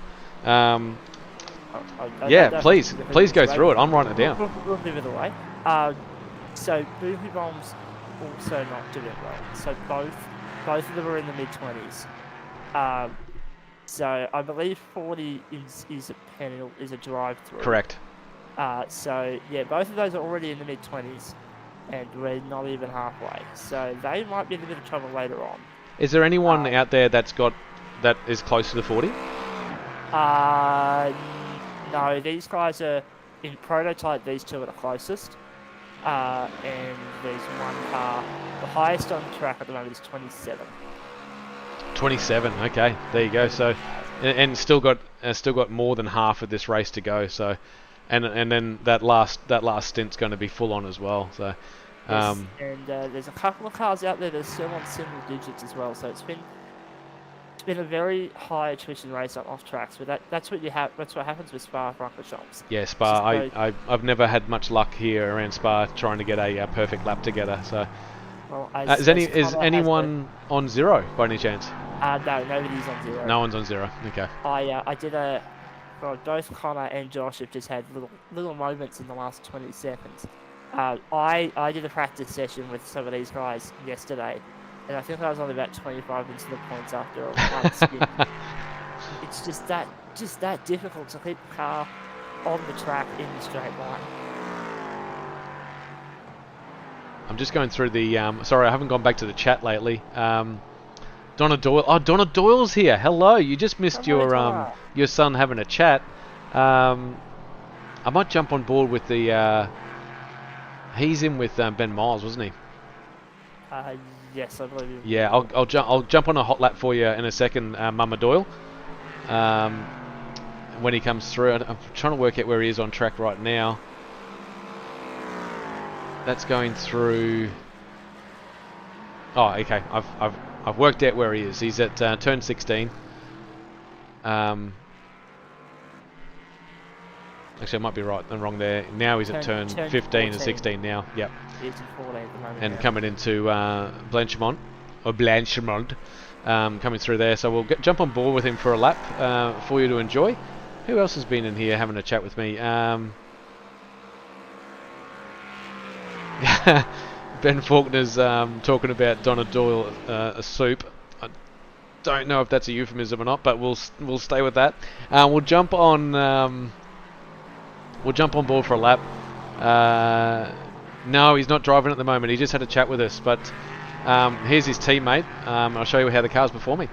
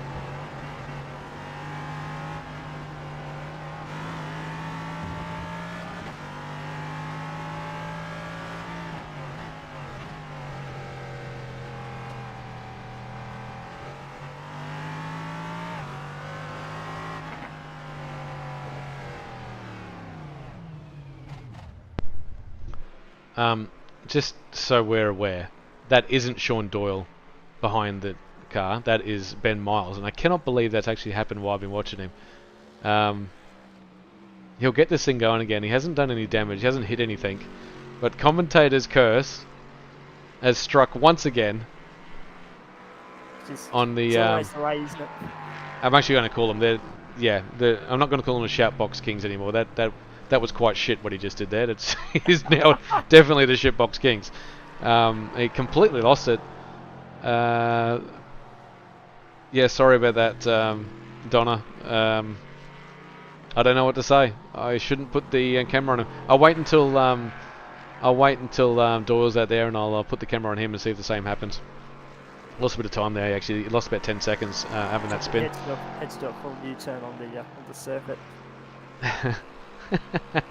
I can't believe it. So we'll go through the grid at the moment. That's Dylan Shepherd. What time is it now? It's 3 hours and 30 minutes left. In the next 10 minutes, we're going to see them come in for another pit stop. I think maybe 15 minutes. I'd imagine they'll come in for a pit stop. So I don't know if he's got a 20-second lead over Rob Carmichael. Rob Carmichael Motorsport, Tyson Hammer, the Wobbler, in P2 in the car number 124. The car's looking really nice. 2 Porsches out front. P3 is Velocity Sim Labs 23, Matthew Gerard. They're making good time too on the Rob Carmichael guys. They're nearly 2.5 tenths out on average. Well, this is the thing. We got Blackout Motorsports doing probably 218.3s, 218.5s per lap. And then Rob Carmichael Motorsport, Tyson Hammer, he's actually a second slower than him per lap. So 2.910s is his average at the moment. Yeah, so he's going back at a rate of knots. Velocity Sim Labs, however, are doing 218.7, so they're going to catch him shortly. I know they're so far behind, but they're about 3.5 seconds behind. But before this pit stop happens, they'll probably catch him. The other person you need to look out for is Crisscross Racing. They're actually doing the same lap time as a leader in the GT3. So, and they are. Where are they on track? On average at the moment, they are the fastest car on track in GT. They are absolutely flying. They're flying, but they're so far behind because of the incident they had. I think it was actually here on track. Well, they're only 12 seconds off the back of David Milne in the MHD racing. So they can be in position pretty soon if they keep this pace up. If they keep this speed up, they might be knocking on the door of P3 in about an hour or so if the race stays green. So we'll keep an eye on that. KMP Motorsport, Ryan Kemp. I think Ryan Kemp's doing this whole race by himself. I believe he is. He had a few issues early, but he's doing pretty well.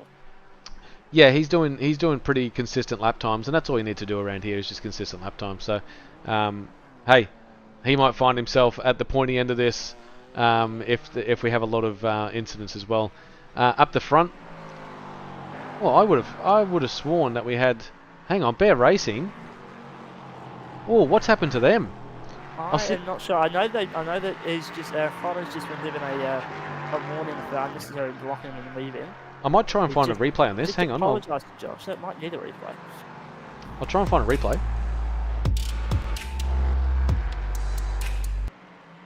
Okay, so right now, no, he's still. It must have happened a while before. But he is down in third, so we'll see what actually happened here.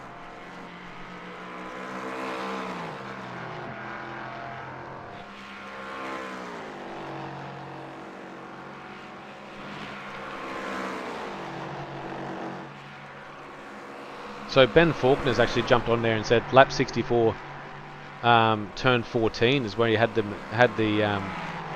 problem, but he got overtaken here as well. So he must have some downforce issues.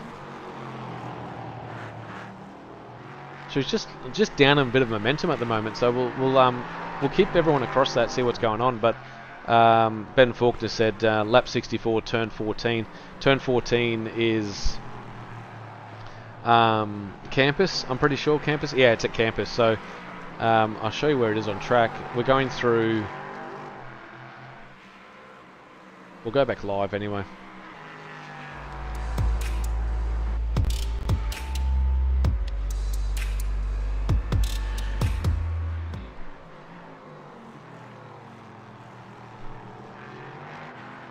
Oh, it's really, that car is really loose.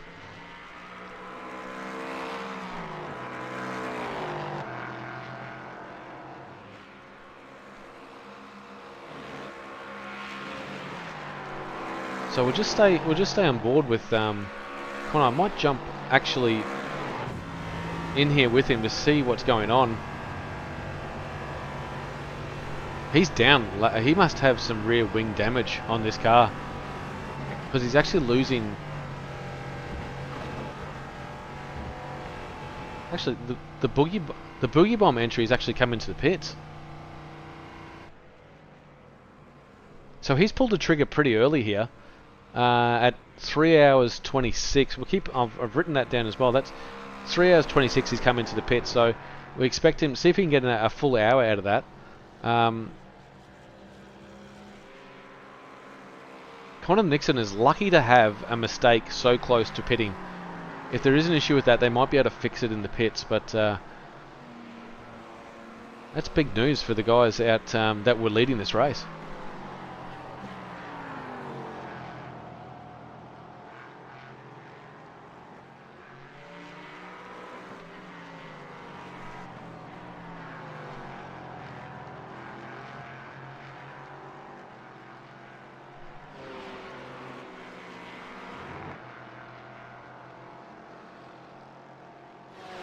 We'll just wait to see if these cars...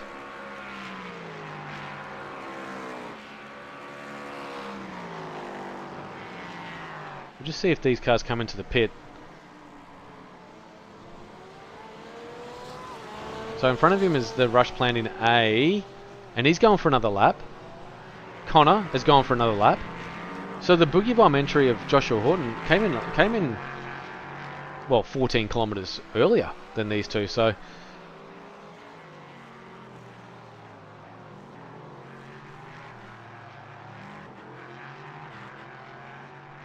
yeah, Matthew. Oh, you got your answer there, Matthew, in the chat. Ben Faulkner's in there. He's got nothing else to do in race control, so might as well just be chatting with us in the chat.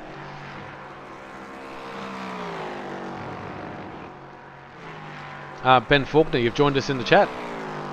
Hey mate, how you doing? Oh, it's been good actually. We've got through that 2.5 hours fairly quickly, so it's been fun. We had Liam Banks in to start with us, and that was great. So I've got both race control members of race control in here in the chat with me. Tell me what's happening.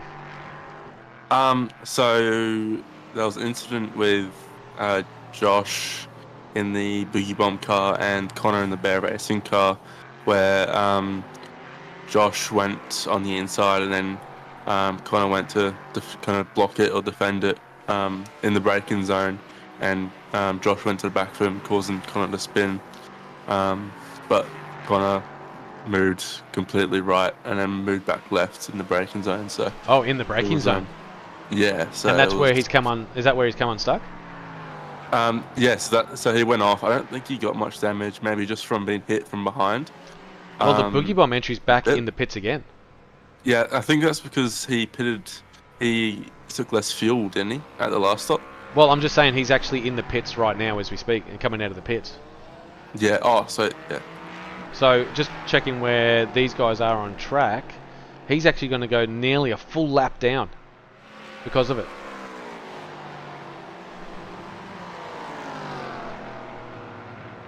So the rush planting B guys. GT3 is also in too. The leader. Oh, so Blackout. Oh, here we go. So Blackout Motorsport, Dylan Shepherd. Let's just see if Rob Carmichael's had to come in. MHD Racing is staying out. And Rush Planting is also in from the leader Prototype and Colin Nixon. So it looks like everybody's in. So everyone's come in for pit for pitting 3. So we're 2 hours and 40 minutes into the race.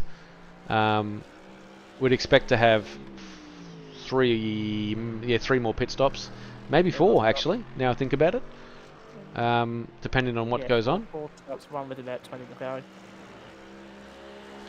Well, you're not going to save 20 laps around this track, but I think David Milne's going to have to pit very shortly, either on this lap or next lap. But he's found himself up into he's gone wide there, into P3. I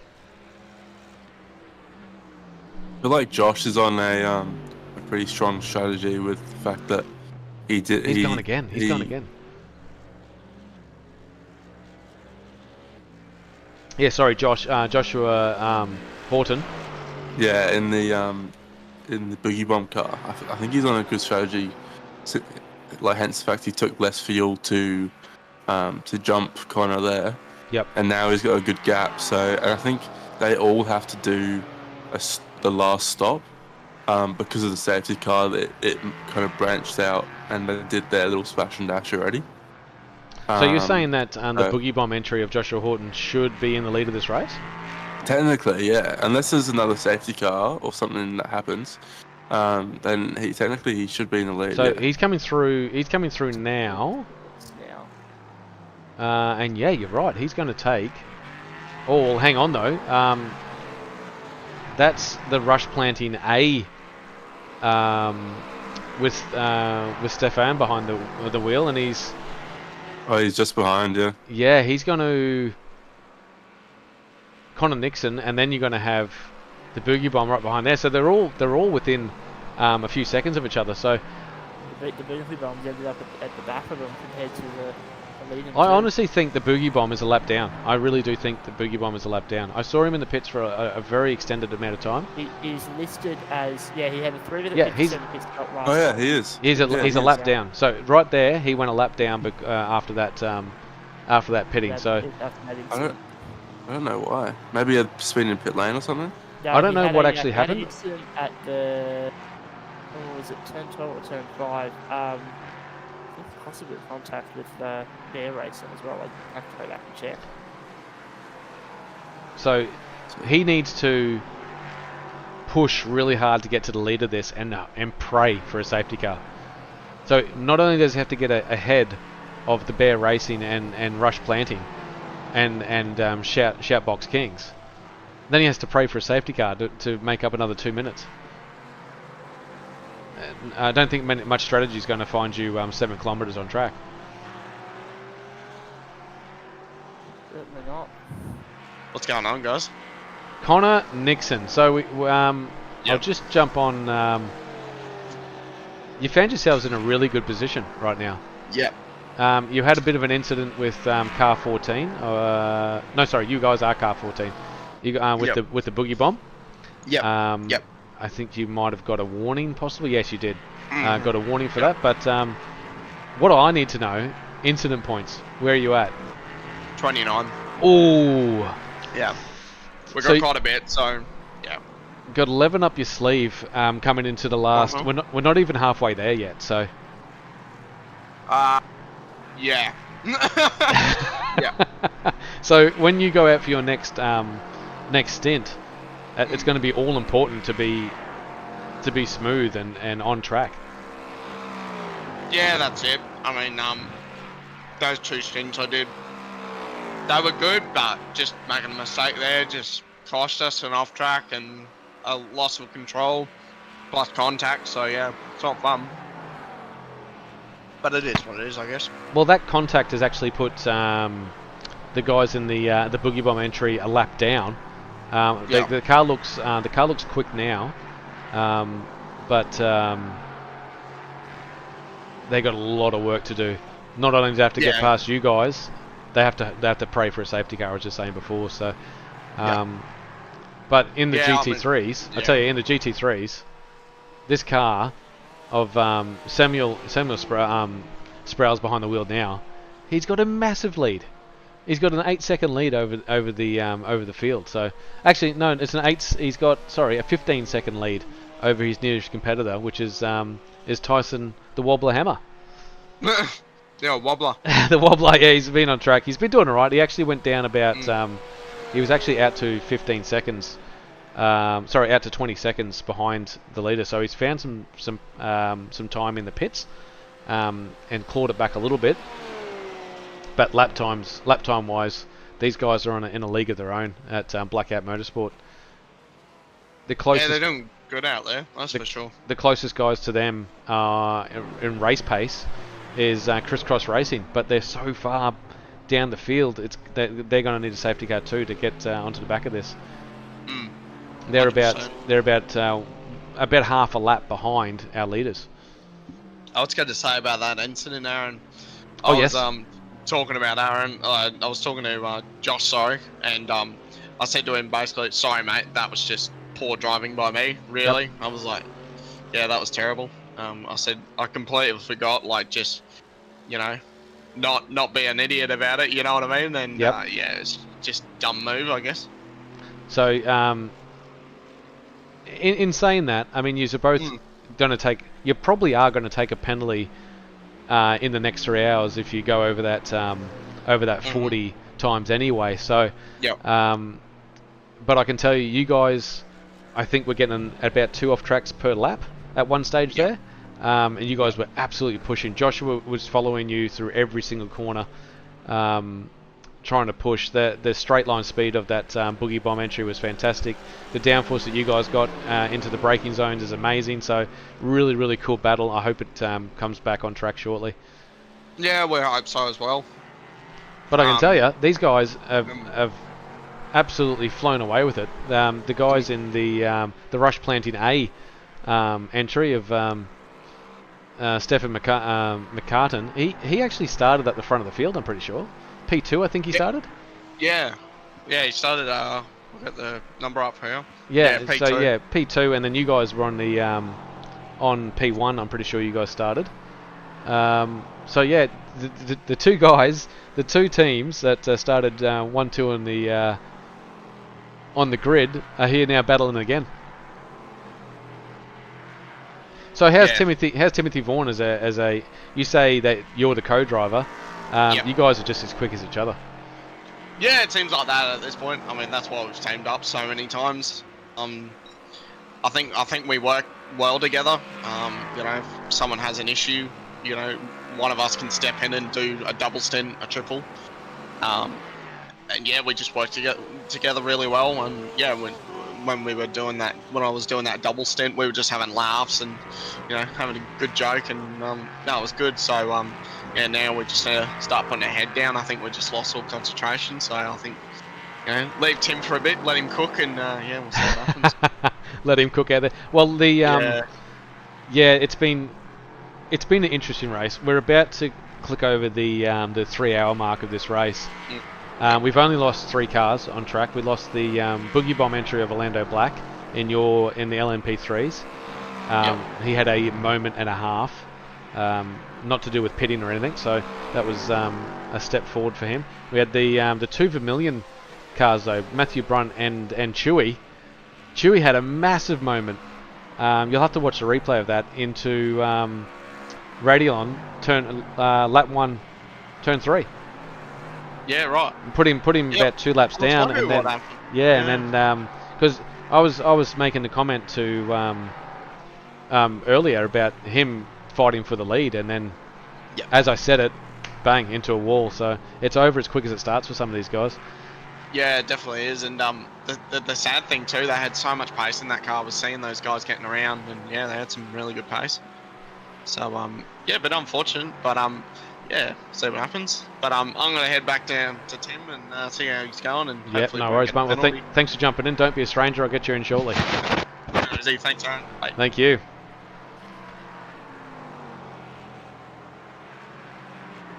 We were speaking earlier about the crisscross racing car. They have now just taken 4th position on the last lap.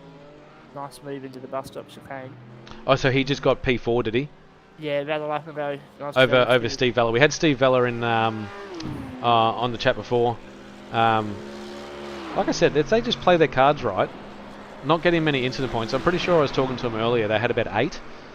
I'd imagine most other people out there would be near 20s. So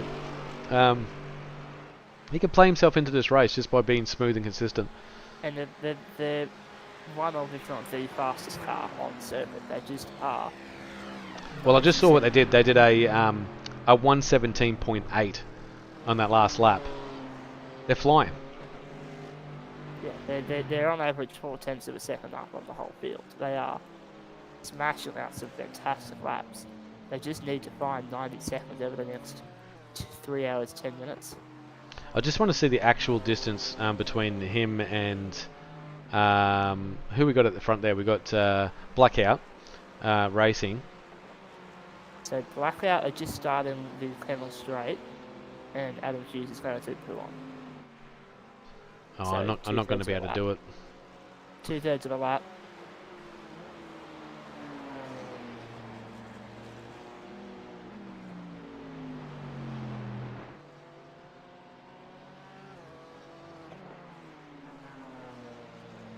Great livery on that Crisscross Racing team of Adam Hughes. Yes, it is a very nice livery. So I just wanted to get back to Joshua Horton at the moment. Is he doing a triple stint? He's the only driver. Is he actually the only driver in that? Yeah, he's doing all 6 hours. Oh, he is. He was meant to be with Orlando in the second Boogie Bomb car. Well, he crazy. I believe they had some issues in registration, and in the last minute decision, I think maybe about 10 minutes left on qualifying, was just run 2 cars. And then that's what's happened. Okay, then. So that's just there is the Bear Racing of Timothy Vaughan going past our leader in the GT3, Samuel K. Sproul. So we are seeing these. It's going to take a long time for it's taken 3 hours for them to get a lap on these GT3 cars. So just shows the speed between the speed comparison between these things. There's not all that much in straight line speed, but cornering, unbelievable difference. Certainly.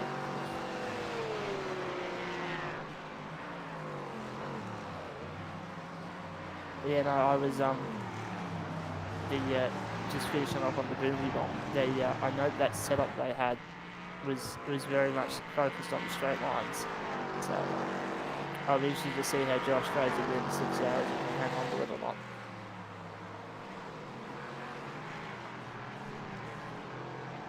Might jump on board with someone for a lap. Anyone on chat that wants me to jump on board with someone, let me know. But I think it's going to have to be Steve Vella, I think. At the moment, he's coming through. He's about to start another lap. We'll jump on board with him soon.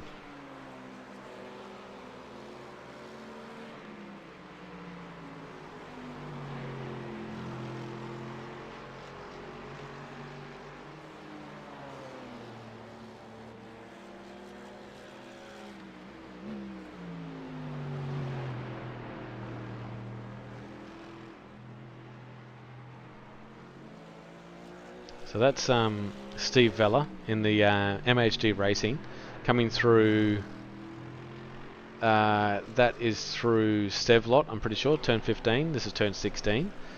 Down into Blanchimont, turn 17 down here, and then into the aggressive left-hander before the chicane, and then we'll jump on board with him for a lap.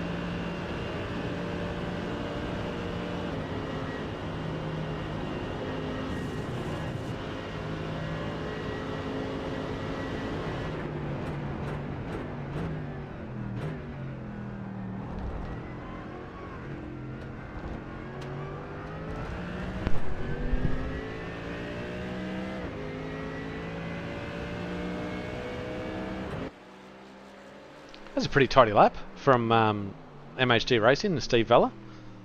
1:19.6. Sorry, 2:19.6. That's Oh, pretty good. 1:19.6. What bloody hell? We're in a jet fighter or something. Fastest lap ever around shops. So, you jumped into the race control. You didn't want to jump into the enduros at all?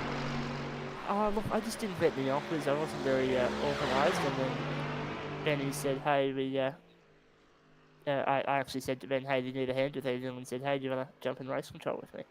Yeah, that's a good shot that I got going on there. Yeah, it's something different. I mean, have you experienced race control at all, or doing? You obviously haven't done a safety car before, but No, this is all new to me, but I'm very glad to be learning about it, having the experience, and hopefully being able to be a useful asset in the future. yeah, for sure, man. I will also I haven't note had a we've chance to do just race hit control. 3 hours. We've just hit 3 hours. We are halfway there. 3 hours. My race says we're at 3 hours Oh, and 4 minutes. I was looking at the wrong clock. Sorry, I'm 5 minutes too early. That is. Well, I reckon we are nearly at half race distance here. We're coming up onto lap 77. I'd imagine that it's going to be at about the 80 lap mark is going to be half race distance, but who knows? Depending on safety cars and what goes on. But the first 3 hours has been pretty cool. That first 20 minutes, I bet you guys were holding your breath at race control of what to do.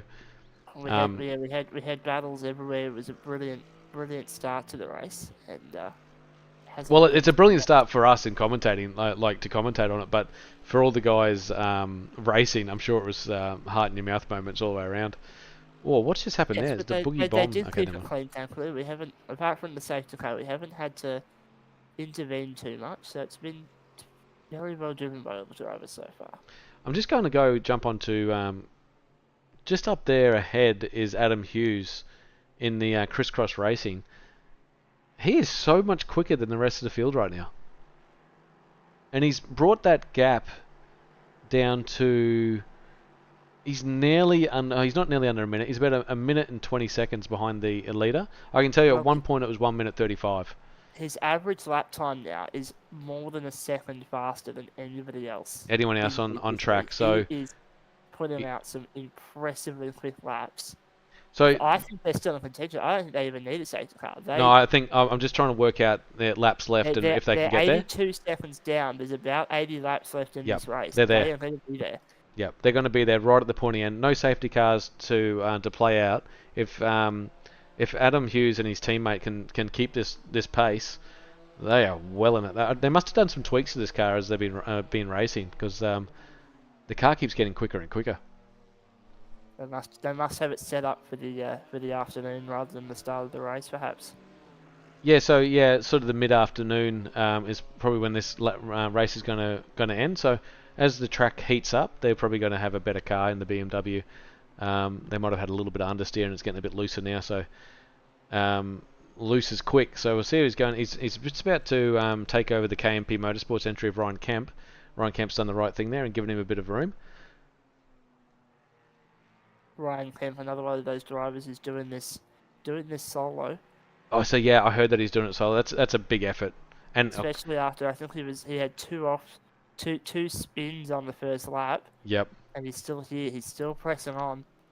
He's not that far off the lead. He's only Ryan Kemp. He's about 5 laps off the lead. Yeah, five laps down, which is still an incredible effort for a solo driver.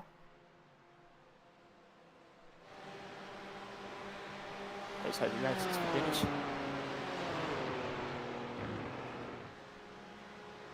Okay, now we are actually approaching that 3 hour mark. Just trying to work out when they all come into pits earlier. We've still got another 40 minutes of racing before the next pit stop. Top 3 all pitted 8 laps ago on lap 69. Now he's doing 2 minute 18.7s and 5s on pretty much a full fuel tank. He is absolutely flying. He's just made up another 2 seconds on the leader. Yeah, 1.7 on the leader and 1 second on. Wow. This might be when we look at the context of this race in 3 hours' time, we might be talking about this stint right here to get this car. Yeah, back into the I've race. been keeping an eye on it for most of it. It lights up my sector times all the time, so I keep on going back to him. Anyone on the chat that that loves Husey, I know that Brad Newman absolutely loves him. We need to get Brad Newman back into some racing. It was good with him and his brother racing in the 86s. We'll see if we can get him back in there. I take it you're going to be racing the 86s on Thursday night, Mr. Byrne? We will see what happens at this time. I am unsure. We'll see what happens. Okay then, that's fine. That's good enough for me. A maybe's better than a no. As is always the case. Never let anyone else know what your cards are. Yeah, we got a lot of love in here for Husey. I just want to see how this Joshua Horton's going. I don't think he's going to be able to. He's already gone past Sean Doyle, and now he's got to try and get past the Bear Racing and the Rush Planting entries to even stand a chance of getting back into the podium here. So he's travelling much quicker than than Sean Doyle, but he's a lap back basically.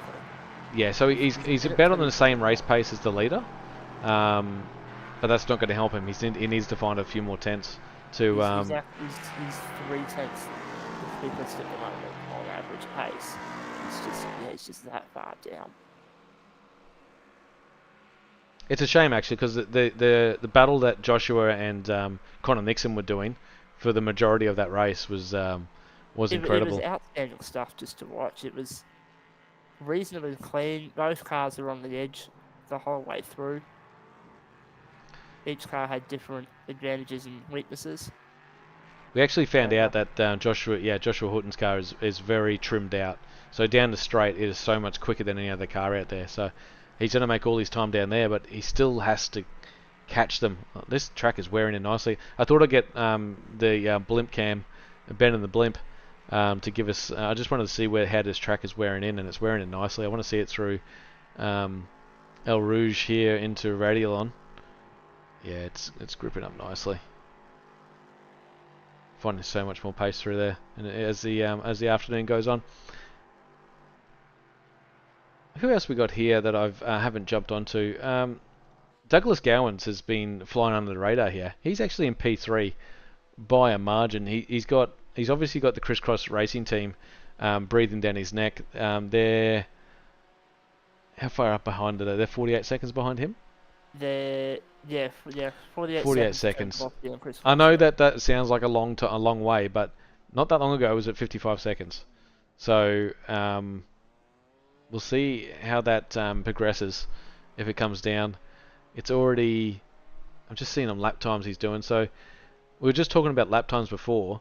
Douglas Gowans obviously heard us on the broadcast because he just did a 2:19.2 to bring it down, and the crisscross as he's. I'm just going to see what he does across the line.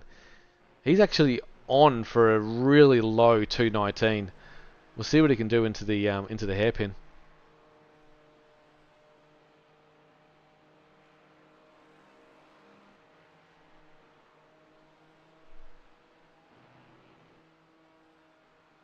I will also say once that car comes in, there is only 1 second separating Rush Planting and Bear Racing at the moment. That battle for the lead. Yeah, I'm watching that lead. I'm watching that lead shrink down. So that's going to be a big battle for the lead shortly. Predicted time for Husey is Is that going to be a 2:18? No. Yeah, it is. 2:18.6. So he's so much quicker than the rest of the field in the GT. He's still half a second quicker than the rest of the field. So he's still making that time, but yeah, like we said earlier, it's going to take a long time. Another 2 hours and 50 minutes, I think, before we have some racing there. We'll go up to the front. Let's get a better camera angle than that. So this is the Rush Planting A entry of the. I'm surprised they called it Rush Planting because it's got the Whitey's Pies livery on it, I'm pretty sure. No, maybe not. Let's see if I can get a how close Bear Racing's getting to these guys as a driver comparison.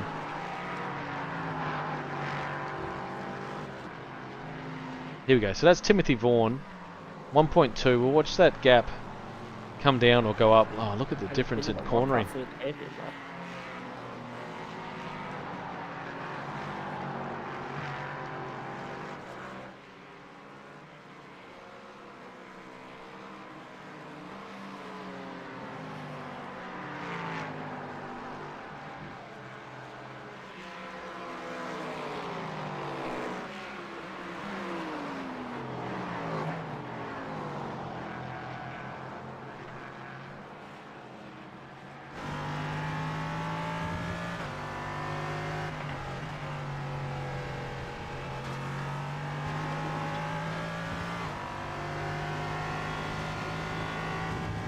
Well, very wide there for Stefan out front.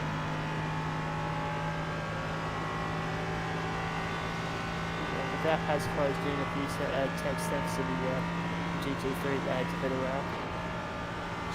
Should be getting pretty close here pretty soon. Head up towards the bus stop. Gap just closed in a little bit more. Stefan didn't really hit a good run he's through got the him. bus stop. And there's the tail.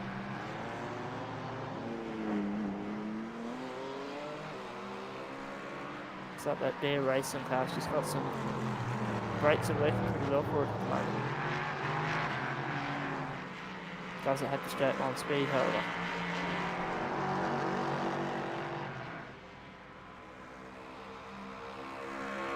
Like 8 tenths that way. Got some good pace coming through it now. We'll be in the draft. I don't think we'll get there this time, but it'll certainly close in. Oh, that's not where you want to be out there in the dirt.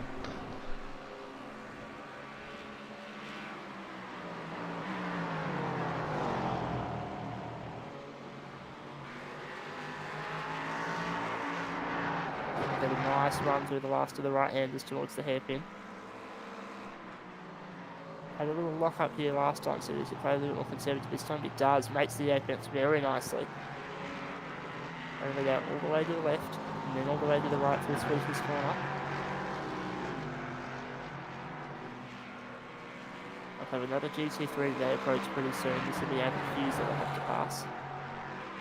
Definitely just took a little too much curve on the left there, I think. It's out of there nicely though.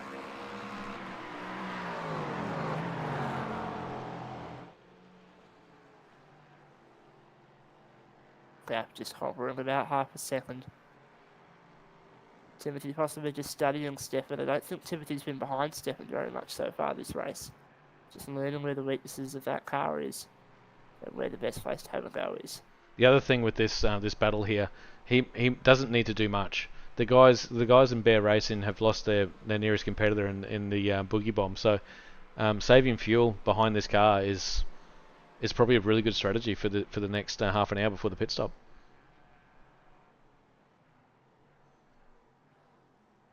Well, every drop of fuel will count, especially if we have another safety car at a really awkward moment. The only thing I can see a safety car happening here is if there's an incident between a GT3 and a LMP3 car. So, oh, that is loose. See, it's good. This shot's pretty good because we can see that lead car of the Rush Planty and Stefan out there is getting a little bit loose on corner exit. We'll see him go through here at Radialon. Oh, it's hard to see him through the trees, but I think Tim's got a bit of a run here. He's closing right up now. Gap's now with it about 2 tenths. yeah, 2 tenths. As he is, will he show the nose? No, he's No, backed breaks out early. it. See, I Breaks think very he's early. playing the game. He's playing the fuel saving game here. That in front of him, by the way, that they're about to go past is the crisscross racing of Adam Hughes. So we'll see what happens with those guys. I'd love to get them guys in for a chat actually Oh, wouldn't it when be Adam great Hughes has if we finished could his get them stint.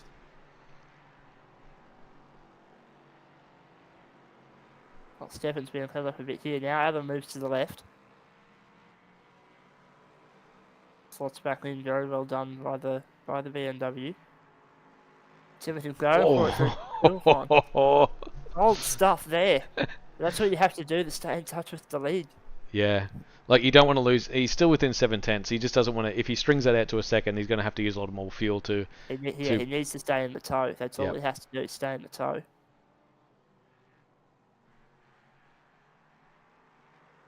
I wonder what Chopper Dave's doing right now. I'll see if he's oh, he has. He's cottoned on.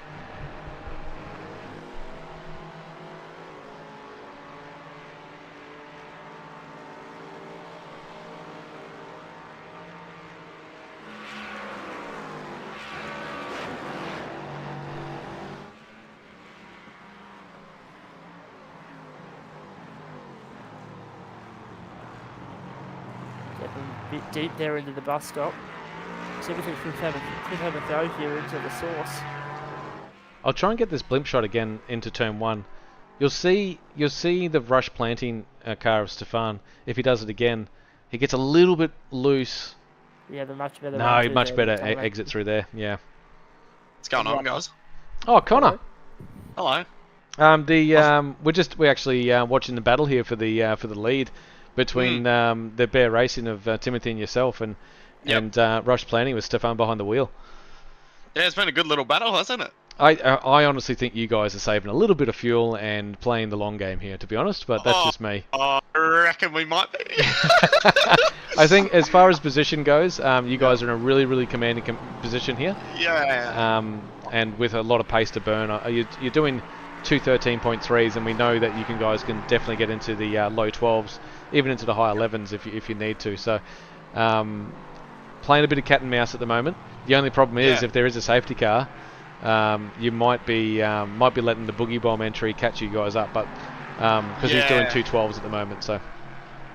Yeah, we were just talking about that. I said to Tim, I wouldn't mind a safety car. He's like, yeah, I don't want one. No, at the moment you guys are in the box seat, but I think that's what Rush Planting's thinking as well. They might have it as well. But hey, this race is far but over. We got 2 hours and 45 minutes left to go. Your stint at the moment. How long you got left until you have to come in and fuel? We've got about. Question for you, Mr. Obersol. Oh, yes. How's been the commentary for endurance race? Me doing the commentary for the endurances? It's different. I can't say I'll put my hand up straight away next time. Definitely bitching next time. Force him in there. There's been a heap of chat which I've missed. Sorry, while I've been doing all that. Safety car. Are you kidding me? The safety car. Well, hang on. Let me find out what that is for. Well, I might drop back down to my team. Yeah, no, you go back to your team, and I'll and I've lost Thomas. So yeah, you jump back to your team, mate. I'll see what's going on.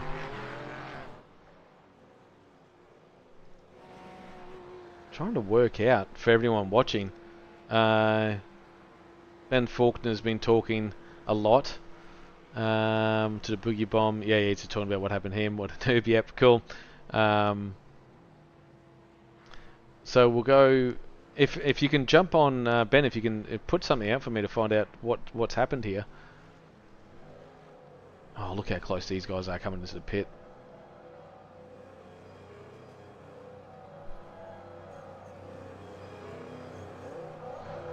So I can tell you guys that's watching at home, that poor Ryan Kemp crashed. Oh, and he was having such a good race as well. This is shaking things up. Did the Boogie Bomb entry stay out? No, but he's going to jump. Yeah, if I was him, I would have stayed out in the Joshua Horton, but he's got no teammates to let him know what to do, so he's just come in, filled up, and see what he can do from there. So interesting.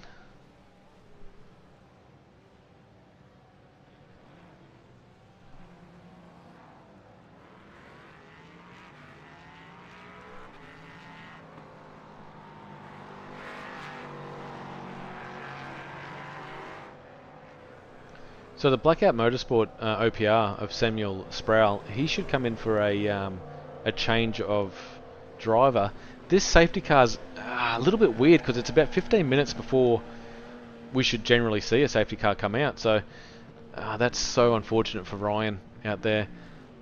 And I feel sorry for young Thomas Byrne. He was in here chatting with me, and then Ben's put a call out, and he's had to run all the way out of comms box, down to the pits, jump in the car, forgot his keys apparently, had to run up to Benny to get the keys, and back out there just in time to take control of this field. That's interesting that they let the Blackout Motorsport team go. And are they going to let the Boogie Bomb entry? No. He's going to get his lap back.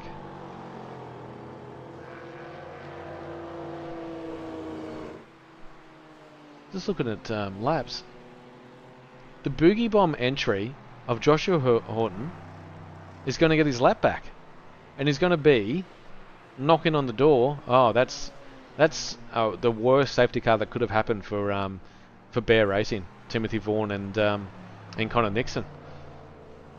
So we'll come back and find out what's going on there. Here's Carmichael Motorsport coming out with Rob Carmichael back at the helm as he sends that GT3 out of the pits back onto the Camel Straight, and he'll get to the back of that safety car pretty quickly. Blackout Motorsport way up in front, 26 seconds or so before the other car was coming through. Now, what does this do for Crisscross Racing? Now, anyone that's been paying attention for the last 3 hours, because I know I have, has seen these guys putting lap after lap. Adam Hughes has been the quickest guy on track by about a second. So he's going to be on the lead lap fighting for a podium. So that should be interesting, definitely for this next stint. So this next stint, if we calculate it correctly, at 1 hour and 45 minutes to go, they should come in for the second to last pit stop. So we're getting down to the business end already, even though we're only just halfway through the race. So Bear Racing at the front, that safety car, I'll have to talk about it. Sponsored by Dr. Epoxy. That safety car looks mega, and Thomas is lucky enough to be driving it around, taking control of this field. And behind him is Bear Racing's Timothy Vaughan, and Connor's probably having a chat to him now. Probably what I just said earlier about how their main rivals are now on the lead lap, coming back to haunt them.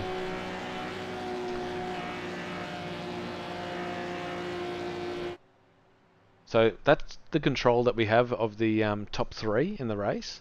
We got, here comes the leading Porsche of the GT3s, followed by the second Porsche, the only two Porsches in the field. They're leading this field away in the GT3s. Ryan Kemp, is he back out on track now? He's still there. Must have been an incident. I was going to try and find it, but it's going to be nearly impossible for me to do that now. Crisscross Racing. Now, where's he on track? Okay, he's coming through turn... That was turn 16, I think. Yeah, turn 16 into Blanchimont, into turn 18. And he's going to catch the... come down to the chicane. He doesn't want to burn up his tyres too much, but he still wants to get to the back of this before it goes green. Oh, interesting.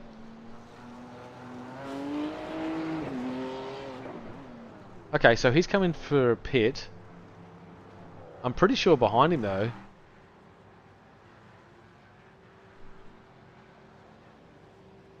I am so confused of what's going on right now.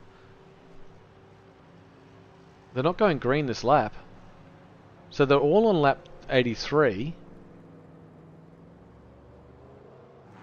He's going to come in for a splash of fuel.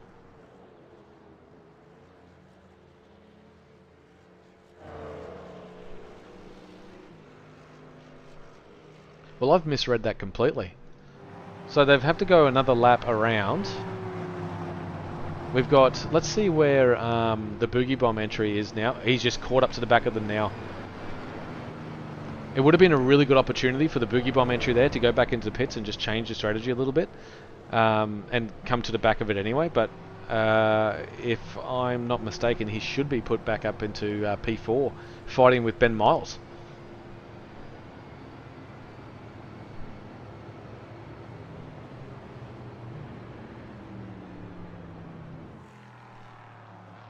Curtis Bird is now back on. Oh, he's still a lap down.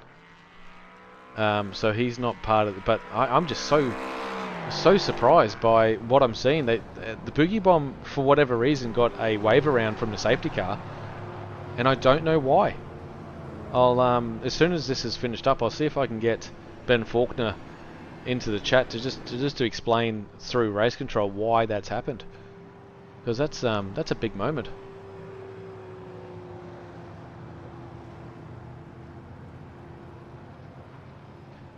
Yeah, Curtis Bird. He's a lap down. Yeah, upper, Curtis, upper. And he is up it too. He's trying to catch the back of this field.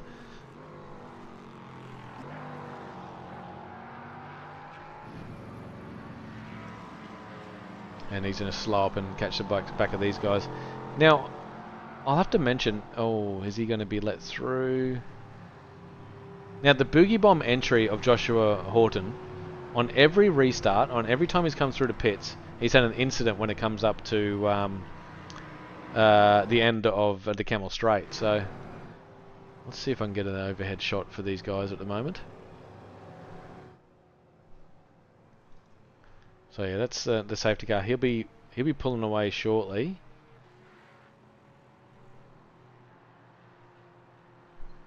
What a shake-up to this race. We've got nearly 2.5 hours left in the race, and it's back on for racing. So anyone that's stuck around the chat, I see Brad Newman stuck around, Jamie Christensen's stuck in there too. I'd imagine that Ben Nothling's there. He'd be doing nothing else today other than watching this.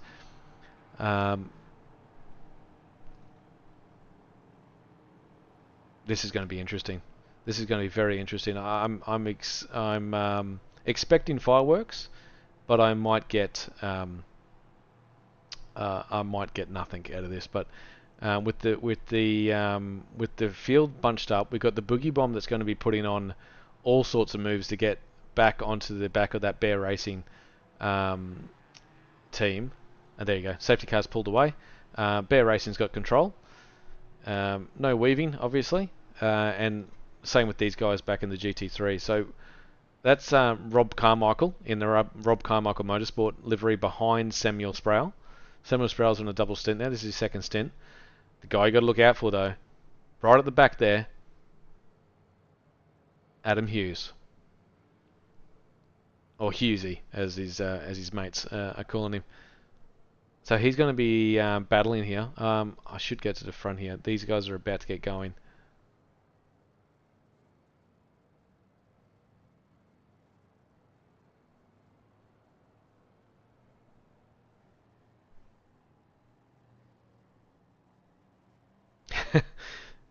The burners. Gab on, burners. So this is the LMP3 is about to get going again. From the entrance into La Source, and he's gone. He's taken off. Now, watch for that Boogie Bomb entry. He's going to be aggressive. And these guys are gone as well. So it looks like the crisscross of racing of Adam Hughes didn't see the start of that at all. Unless he knows he's got the pace. It'd be interesting to watch what's going on there. So this is coming down to Camel Straight, down into Lacombe.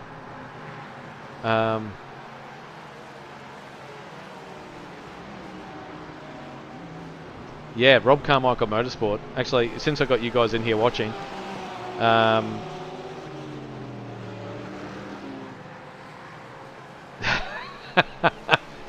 Newman. I won't even mention that over there. Well, he is all over Samuel Sproul right now.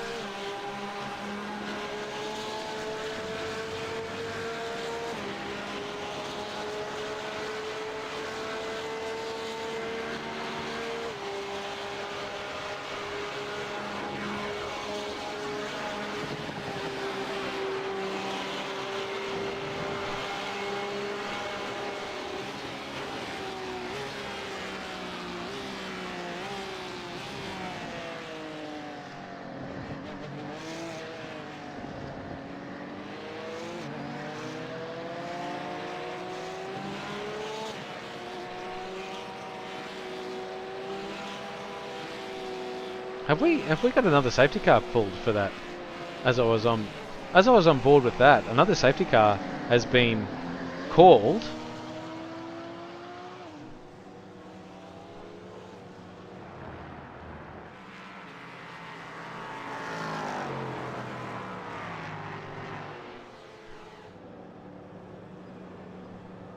Just trying to work out who was involved in this. Oh, that's tight getting through there.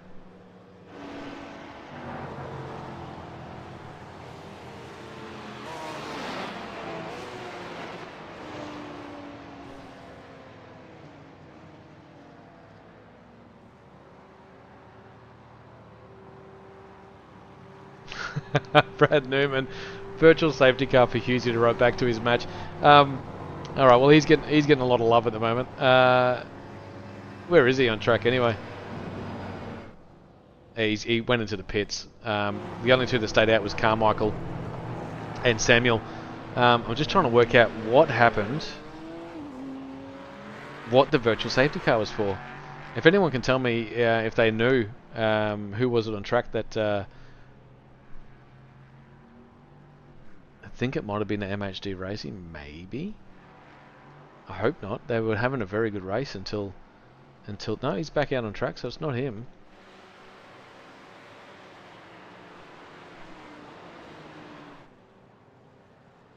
These guys up front.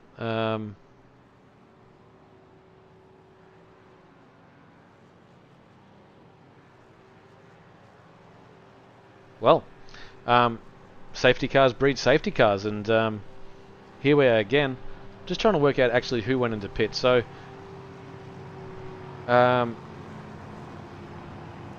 Team Blackout Racing and Team Rob Carmichael Motorsport decided to stay out. Velocity Simlabs and Crisscross Racing came in. MHD came in. KMP, I think, stayed out. I'd assume.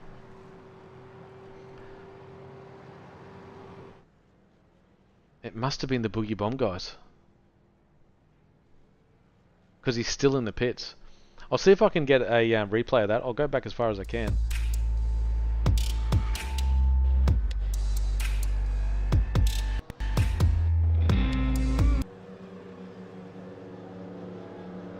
So that's him actually coming into the pits.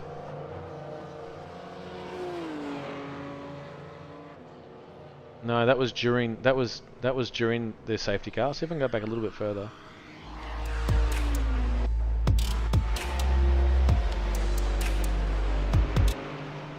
Ah, found it. Okay, let's see if we can get ourselves back into what happened there. Okay, so this is the battle. This was the battle for P1. No, P2. Battle for P2. Oh, boys. Boys. The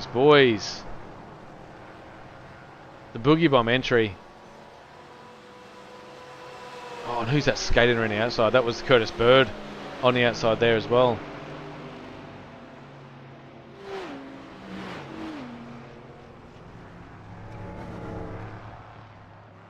as he comes back onto track, but he'll find himself out of contention now for the rest of this race.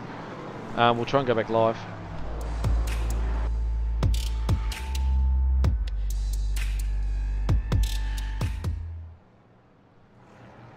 So safety cars pulled away. Bear Racing's got control.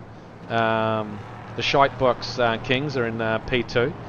Rush Planting, Jake Edwards in P3. So those guys are going to be battling out. Curtis Bird is actually a lap down. Just keep in mind of that. So he's actually a lap down. So he needs something very big to go his way. But the top three there is what we see. The top three. The Boogie Bomb entry, I think we'll probably hop out of that now. There's unless they want to race for some points, which is and now we know that the Velocity Sim Labs and the Crisscross Racing actually came into the pit, so they're on a little bit different strategy. Back racing live again as we come into El Rouge and up into Radion, down the Camel Straight again. Now this is where he's a bit vulnerable. Sproul is very vulnerable coming through to the first couple of laps after the safety car. Those tyres cool down.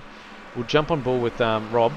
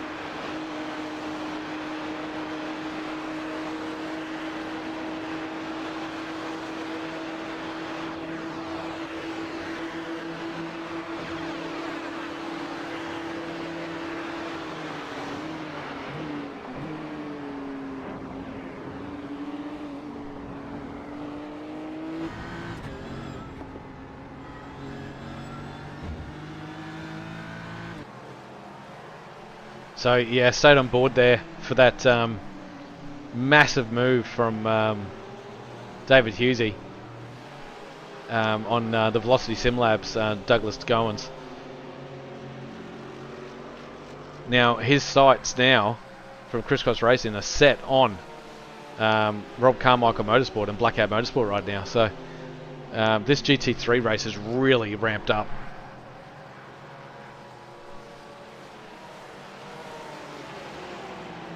I'm actually going to be joined by Tyson Hammer at the moment. Let's chuck him in here. Tyson, thanks for joining the commentary. Thanks, guys. Appreciate you guys taking time to put some comments over the stream. Yeah, I really appreciate it. I try my best. Man, it's been exciting out there for you guys. Yeah, GT3's been really good. Good spread of drivers, good, nice and clean. Yeah, so I think we haven't really, thankfully the safety cars come out to get us a bit closer to Sam and Dylan, who've just been a bit too good for everyone at the moment. But Rob's going to try and push here and see if we can get a few laps led. But if not, then we'll happily tuck in behind him and try and gap out and wait to the last stint.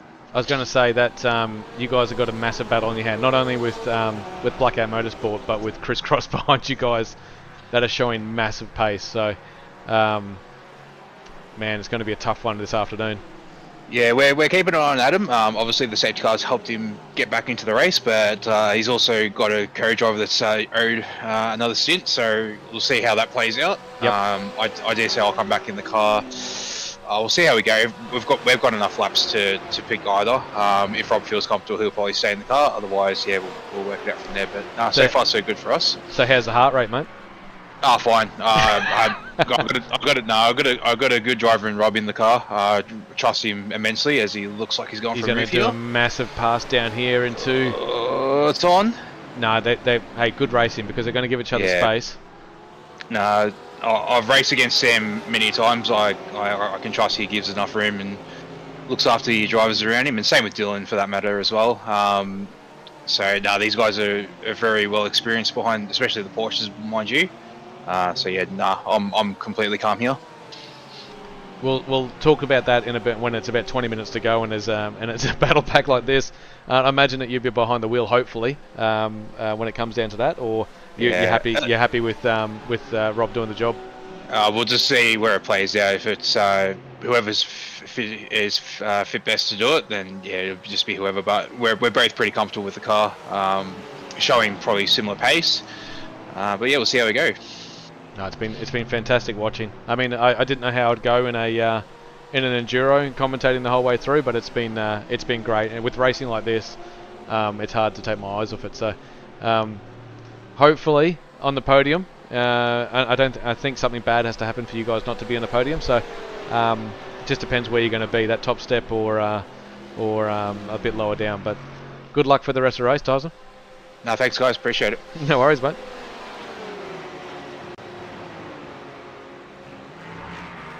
That was Tyson in the Rob Carmichael Motorsports entry, commonly referred to by Connor Nixon as the Wobbler. And this little battle pack now is really heating up.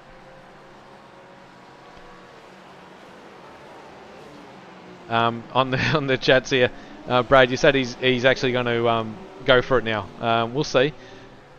We'll see what he does. He's probably very comfortable where he is.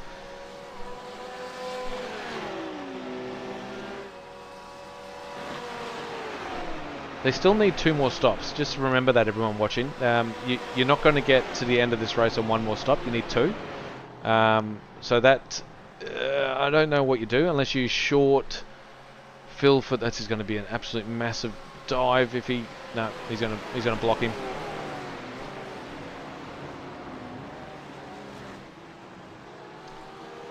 I might jump on board with Adam Hughesy here.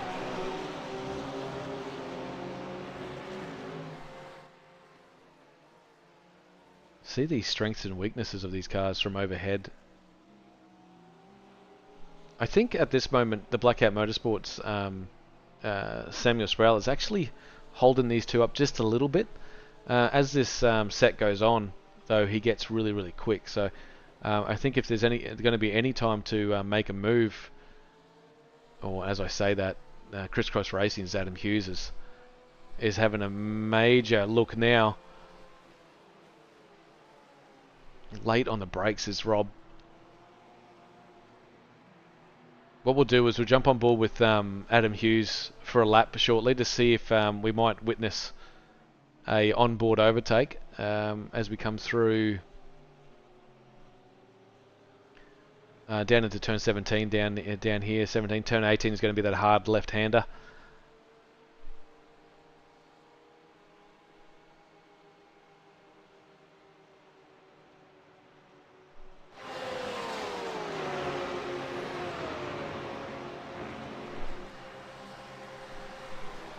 As we've been talking, the Bear Racing in the LMP3s has got a 4-second lead over the Shite Box Kings. All right, we'll jump on board for a lap. Sit back and relax. Let's go.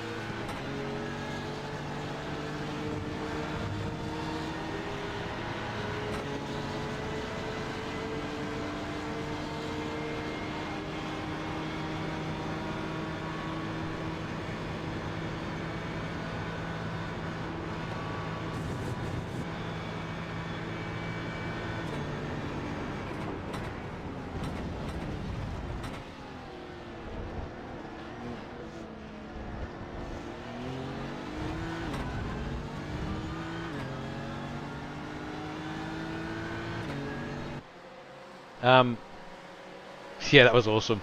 Watching that move he did on Rob Carmichael was pretty cool. In his sights now is Samuel Sproul. So I think just going on raw pace here, I think Crisscross Racing of Adam Hughes is actually going to take the lead here very shortly and see what he can do with it. We'll get away from this for a bit. He's probably going to make a move in a couple of laps. Bear Racing, Timothy Vaughan, Connor Nixon is the co-driver. 6 seconds he has on the field right now, but the battle for P2 is really heating up. So we got whereabouts is he? Actually, it's not heating up at all. So the gap between the leader and second is 7 seconds. The gap between second place and which is Ben Miles in the Shite Box Kings and the and Mr. Jake Edwards in the Rush Planning A livery is 7 seconds. Curtis Bird is a lap down in P4, so I don't know which one of these guys is actually going to take it to Bear Racing, but hey, anything can happen. We'll get on to what's happening down here again, because this is a little bit more exciting. So Crisscross Hughes showing his pace. His last lap was a 2:18.7. The actual quickest guy, Rob Carmichael, actually had a quicker lap. No, he didn't. Sorry, he had a 2:19.7, but 2:18.7 was the quickest out of all the GT3s. Now we know that this Blackout Motorsport car from Samuel Sproul has pace. We've seen him get about 20 seconds on the field. Let's see how he goes against the BMW.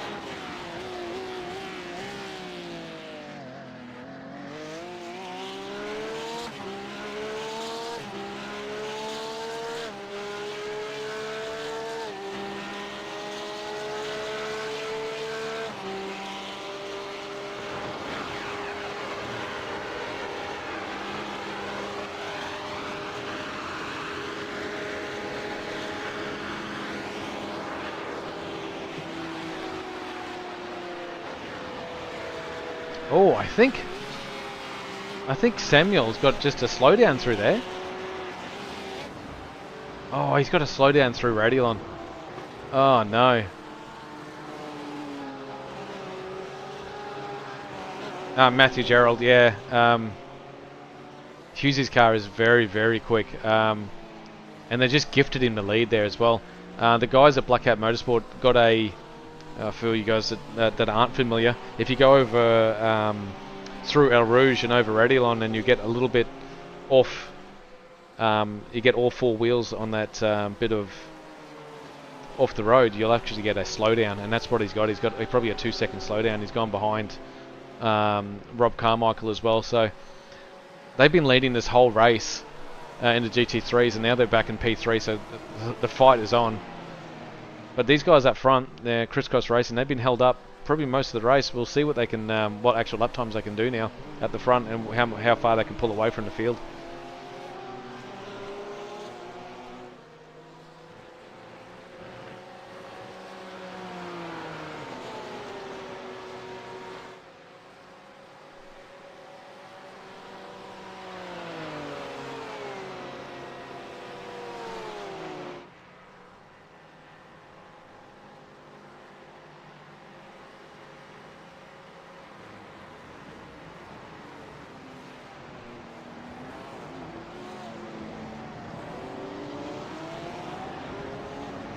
So we'll see if Rob Carmichael. I mean, he was passed by Cross Racing's Adam Hughes, but doesn't look like he's going to be putting much of a fight against this. We'll try and get some.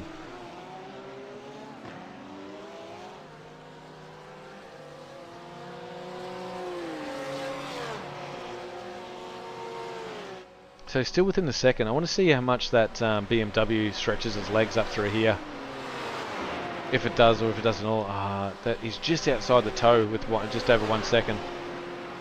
And in my experience, the new BMW that they've got now it's got massive legs. As someone said in the thing here, the big donk.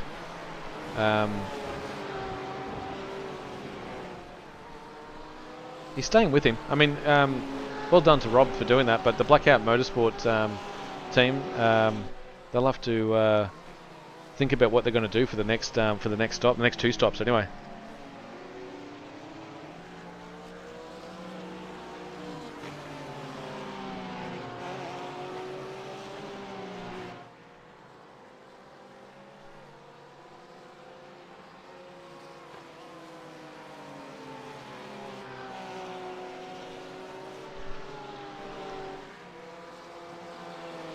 Brad Newman, thank you for the comments. He is a generational talent. I'm starting to believe you now. Let's go back to the lead of this race in the LMP3s, and Timothy Vaughan has stretched that out to 10 seconds. He's checked out. So as long as they're not using too much fuel, like I said, there was definitely 2 stops in it. They won't be able to make it on 1. So whether you come in early to get yourself down to that hour mark, you can do that, or just run this fuel load down to nothing. It's up to you. If you do run it down to nothing, you're going to have 2 full stops. Ben Miles is doing a really good job in P2. He started P4, I'm pretty sure. He started at the back of the LMP3s. It's a shame that the the 2 Boogie Bomb entries from Joshua Horton and Orlando Black are actually out, and they were putting the most resistance up to the Bear Racing group. So I did mention about an hour ago that these guys were on about. Actually, I'll bring Thomas Byrne. He can tell me more about it. I was mentioning that these guys were close to their limit of X's, but Thomas, can you shed any light on that? I will have a quick look-see now. Who was it that you were asking about, sorry?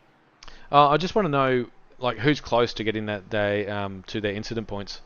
So, currently the closest cars are Rush Planting A, Bear Racing, and Okay, then. velocity is similar are the 3 cars closest.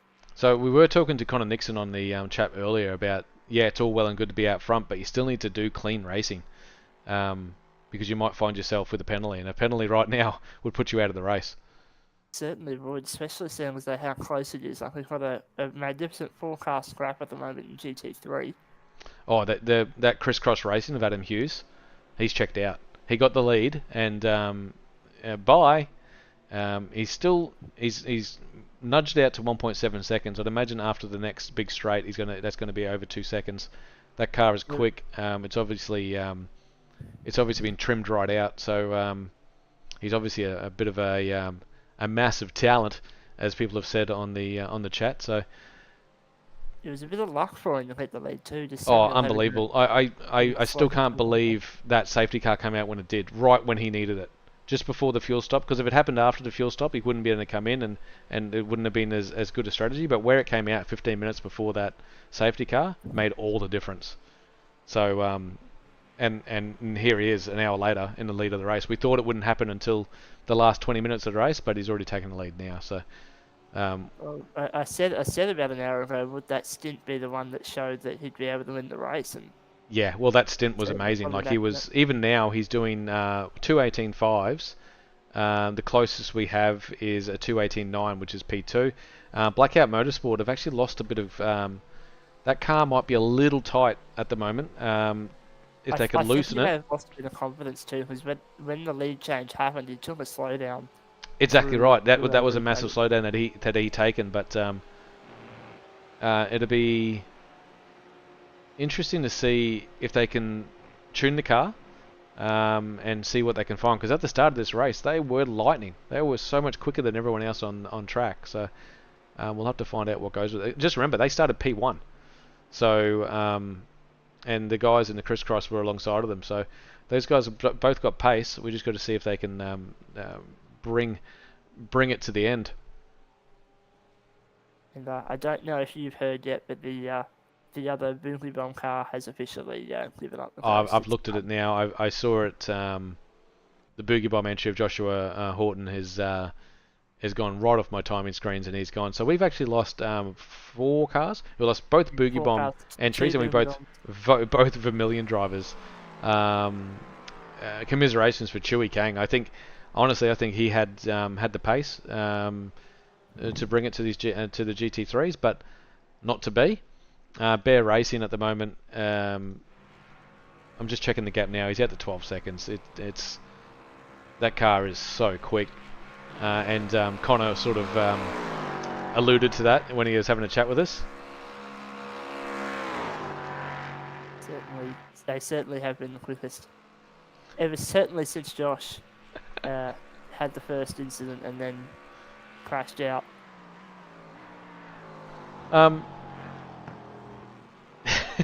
Brad Newman, I don't know how to answer that. That's a great question. On how Dylan Shepherd became washed up, I'm not sure, mate.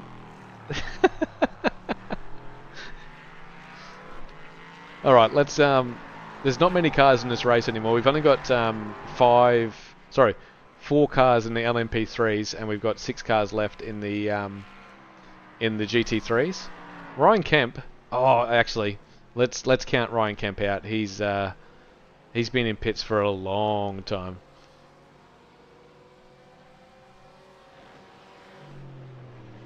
Who's doing some good racing is David Milner here. I know they're actually he's on the lead lap. I'm pretty sure David Milner at one stage was about to go a lap down, but they didn't. That car's been great all day.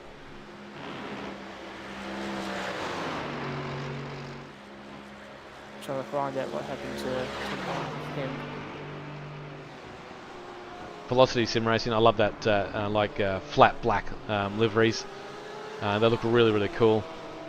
They've been on the pace thereabouts, so they'll be knocking on the door of a P3 if they can just find literally a tenth more pace out of that car. So it depends who takes the last stint, or the last 2 stints. So we're coming down to the last 2 hours of racing. We still have to do 2 pit stops, but one of those pit stops is going to be very, very short.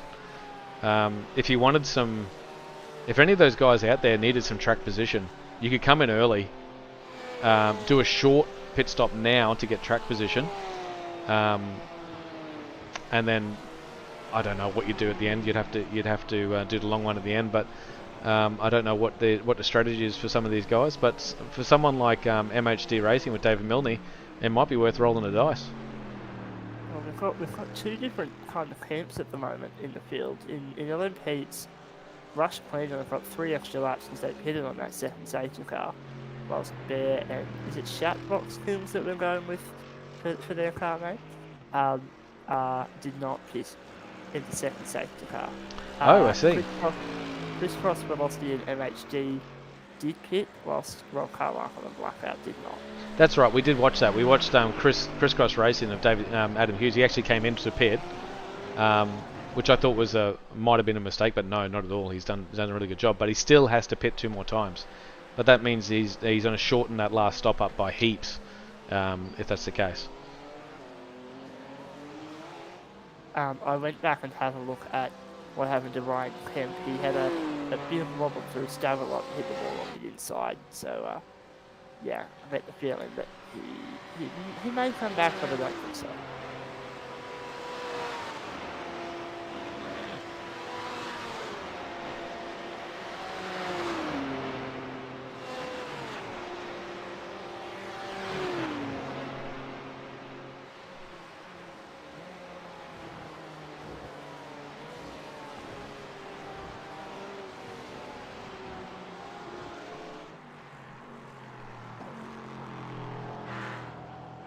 Apparently the bird has gone off at T5. I'm just checking that now. I'm just seeing where he's on the lap now. See if I can find out where he went off. I'll see if I can find the replay. Oh yeah, beer off. So this is, just remember, he is a lap down in this car. So you're saying turn 5? So yeah, at the end of the Camel Straight. Oh, so turn 7. Okay, yep, turn 7, 8, and 9. Everyone forgets that El Rouge and Radion are 3 corners basically. So he's come through here. Oh, I can already see it being crossed up. Yep. Oh, that's a massive incident. How is that wing still on the rear of that car? Well, there's a few things where you have to wonder how physics works. That might be one of them. He has kept it on track. He hasn't pitted. We'll go so back live. The car feels somewhat okay, albeit still a little bit twitchy as he heads through La Source.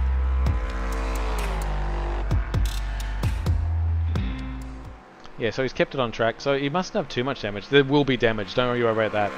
There'll be some under-tray damage. There'll be some aero damage as well. So he will be down on top speed.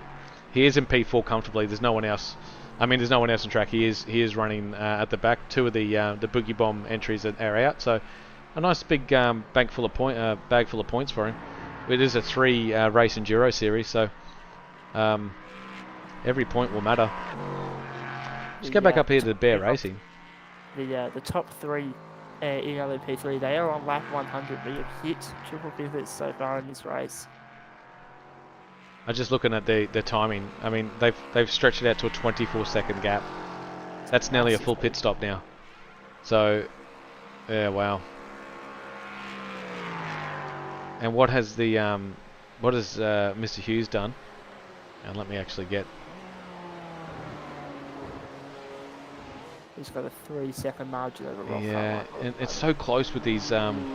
We saw that in that last pit stop. After the pit stop, they were very, very bunched together at about the 3.5 hour mark. Sorry, at the 2.5 hour mark. And then all of a sudden it started to stretch out. But there was lap after lap of the same time. So I think Chris Cross and with Adam Hughes have found where they want to be. Leading. Oh, who's that in the background? I thought he went off, but he didn't. That was Rob Carmichael behind. It just. Well, that car looks great. I don't think there's a bad paint job out there today. All the drivers who designed deliveries today, great stuff. All the cars look magnificent. They've all been driven pretty well. I mean we're just down to that last 2 hours now. So yeah, I really love this this Blackout Motorsport entry as well. Pretty colourful. Cupcakes on there. Looking great. I think if they hold on to the podium, they deserve a cupcake. Oh, 100%. They need to give one to the commentators too, I think. And maybe pop my race control off at it.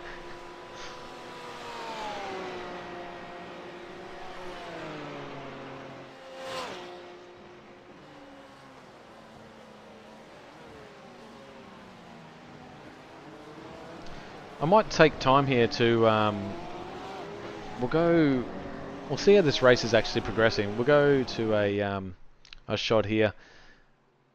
So I wonder if I can get this up.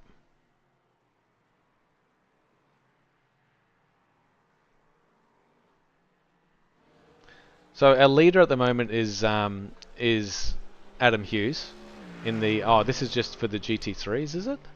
Yeah, okay, so we're just showing the GT3. So after 100 laps, so we've crossed the threshold of 100 laps out there. That's pretty good going.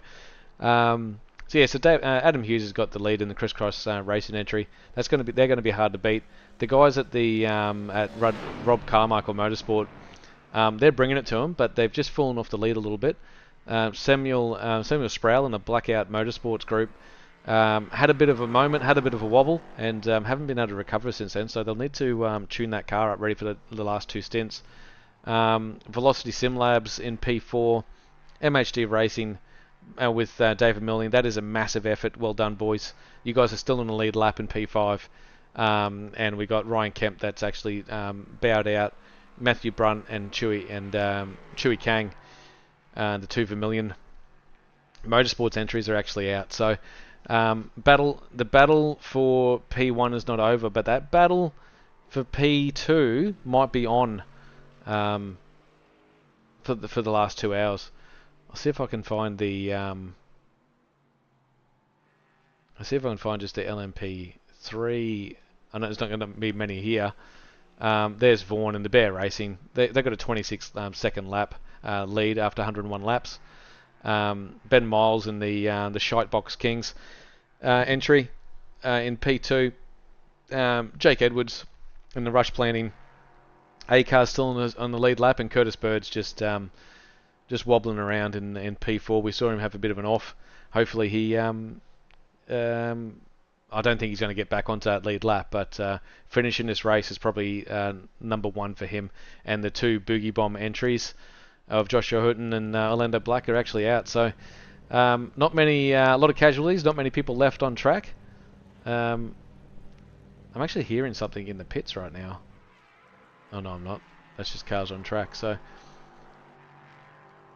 yeah, I think the Boogie Bombs boogied a little too hard, and now they've bombed out. oh, they were boogieing, mate. They were boogity. They had the pace. If they weren't fighting at the front there and just let Connor Nixon take that lead for a while, I think they would have been well in the lead or fighting for it in that last. Ben Nothing, you've missed. I love when people do that. What have I missed? Well, you've missed 2 hours of racing, Ben. I just went through a few people that are out. The Boogie Bomb entries, both Boogie Bomb entries of Joshua Horton and Lando Back are actually out of the race. Ryan Kemp went out just recently in the KMP entry, and the 2 Vermilion Motorsports of Chewy and Matthew Brunt are out of the race at the moment. I'll show you what's happening at the front. At the front, Bear Racing, Timothy Vaughan, has a 27-second gap over his competitors. Ben Miles in the Shitebox Kings, I thought he was a bit sideways there. He's just coming through turn 1 now. He's got an 8-second gap over his competitor Jake Edwards in the Rush Planting thing. Oh, I shouldn't say thing, car. No, Ben, they're out, mate. They died too many times. Curtis Bird is a lap down. He's like I said before, he's wobbling around the track. Big story though, since you left, Crisscross Racing of Adam Hughes was actually about 1 minute and 13 seconds down. Safety car comes out, gets himself at the back in P4, and just moves his way through the field, and now he's got a 3.5 second gap. over his competitors. Blackout Motorsport have lost a little bit of pace over this stint, so we'll see what they can do to rectify that. Rob Carmichael Motorsport, that car's singing. It hasn't, it's got no oversteer, no understeer. The car looks good. I don't know how they're going to find more pace. They might have to take a bit of rear wing off it for that, maybe the last stint or maybe the last two stints. Velocity similar. Then this car, driven by Douglas Gowans, looks great, and the car just looks so stable on the car on the track. I haven't seen it jink left or right or do anything silly. He's just running his race. He's doing pretty good lap times. He's about 6 to 7 tenths off the pace where he needs to be, but still has a stop to go. Most of these guys will have 2 stops to go, so we've got to look out for that. So you'll probably find these guys, some people might come in early. I'd imagine they'll go right to the later stages of this. They'll probably come in with about an hour and 20 to go, and that means they'll have to do a pit stop wherever it's going to be in that hour 20. So any time after an hour to go, that's when you can pit and get home. So we'll look out for that. First person to blink is basically who we're looking out for. Now that we've caught up after 100 laps of racing, let's get on to some battles. Is there any battles going on out there at the moment at all? Look, the field's fairly well spread out. We've still got 4 cars in GT3 reasonably close, and Jake Edwards was catching up to Ben Miles in LMP3. That gap is kind of stabilising now at about 10 seconds. Yeah, probably GT3 might be the place where the best action is. Yeah, I think these guys have Bear Racing's obviously checked out. They're 30 seconds ahead now. They're doing 2:11.7s. I mean, they're getting down to some of their best time of the day was a 2:11.4. So they're finding absolute pace. Ben Nolte and I have had 0 wee breaks. My good lady wife has brought me some soup, but other than that, nothing. So I might take a break very shortly and chuck you on a hot lap with someone. But if anyone wants to see a hot lap with who haven't I had out there? I've done a hot lap with David Milne. He's travelling very nice in P5, and I know he's going to be at every Enduro. So look for him to bag points at each of these Enduros. Curtis Bird is out there trying to... actually, that's someone I haven't gone on. The Bird. Oh, no. Yeah, Sean Doyle. He'll be back on shortly. He'll be doing one of the stints before the end. But, yeah, I don't really want to put the... camera on him. I put the camera on Ben Miles earlier, and he looped it. So Brad Newman, we're feeling a bit slow at the moment, a little frustrated. Yeah, as you would. Matthew Gerard, that's I don't know where the pace has gone, but you're going to need to find it. That's for sure. Before the end of this race, you've got an hour and 52 minutes to work out. Actually, not even that. You've probably got 52 minutes to work out where the car is underperforming. So good luck with that. So we've had 3 safety cars, and we've had 2 safety cars. How many times have you been out there, Thomas? 3. We had 2 back to back. That's right, we did have 2 back to back. We went 2.5 hours green between the first and second. Yep. And then about 90 seconds between the second and third. Oh, hang on. Matthew Gerard says that their team has just spun. Just spun. Sorry, Matthew. Which team you with? Sorry, he's a Blackout, wasn't he? It's Velocity. Oh, it's the Velocity guys. Oh yeah. Sorry, I should know these things. I've been watching it for the last 4 hours. I should know everyone on track by now. That's a shame that you guys just spun there because, like I said, that car looked. I don't know how you've even done it because that car looks so planted. It looks like they didn't get you damage. It was just yeah, a bit of a spin. This is that's P1. Bear Racing's about to go past them. since we spoke about them last time, they put another 3 seconds over the edge of the field. That's Bear Racing, so they are flying. But yeah, oversteer moments are in a calm. Kept off the barriers at least, so you guys should be able to get back in the race. Hopefully, their velocity. Just maybe try and keep it on the road a little bit cleaner.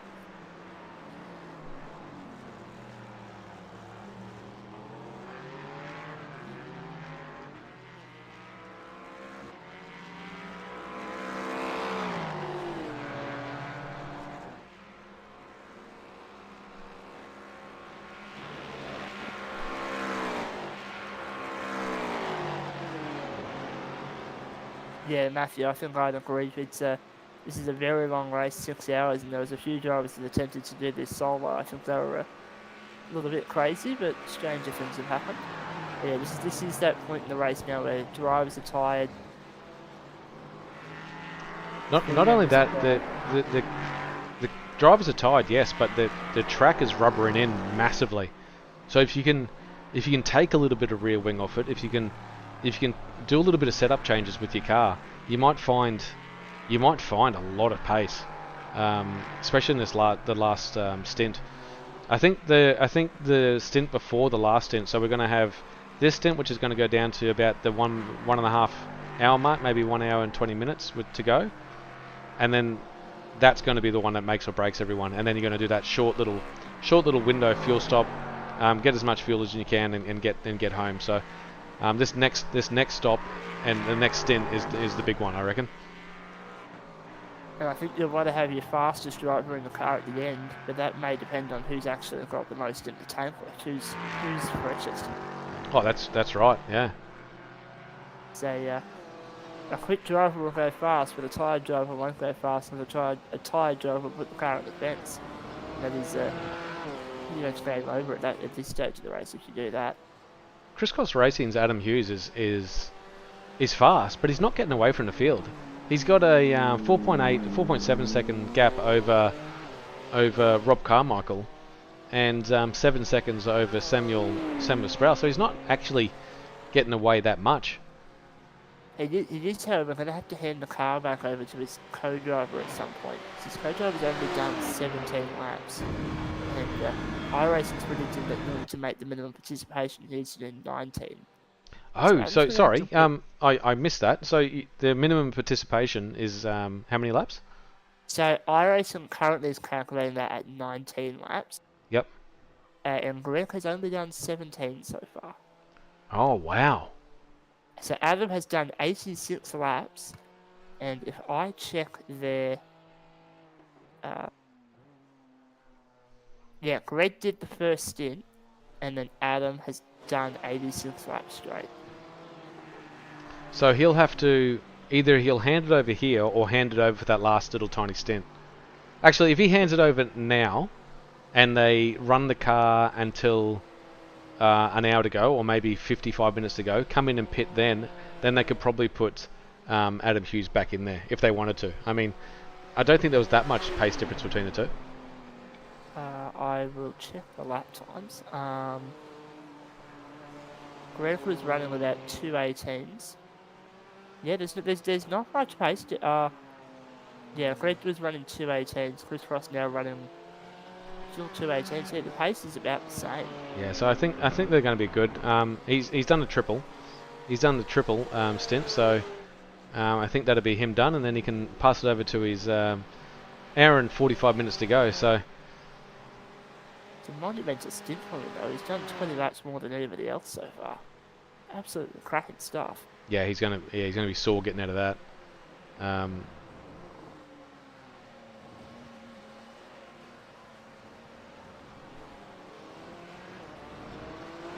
Might jump on for a hot lap with the Velocity boys. I like the Douglas Gowan's car. We'll wait until he's come past the start-finish line. It'd be good to see what this car, how it's performing, because I know they had a spin, and I know they've probably burnt their tyre up just a little bit, but the car looks good. Rides the curbs nice. Let's have a look, everyone.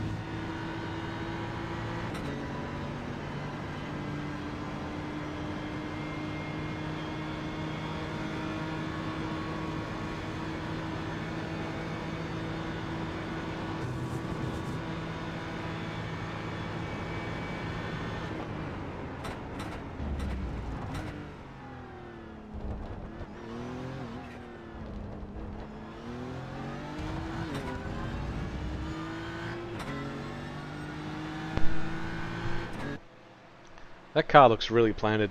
The livery looks good. That flat black on there looks fantastic, and the it might have a little bit too much downforce at the moment for absolute lap time, but he's still lapping quicker than the two cars in front of him. So if he didn't have that spin, who knows where he might have been. Thanks for not walling it, Doug.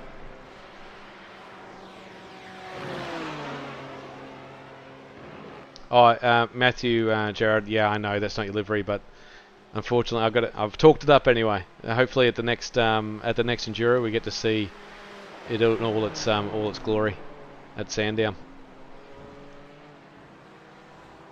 Sorry, Thomas, I didn't mean to butt in there.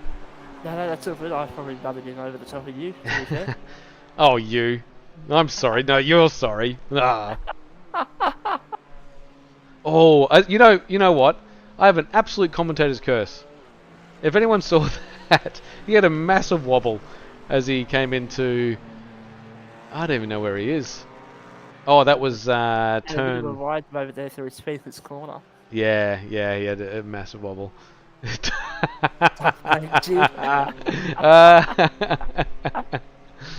That's good. Oh well, Doug.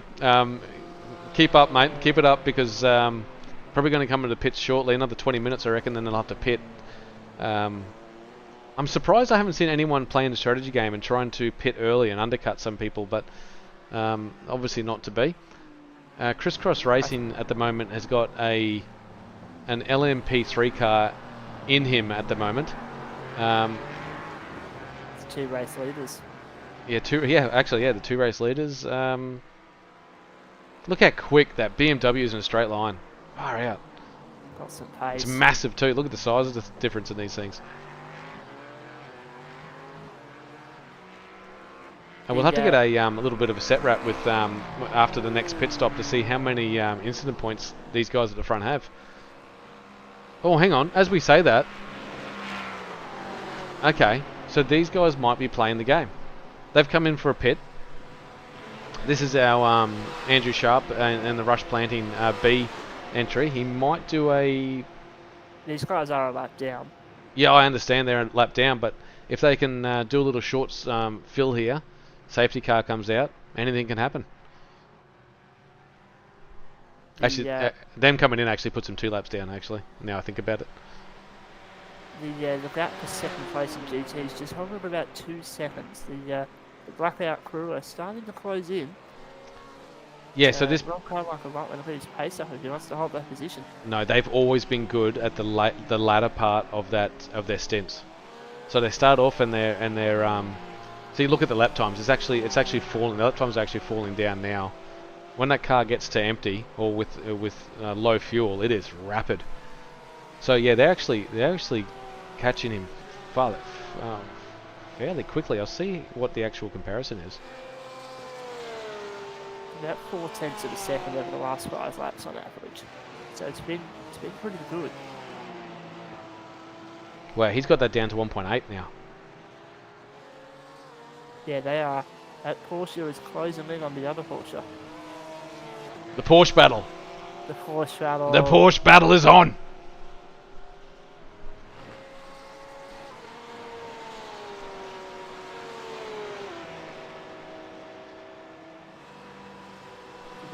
It's a very German-inspired GT3 field today. Only the Porsches, the BMWs, and the Mercedes. We still have all 3 of those marks still running. MHD still repping the Mercs. Only 40 seconds off the lead too. It's anyone's game in GT3. So yeah, that MHD Racing and David Milne still on the lead lap. Now second place is Pittem. Who's that? They just came into the pits. Yeah, that's Rob Carmichael. Pittem.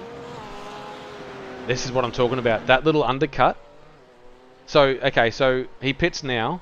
He can get all the way down to for the last 40 minutes to go.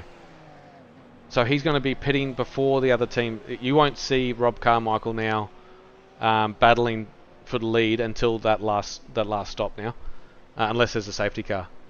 So that's an interesting bit of a ploy there. And now he's put the pressure on Crisscross Racing, whether they follow him in or they just race their own race. Certainly is the time of the race to roll the dice. Now's the time to make that big move. If you let him win it, you may as well win it in style. Yeah, win in the style. Yeah, agreed. So Velocity's just gone past Rob Carmichael as well. The whole field should go past. It's such a long pit stop. You gotta, yeah, here he is. He's coming in now, just going past the safety car. I think the hardest part on circuit of this course is the corner in the middle of the pit lane. It is barely one car width wide. Yeah, agreed. Three times I've driven through there at the safety car, each time I've panicked and thought, oh god, I'm going to hit the wall. I'm going to damage this pristine safety car. It looks good. It looks good. Yeah, how many fast repairs did he give you? Probably none? No, it's I've only got the one as well, so I've got to keep it nice and clean. That said, I think Ben also can let in the safety car if we need it to. Oh, excellent. Oh, if you absolutely destroyed it. Yeah, if I... We've always got backups. We've always got backups here at Vermilion Motorsport. David Milne's doing a good job. I love this livery. I really do.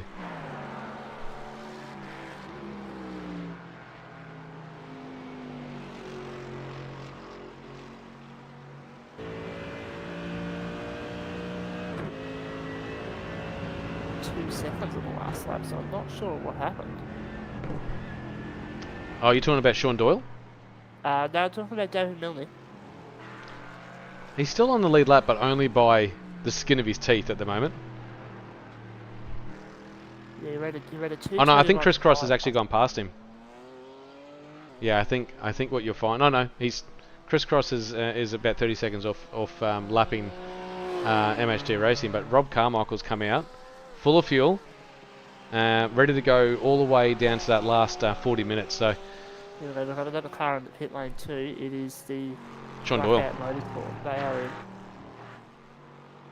I can look at that for you now, Ben Laughlin. It was so the 2 Boogley Bomb cars were solo drives. The 2 VM entries were solo drives. Yes. And KMP was a solo drive. So all the people that are actually out of this race were all solo drives. Yes. Yeah, yeah. Goes to show you need a teammate. I know that was an issue between the Boogie Bomb guys. They actually entered incorrectly, but hang on, MHD Racing. Has Blackout Racing come into the pits? He does too. MHD Racing's found himself up into P3 on a little bit of different strategy to the other guys. Oh, Matthew Gerard, hey, enjoy your race, mate.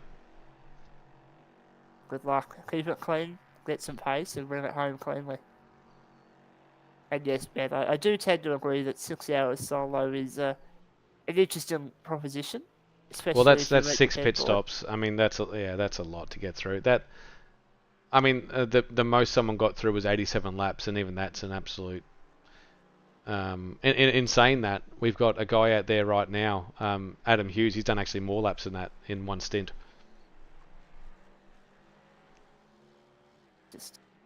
Oh, Ben Nothlin, you know how to put the mockers on someone, don't you?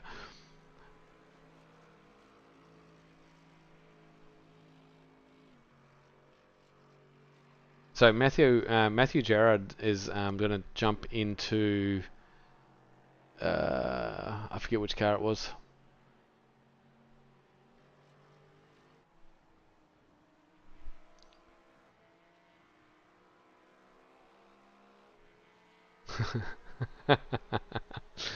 Yeah.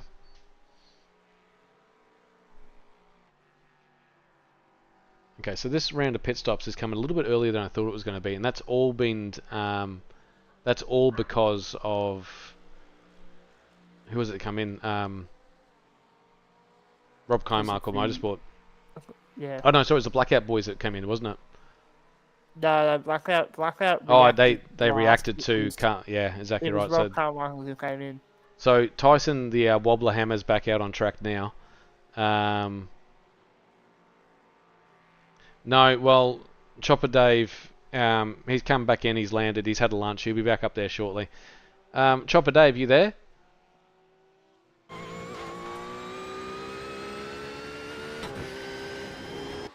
Oh, he's here. He's back in the chopper, following this very closely. Looks like David Milner's in the pits too. Yeah, I'm just checking that now. Just making the turn around the tight bend. Oh, you know who's just jumping the pits now? This is going to be big. This is All three, Crisscross all three are Racing. in the- Greg Barber's come in. Sorry, he's jumping in. And Milner. So Adams had a well-deserved break. Greg Barber's going to go in there for at least a stint, I'd imagine. Let's see where the MHG Racing is. They've come into the pits as well. Rob Carmichael's coming through turn 1 now. So Greg Barber's already heading through the pit lane exit. Looks like he may have the lead. Undercuts. Oh, I don't know. No, I think I think Crisscross has got the lead now. Crisscross has got 200 meters on him. Yeah, but big news for Rob Carmichael Motorsport. They've actually closed that gap by the looks of that. Oh no, it's gone out to 9 seconds now. It's about where it was. But look at that gap behind there. Blackout Motorsport is all over Rob Carmichael Motorsport, so this is going to be good for P2. That's about stable as well. It was about 2 seconds before the pit stop. Down to 1.7 now. Plus with fresh tyres. Warm tyres. Hang on, what happened? Hang on, something's happened up the front. Oh, just my It's just iRacing hasn't. Yeah, my timing hasn't caught up with me just yet. So it's saying that he's right behind him, but he ain't right behind him.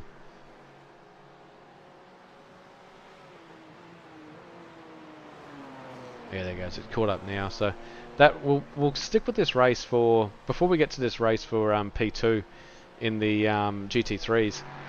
The Bear Racing team are 46 seconds ahead of the field. That's Timothy Vaughan. He's done a double stint. He'll probably do a triple stint, to be honest. There's no need to take him out of the car if he's doing those sort of lap times. The Shitebox Kings. Wow, these guys are so spaced out. So he's got a minute on the rush planting. They themselves have 2 minutes on their sister car. Wow. So this LMP, if we don't have a safety car, this race is all but done. I mean, if Bear Racing would have to have an incident, would have to have a mechanical problem or a penalty for those off tracks. But it wouldn't be endurance racing without some last-minute drama. I throw towards the Toyota incident at Le Mans a few years ago, where they broke down on the last lap. Oh yes. For a position. So it's certainly not over yet, even if the BAP has blown out to 45 seconds. Look, I'm sure Bear Racing would love it, Ben Knopfler, if we did call it a day there and everyone went to the pub. But yeah, no, let's just call it. I can't call it though. For the LMP3 drivers, yep, jump off the track. Okay, we see who's quickest. But these guys in the GT3s right now, this battle that we're going to be witnessing, yeah, this is going to be tight. That I was saying that the Blackout Motorsport team, Dylan Shepherd, needed to find some pace. They've obviously found something because they weren't this racy at the start of any of the other pit stops. Well, they found 1.2 seconds in the last lap. Yeah, here we go, flashing the lights. My Porsche is better than yours.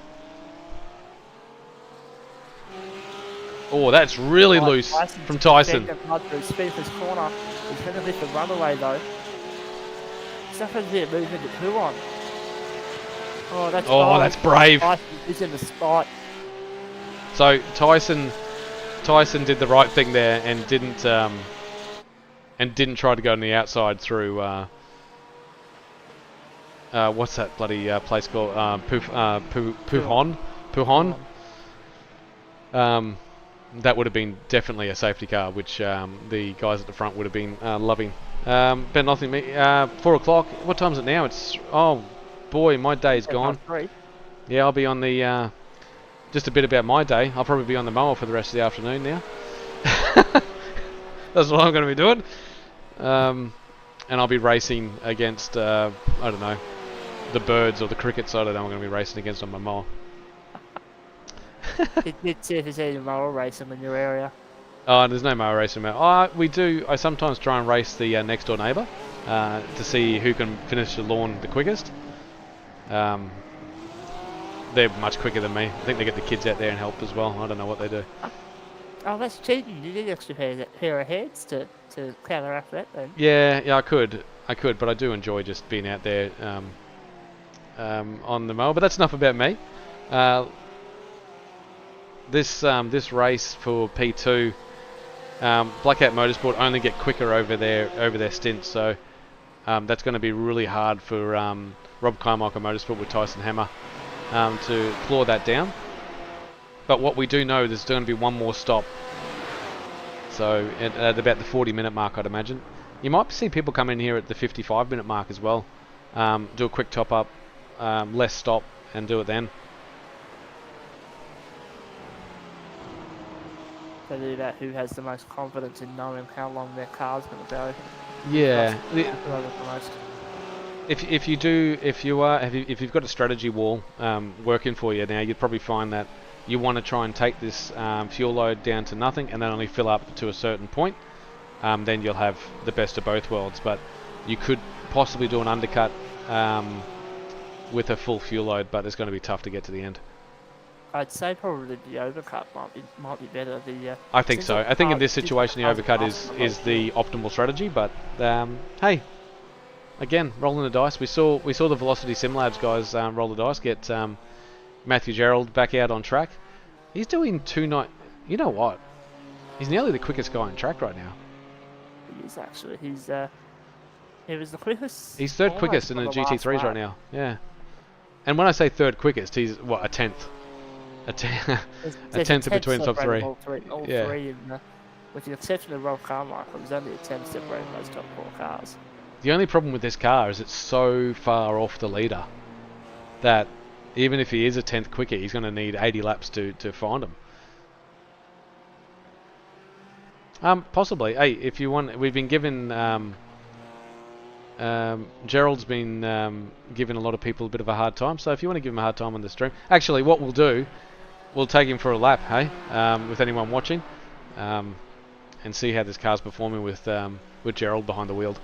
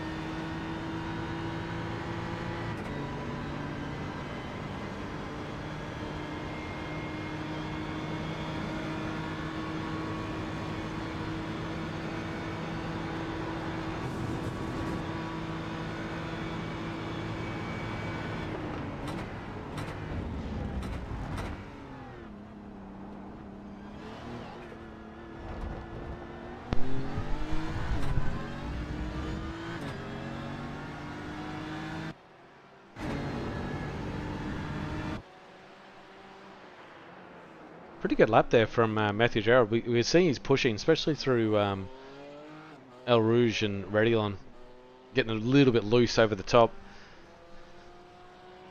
I haven't seen that car do any of that. I saw it get a little bit wobbly. No, it's looking good. Oh, that could be an off track. I think he's okay. I think it was fine. It was close. Very close to off track. Speaking of off tracks, could you take us through who's got the most? I think. Oh, there is one car. I think. I'll name it. Rush Planting. They are on the limit right now. They're on 39. Oh no, which one, A or B? A. Oh no. They could hand a P3 position to their teammates. Well, they need to lose 2 seconds through the 2 minutes through the drive-through. Yep. They are pushing to the limit. Velocity and Rush B are both on 34, and Bear are on 31. Those are the only cars that are close to. That's very close to the limit. Watching the Bear Racing Timothy Vaughan go through. See, that to me is nearly on the limit there. I didn't actually see that one. I have my own stream up. Sorry. But yeah, it's always tough. Spa historically has always been one of the toughest circuits on off tracks. I know there was some big changes made that helped a bit, but there are still places where it is just brutal. That Adam Hughes has actually jumped into the chat, mate. Great drive, if you're listening. I think you did nearly 90 laps, just to put you guys in the box seat, and it's hopefully your mate Greg can bring it home. Stunning stint. Oh, it's massive. What he did was massive. He did a 3-hour stint, I'm pretty sure, if not more. Yeah, 92 laps straight. That is certainly a task that I wouldn't try and do myself. Yeah, there you go. Driver change at 40. Yeah, that's unbelievable. I'd imagine that your co-driver is going to be in for the rest of this. Yeah, they saying drive through at 40. At 40 yeah. points. Oh yeah, drive through. Yeah, that's what. Sorry, that's what I meant to say. Yeah, sorry. I honestly thought that meant DT was for driver change, but I can't spell read or write, so that's why I didn't know what I was talking about. And yet we gave you the keys to the com box. Yeah. No, I break in every Thursday night and on these I these ones. I broke here this afternoon. I'm hoping I like doing it. There's no secret to it. Connor's good to combox with. You've been pleasant this afternoon as well, so it's been good. That's a high praise there. Pleasant. Pleasant. Yeah, no, sorry, I didn't know what else to say. Ben Nothing obviously enjoys my dribble on here as well. Yes, he's your goodly dribble. Yeah. I dribble goodly. Yeah, that's me. I'm betterer than most other commentators dribble.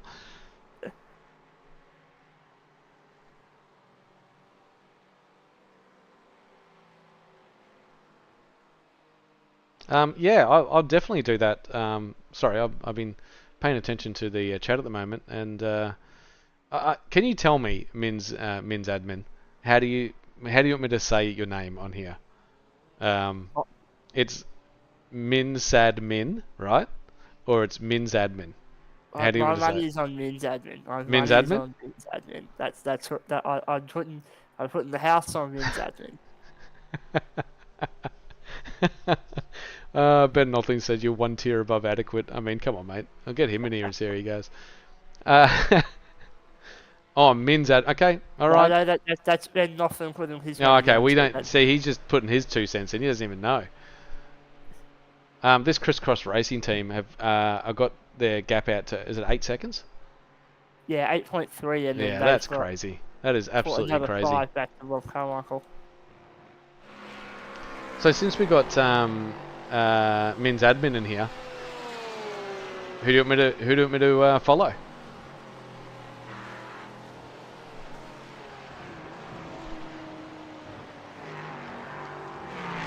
Just remember this team here, Rush Planting A. are on the limit, aren't they? Absolute limit of off tracks.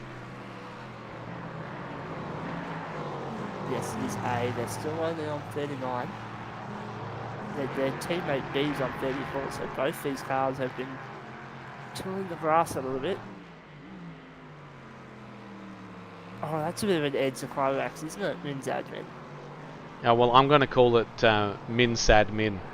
I like that better. It's very Chinese of me. Now, getting back to this race, Steve Vella is still on the lead lap. He'll be absolutely stoked. Who's Steve Vella's teammate? Steve Vella's teammate is...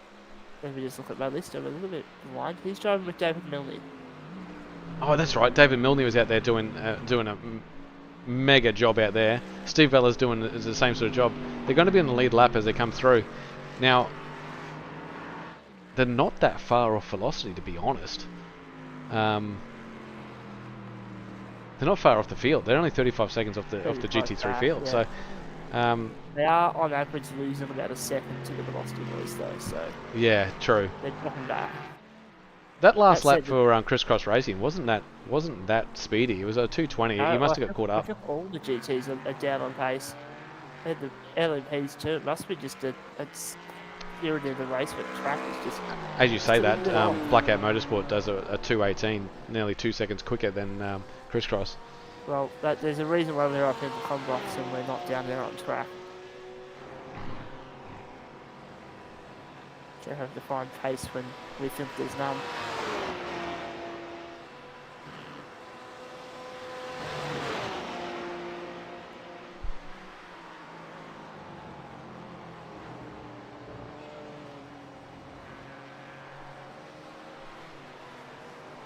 It'd be good if I can get some battles going at the moment, but there is none. I see some of these LMP3 cars are coming through the field. The think two they were- rush planes and cars are together. They just swapped position around maybe a lap or two ago.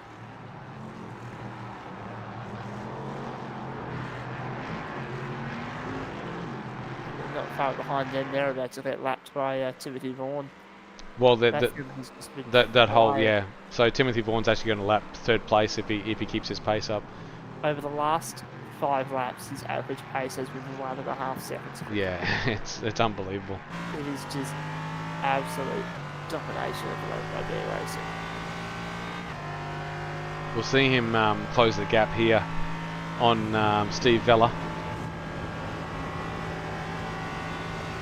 We've had a good opportunity to see the pace difference here between the Ducati LMP3 actually. I can't remember who builds these ones. And the Mercedes GT3. Steve just lets him go into the comp.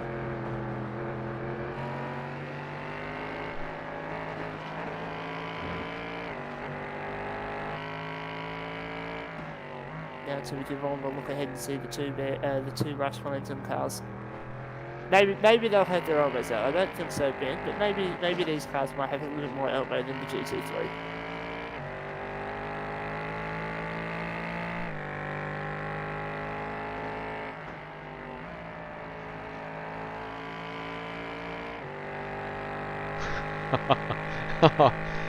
oh, that's no good, Mitzadbid.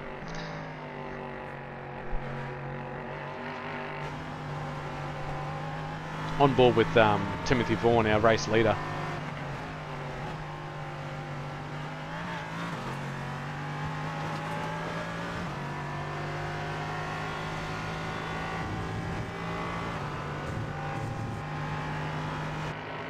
Back nearly out to a minute now. This thing is just so fast.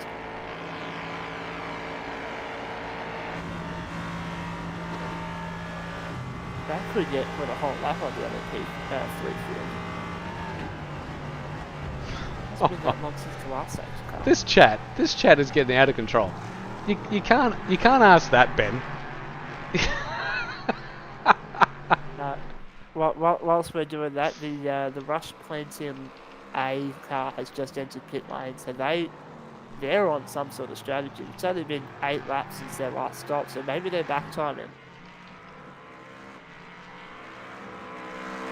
Either that or they've got some sort of problem. Oh, actually, I think I know what's happened. Indeed it has. They've hit 40 off tracks. So that's a drive-through. So who got that drive-through? Rush Plants and A. Oh, they did get the drive-through? Yeah, they just got the drive-through just then. So keep an eye on the other Rush Planting team. Yeah, so they're on 35. Yeah, but they'll go through. They might even... Oh, they're a lap down. They're a lap down. I know they're a lap down, but they might actually catch their teammates here and go into P3. It's only a drive-through. Oh, it's only a drive-through. Yeah, okay, then fair enough. Yeah, it should just be a drive-through from memory.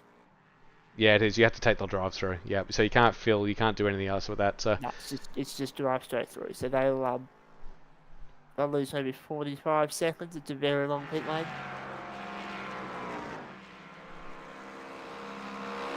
Just want to give a quick shout out here. Andrew Sharp, who's driving the number 13 Rush Clinton B car. He's joining us all the way from the Virginias. where from is it? Where, sorry? From the USA. His club is listed as Virginias, and I think he's joining us all the way from the States. I have no idea what time of day it is over there. Something truly cursed, I imagine. But welcome to the ESeries. Yeah, well done. I mean, that's very sharp. Well, okay, hang on. The time over there right now is very, very early. Very, very early. I'd imagine it'd be 4 in the morning. It would be something truly. Or super late at night. I don't know. One of the two. Yeah, he's been in the car Yeah. since lap 41. Actually, no, he was in the car lap 41 to lap 81, and then got back in on lap 108. So he's been here all day too. That's a solid effort. So here's our race leader in the GT3s. Absolutely killing. I'm looking forward to seeing these cars out at Sandown shortly, and at Bathurst for that 12-hour Bathurst Enduro. Oh my gosh! I absolutely adore Sandown as an endurance circuit. I am so excited. I think 4 hours at that track is probably a good amount of hours to be doing it. At this time, I'm sure if I'm going to be driving, broadcasting, race controlling, whatever it is, it's going to be. Yeah, you want to be there. Yeah. Exactly. So that gap. David Miller's in the waiting room as well. See if he has anything interesting to say.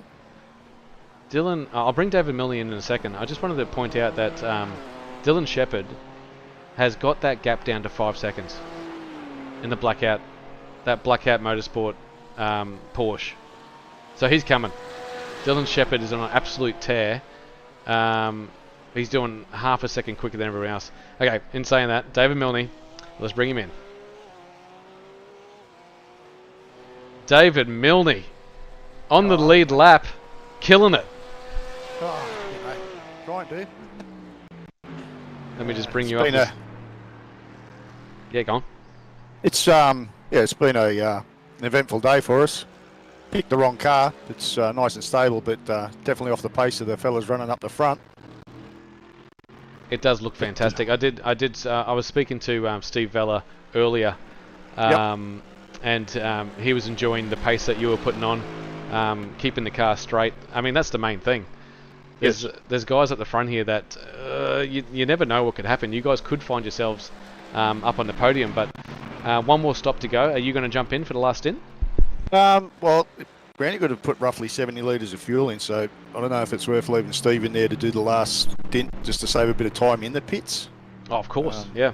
Yeah, so we'll play that by ear. I probably will jump in, but yeah, we're a little bit behind the other fellas that are in front of us to try and catch them, but you never know what's going to happen. Did you think that 120 laps into this race you'd be on the lead lap, fighting for, a potential podium?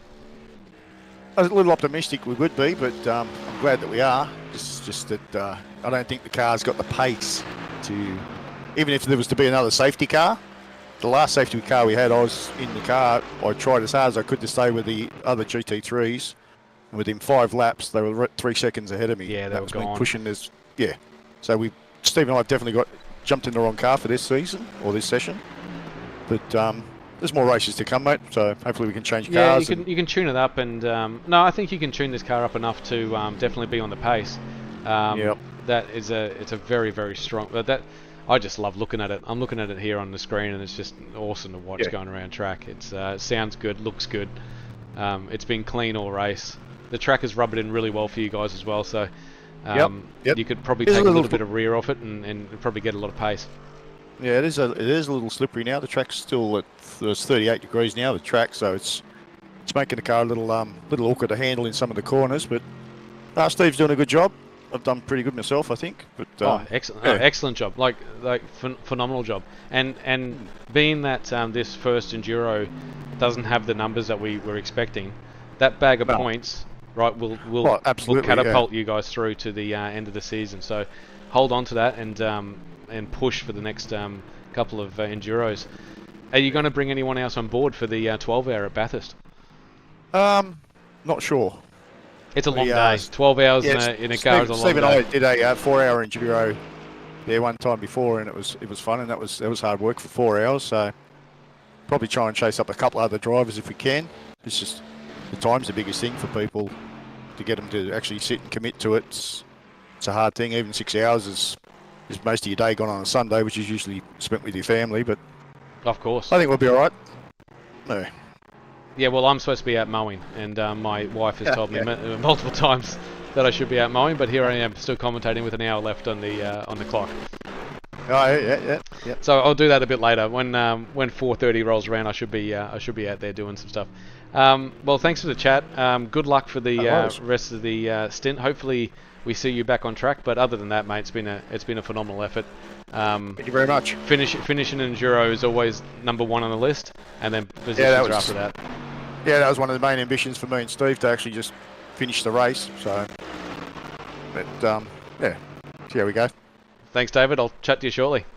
Cheers, mate. See ya. Yeah, they've done a phenomenal job out there. MHD Racing with Steve Vella and David Milne have really done a really good job out on track. And as I said, that car looks brilliant. Can't wait to see it at all the other ones. Hopefully they don't get rid of that Mercedes, because it's the only Mercedes out on track at the moment. So hopefully they stick with it and tune it up and bring it to Sandown. And hopefully, if we do get a few more entries coming into the rest of the season, we see some more cars coming. I believe we were planning to have GT4, but I believe that was scrapped due to a lack of entries. So the potential field for GT3 was opened up. So I believe we may see some different cars. Yeah, so the original plan was to have GT3s, GT4s, and the LMP3s, but the GT4s have been taken off the calendar. But anyone that wants to join this series, if you're listening, it's wide open. If you have some really good results at Sandown and at Bathurst, you could take out the championship. Trophies to play for the entire team. So get your entries in. I think it's only like $4 or $5 to race. Half price compared to a regular. Yeah. So get in there. Get in there. Get your car going. Get your team together. Get yourself a pit crew, and let's get out there and do some racing and get to see some more numbers out there. Ben, thanks, Ben.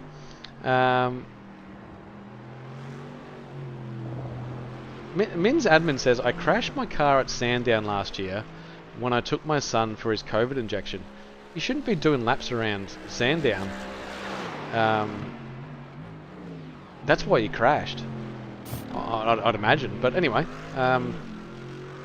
Hopefully the crash didn't happen whilst your son was having his COVID injection in the car. I have to get onto this battle for the lead of... It's come down to 4.5 seconds now. Tyson, not Hammer, sorry. It wasn't the Hammer. He's He's 10 seconds off P2 at the moment, but the Black Hat guy's Dylan Shepherd. He's Takes it. flying. Absolutely fine.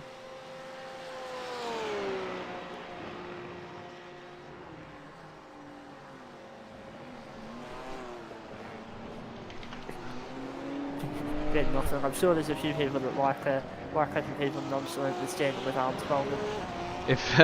If anyone doesn't get that reference, on you were racing on Thursday, I'd imagine, Thomas. Yes, I actually, yes. Now that you mention that is a good one. That was, If anyone wants to rewatch gold. our NASCAR race on Thursday night, rewatch it because Ben Nothling pointed out that the pit crew do absolutely nothing when it comes to repairing the car. They just look at it the whole time. So that was pretty funny during Thursday night's broadcast. Good racing too.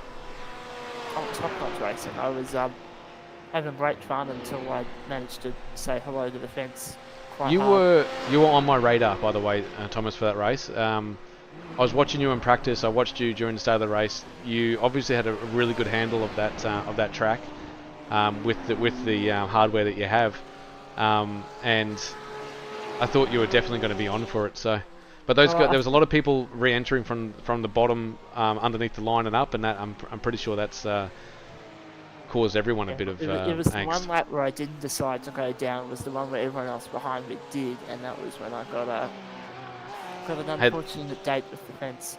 The good thing about NASCAR races is next week you can come back and get a bag full of points and be at the pointy end. So with 4 more races to go in that NASCAR series, it's going to be on for everyone. It doesn't matter who's going to be there. So It was a cracking night. I do hope to take part in a few more races this season. I did also manage to get fastest lap, I believe, that night. So yes, you did. Yeah. Certainly is a bit of pace to me. I'm not sure if you get points for the fastest lap in that in NASCAR, but you should. Certainly should, especially when I was, I think, about a 10th faster than everyone else. This Dylan Shepherd's got it under 4 seconds now. He certainly plays him in that Blackout Motorsports car. It's got the pace. We thought that Crisscross might run away with it. Yeah, look at that. You can actually see him in the distance now. We'll jump on board. We'll jump on board for a lap with this and see. Oh, and he's already brought it down to 3.8 as he comes through here. Yeah, we'll jump on board for a lap. Enjoy, everyone, and see.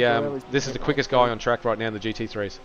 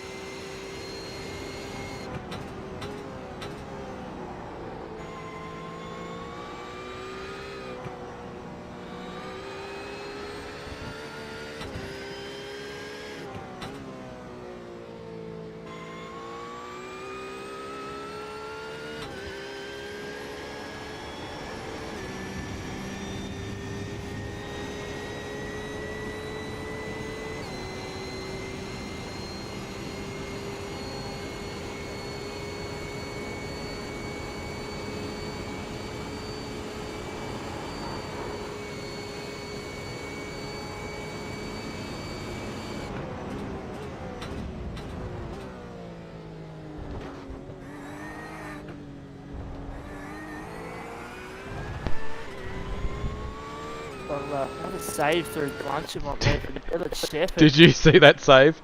Good lord. I'm going to have to go back to that. I'll see if I can find that. That was... I thought he was pushing hard, and then when I saw it kick out, I thought that was it. I thought we were going to see him going to the fence. I'll see if I can find that replay for everyone.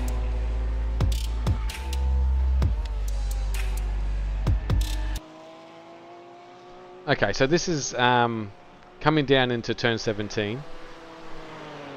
And then you got the turn 18 hard left, and that's where can we get a good view of this? So flat as he can get. He's tipped it in. Oh, look at that moment!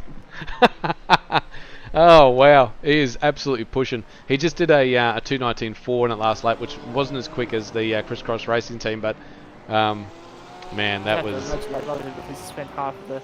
cool. Sideways. In less good news, Ben Miles has pulled a pit lane. He had a bit of a spin at Speaker's Corner, hit the rear end of the fence pretty hard, and is now serving the meatball. Oh. So that should be a change for second pretty soon. Oh, definitely. We'll get to that now. Oh, you've caught me by surprise. The pots and pans are flying. Yeah, he probably did a pit lane just as you went to the lap. Yeah, I'll go back. I'll find a replay of what actually happened to Ben Miles, he was in P2 comfortably. I'll find out what happened to him.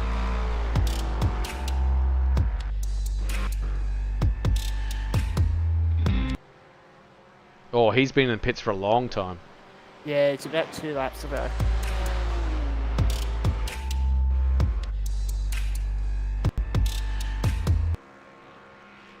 Wow. Let's see if we can find it again.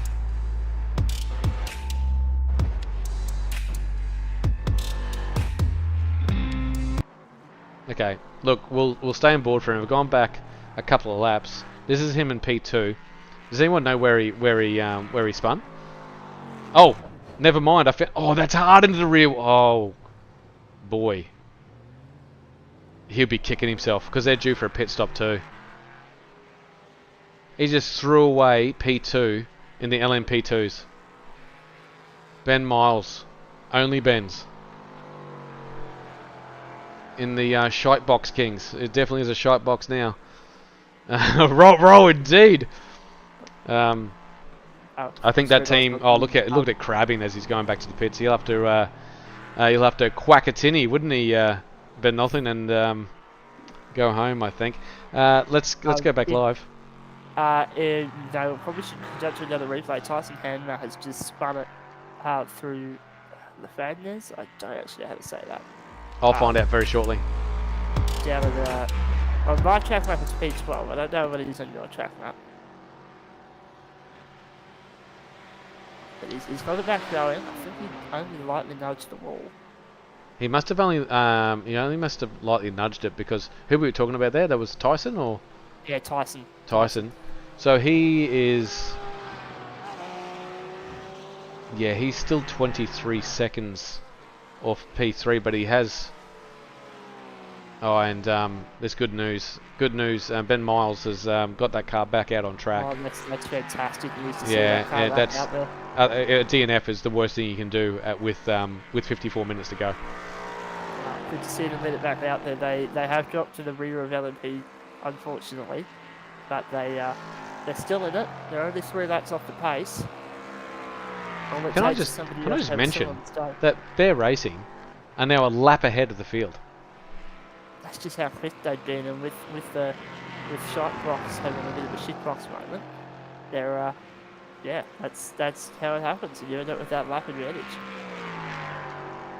Oh, it's all over in a heartbeat. They just did 5 hours of racing to then put it into the wall in P2. That's heartbreaking for those guys.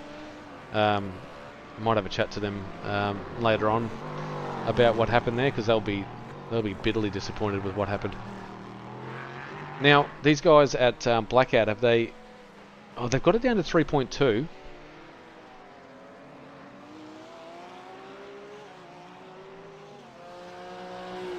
Just jump in quickly. I am about to jump off. Yeah, no, off you go, mate. Thank you legally be in the broadcast room. No, it's been great to have you in here, Tom. Anytime if you want to jump into the combox with me and have a chat. The guys on the chat loved it, so anytime, sir. I can't wait till the next time to bring you some more pleasant commentary. Yeah, pleasant, and I forget what Ben Nothling said. It was adequate. Yes, adequate Yes. Commentary. Yes, more pleasant and adequate commentary on the way soon, we hope. We'll get back Anyway. into the race control because Ben will be needing you. Yeah. All right. Cheers, everyone. Thanks, Tom. Tom asked me the other day, can I jump into commentary? Hell yeah, and hopefully we get to see him a bit more on commentary because he sounds like he loves it. So, don't crash is good. That's good advice. I don't know who that was for, Mr. Nothling, and Min's admin. Yeah. See you later, Tom. For now, we might see him on track for the last in this last 50 minutes if there's a safety car.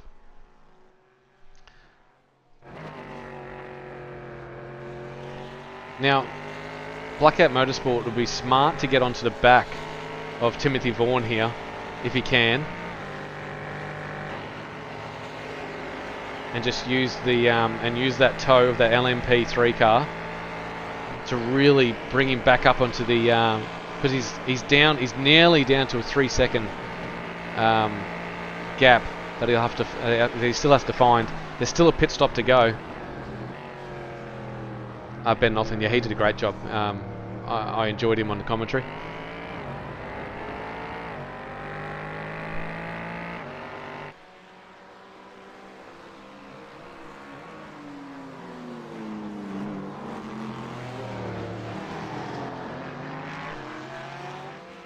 That Bear Racing car is still doing 2-minute 12s.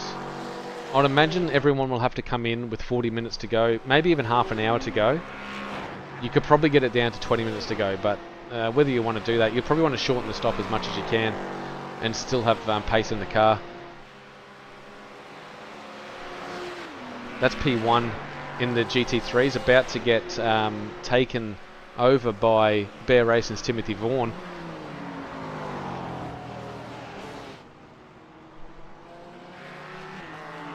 That just shows how close this is.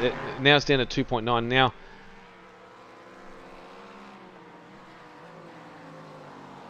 Greg needs to just jump on the back of that car.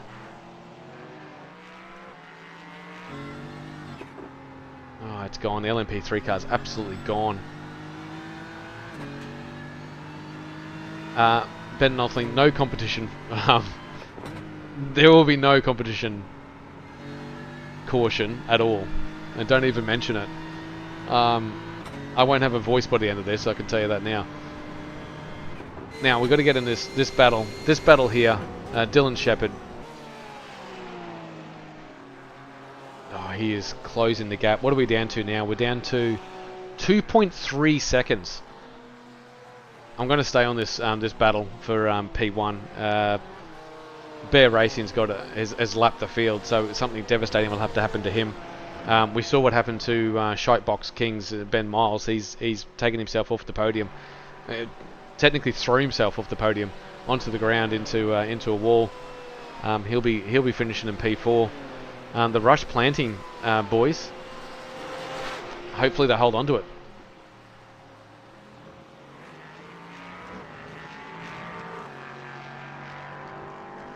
So this gap now is down to 2 seconds.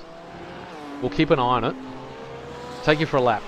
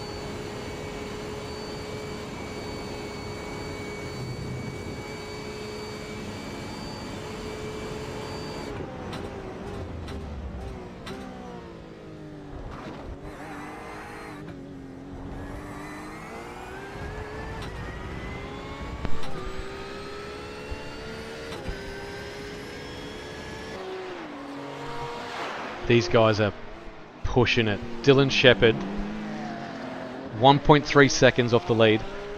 While that was happening, while we were on board with Dylan Shepherd, Rob Carmichael actually came into the pits.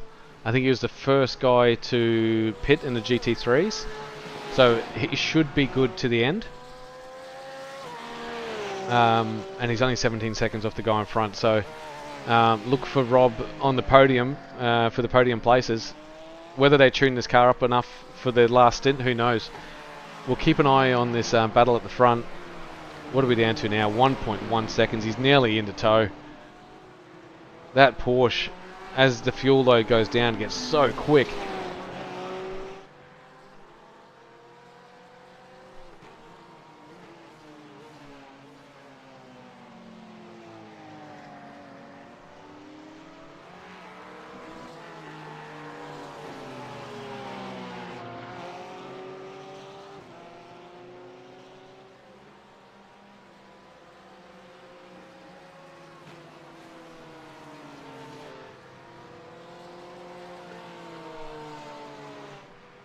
Just letting everyone know about lap times here.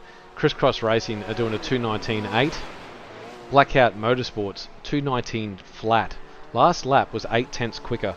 This lap looks like it's going to be about the same. He's down within 7 tenths of Greg Barber now. We'll have to jump on board with him.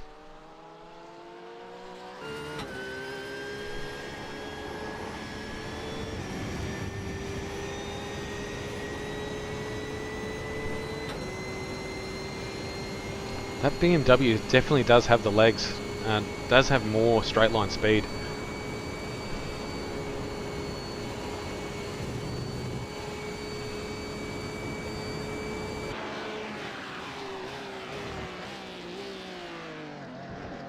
No, I don't think so. I hope not anyway. I have been known to put the commentator's curse on some people, but this race is just heating up. We need to stay with it. As we say that, Crisscross Racing of Greg Barber has brought it back in. So that was only 3 tenths quicker that lap. Dylan over Greg. Everyone needs a Greg in their life.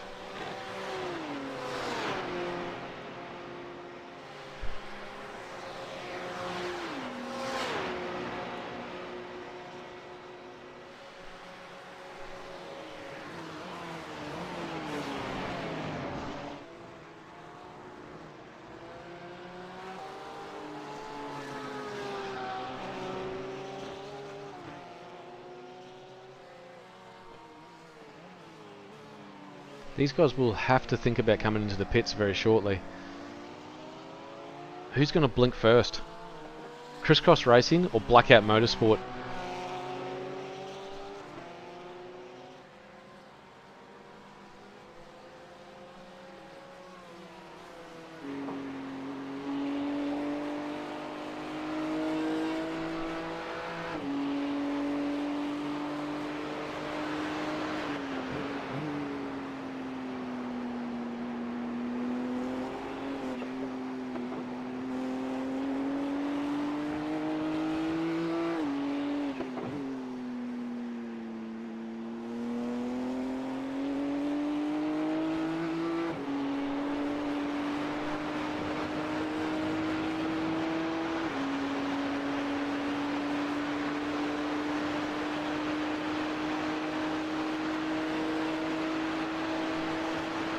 Here comes Dylan with the lights on.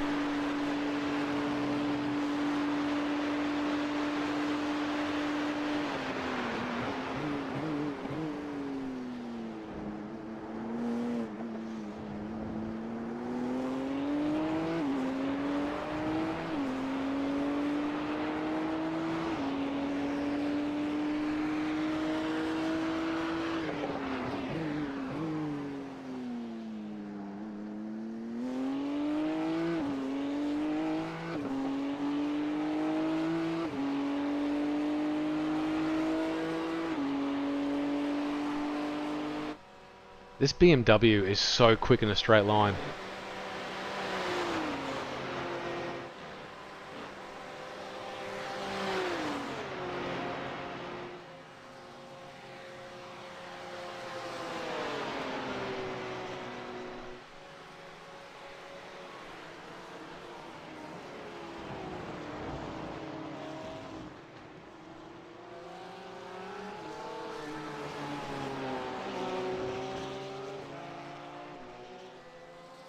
Oh god, it's on. Alright, let's jump on board with them. Sorry I'm not commentating on what's going on. I'm just in awe of what after 5 hours and 20 minutes of racing, this is how close it's got for P1 in the GT3s.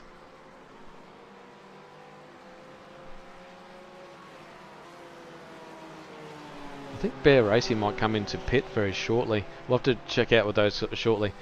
These guys will be on they can pit whenever they want. From now on, from pretty much from 55 minutes on, they could have pitted. So I'm just waiting to see who blinks.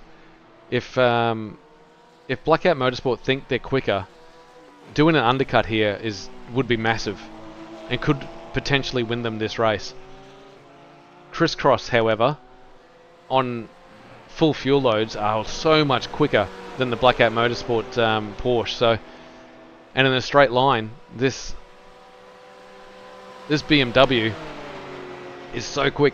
Now remember, these guys were a lap down at 2 hours into the race, and here they are just defending for P1.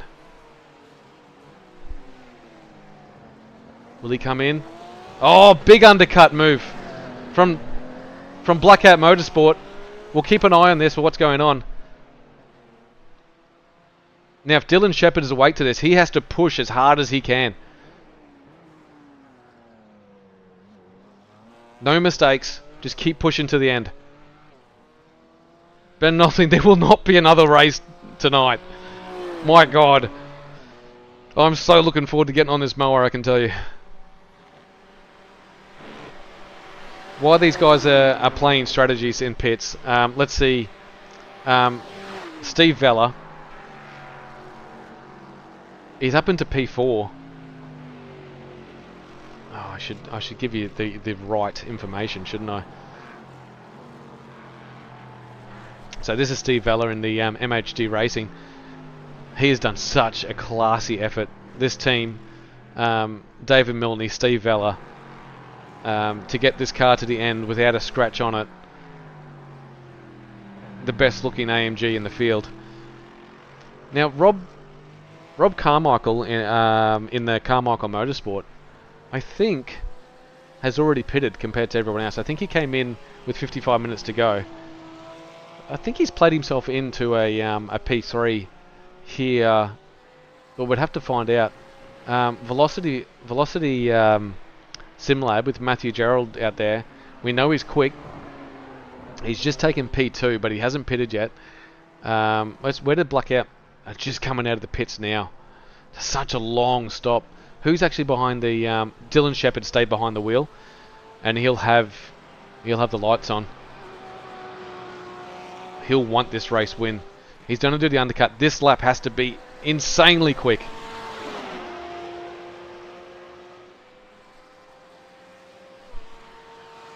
Let's see what Crisscross Racing do. Crisscross Racing are now coming into the big heavy left-hander before the bus stop. I'd expect him to come into the pits. He was on for a good lap there too. Will he come into the pits? Smart move. Smart move from Crisscross Racing.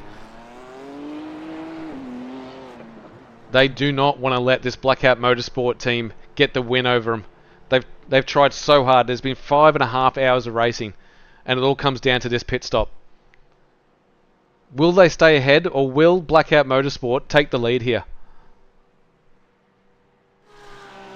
Let's keep an eye on Blackout Motorsport. Dylan Shepherd absolutely pushing this car to the limit. He was the first to blink. He jumped into the pits. Yeah, Ben Nothling, it's so tight through that pit complex.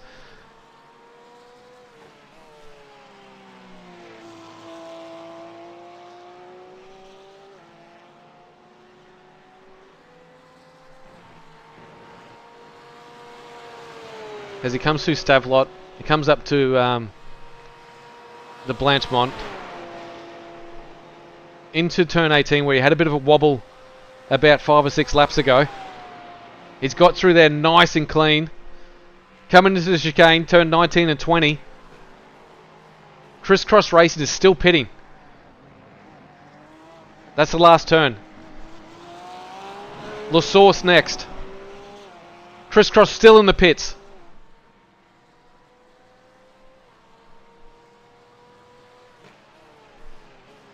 Does he get a good run out of LaSource? Perfect. Crisscross Racing, and now exiting the pits.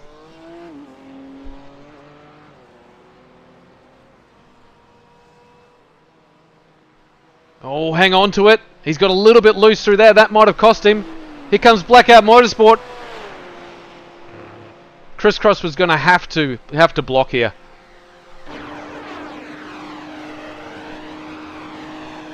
A bit of weaving's not going to make any difference right now. And Crisscross has held the lead over Blackout Motorsport. They've come out within a tenth of each other. Yeah, half a second. Yes, Ben Nothing, this is going to be super spicy. Warm tyres!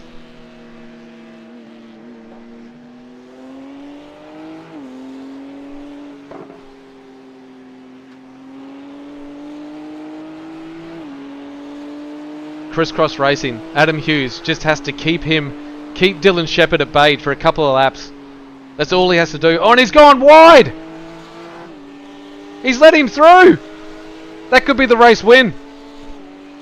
Blackout Motorsport had to follow, got the undercut done, had better tyres for that lap, and Crisscross just went wide. That's all they've done. It's just made a tiny mistake.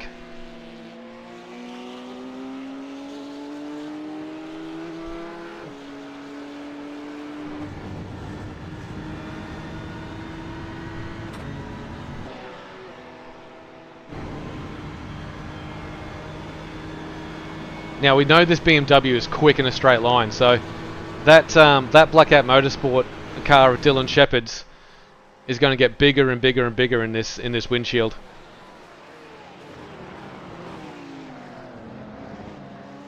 Coming through turn 20 into the bus stop and the chicane. Does he get a good exit? 33 minutes of racing left, and these guys are going to be pushing right to the end.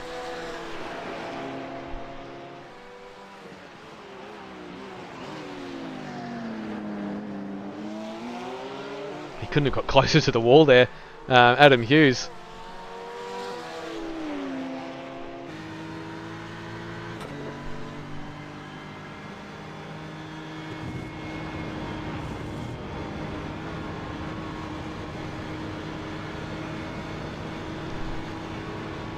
Dylan Shepherd's going to have to defend this.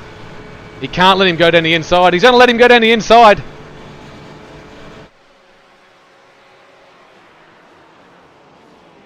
Oh, that is some close racing. These guys have... I don't know what these guys have got for balls, but oh my god, they must be massive. Blackout Motorsports, Dylan Shepherd, said, sure, go down the inside. I'm still going to take my racing line. Ben, nothing horrible is the word for that.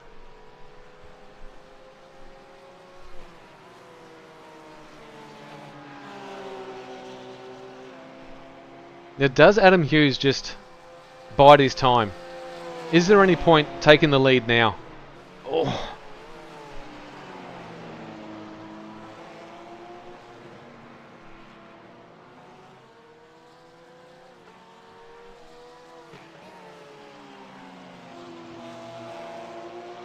Hang on, what's happened to David Oh, they've just come into pit. David Milne's coming for their last pit stop with half an hour to go. Again, they've done a mega job, absolute mega job. I would probably imagine that they've had the least amount of off tracks than any other car out there. There goes our leader. There goes our leader. I'd be surprised if he doesn't win by 2 laps. That car is consistently doing super times. That last lap of his was a 2:14, which is about 3 seconds off his best pace. That's Connor Nixon behind the wheel now as well, by the way. He's going to bring it to the checkered flag, barring a massive incident. These boys here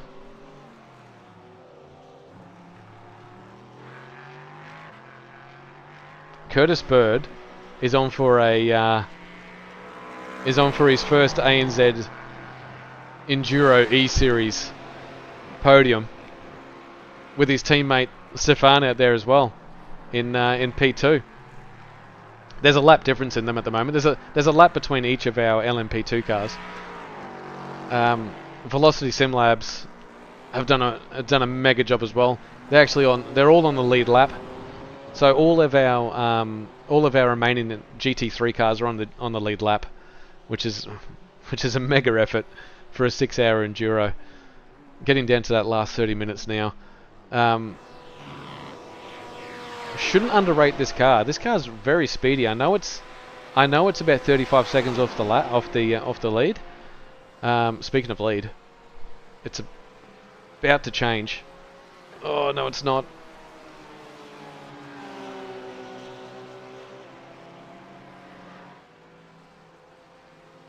I really can't keep my eyes off this. Let's take a lap aboard Adam Hughes when we come to the start finish line.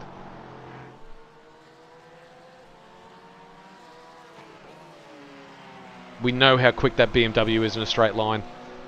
We know how good that Blackout Motorsport car is under braking.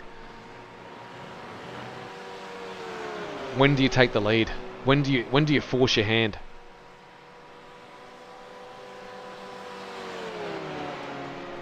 I'm sure that Adam is happy for Dylan to lead this race, but I could be mistaken.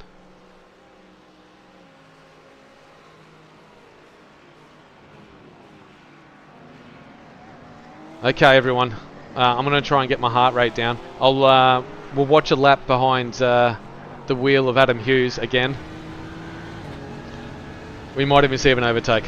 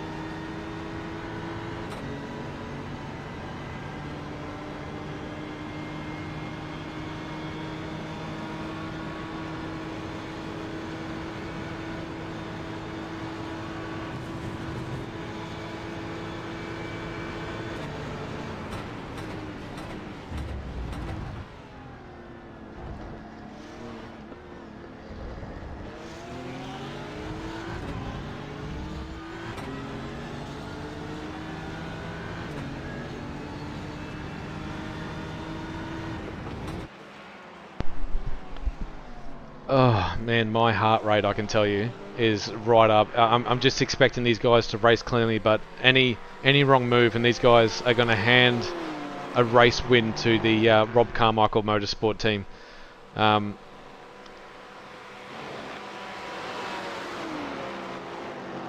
We'll just keep an eye on them coming down the straight here. So yeah, Blackout Motors. Dylan Shepherd has to cover. Oh, now we know that Porsche can outbrake him.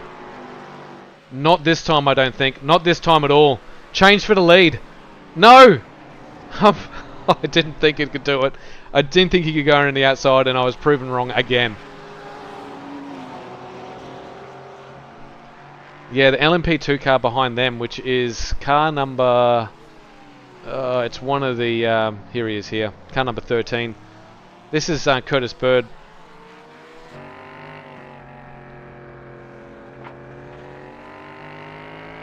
I don't think Curtis Bird's going to push these guys at all. I think he will, if he's smart, stay out of this battle. But again, he might not want Ben Miles to even have a sniff. So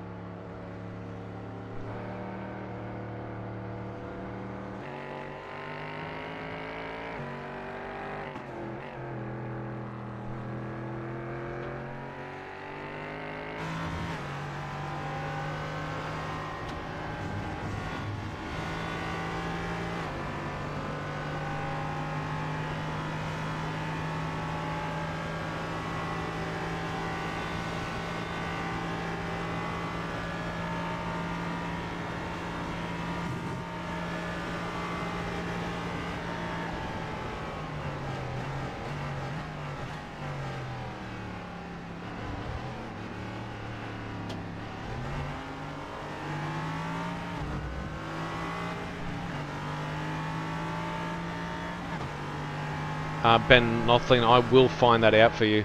I'll see if I can... you might have to ask Ben for that one, to be honest. Oh, 24 minutes left. That leaves us about 12 laps. Let's say 12 laps of racing left. This little interesting thing that's happened here. Curtis Bird,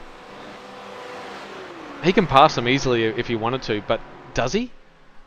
Like, he's really going to put a spanner in the works if he gets in between these two cars. So we'll see what happens. Oh, they're battling so much. Around the outside again, the Porsche goes.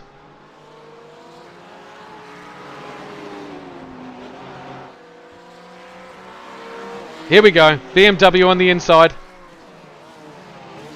Hardest place to make a pass, and he's put it through too. Dylan Shepherd getting taken over by Adam Hughes with 23 minutes to go. Could that be it? Could that be? We know how quick that BMW is in a straight line, but that Porsche under brakes is amazing.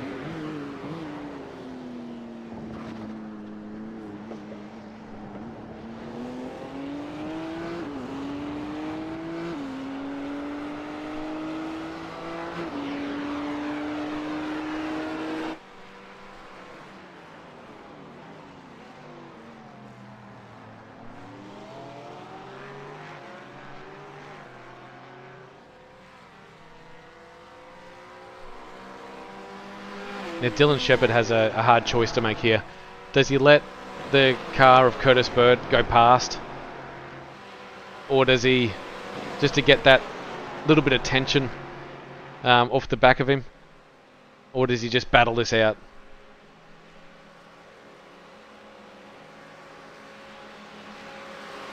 So that Porsche does not have the legs at all to get onto the back of that BMW. He has to do it under braking. He has to do it in this part of the track. He needs to send it up the inside here and show him that he's got more braking performance than that BMW. But there's so many long straights on here that it's going to... If he doesn't pick his time to do it, he's going to run out of time to do it. That's an off track right there too, from Blackout Motorsport going off the track there.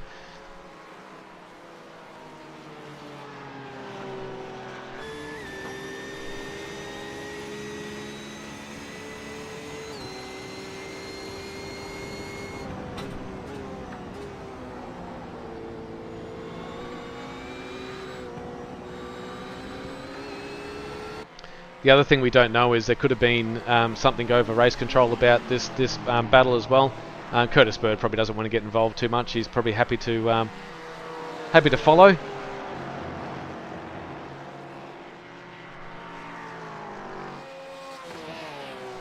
How far behind is this car?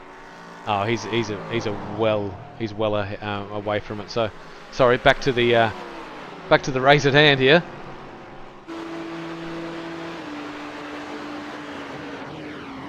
Big send by the Porsche.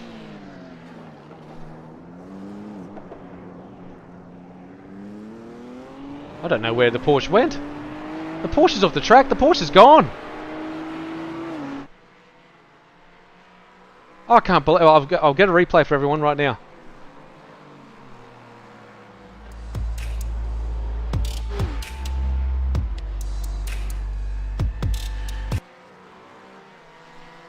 So we'll jump on board with Blackout Motorsport here. I don't know if there was contact or not. We're about to find out. Nothing's come through on race control about any contact.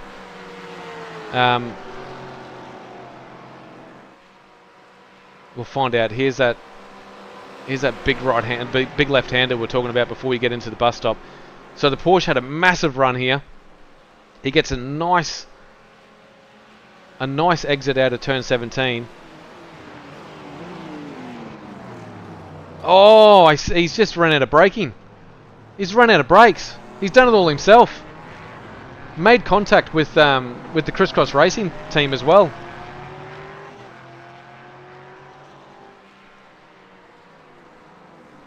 Oh, he definitely did duffed it there.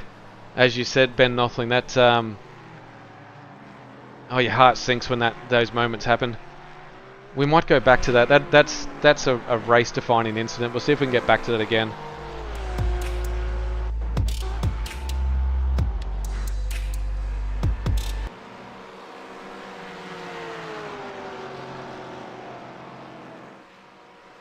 So I'll see if I can slow this this moment down.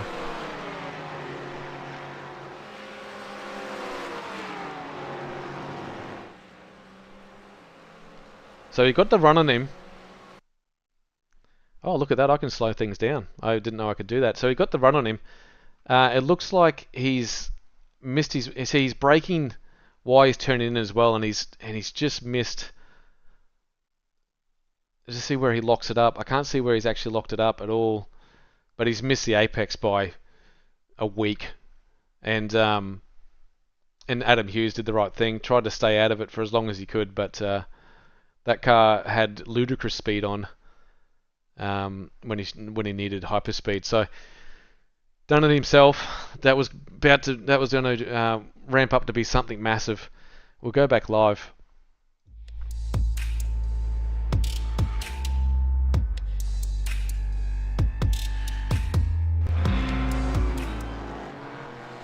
So the Blackout boys are now 3 seconds behind the leader. Adam Hughes can't believe his luck as he's about to eat an LMP3 car.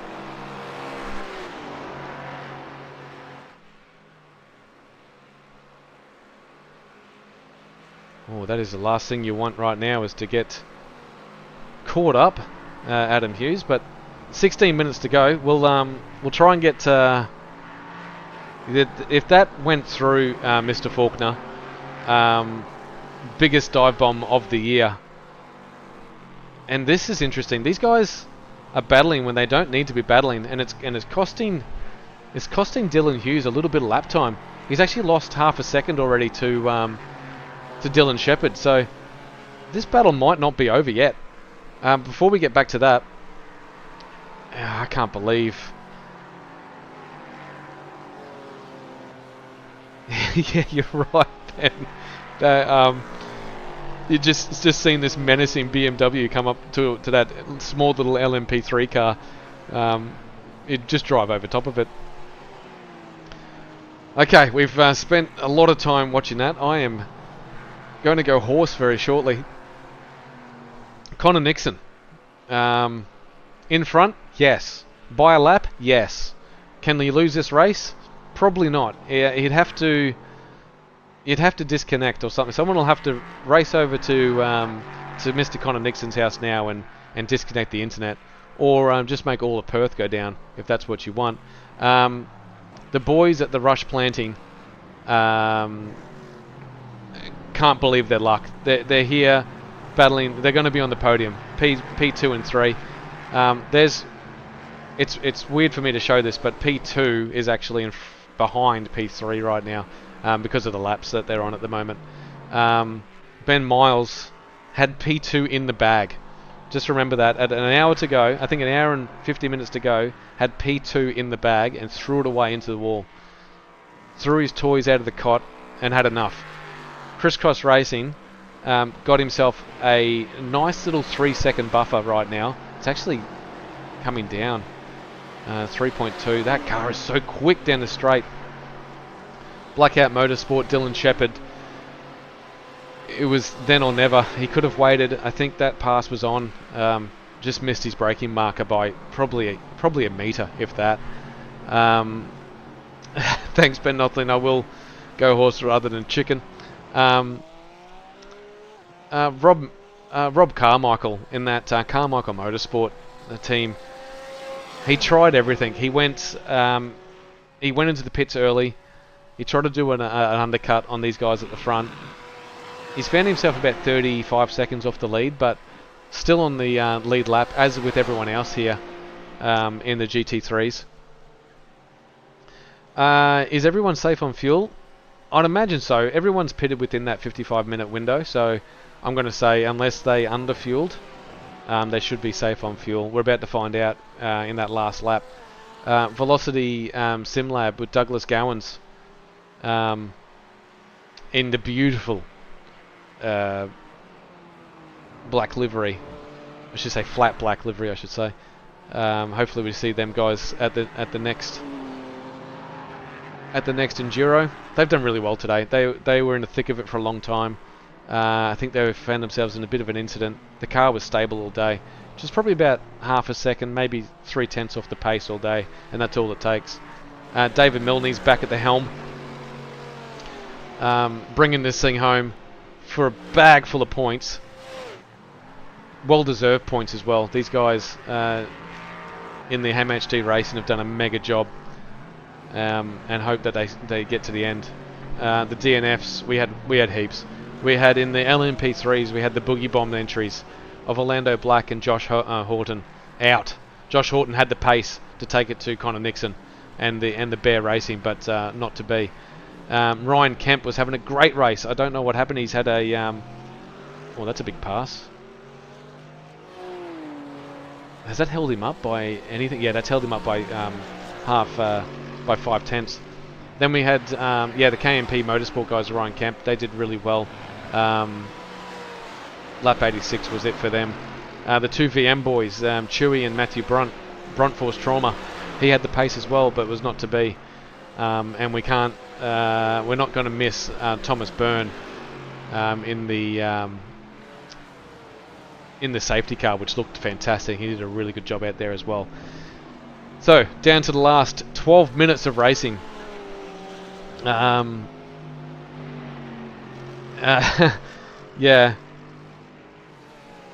You guys in the chat have been great. Thank you for being a part of this. So let's get down to this last 10 minutes. Let's see if the Blackout boys can chase down that speedy BMW of Adam Hughes and the Crisscross Racing team. I know you want me to say it, Ben. I might say it later if he wins. I might give him the jump a bit later.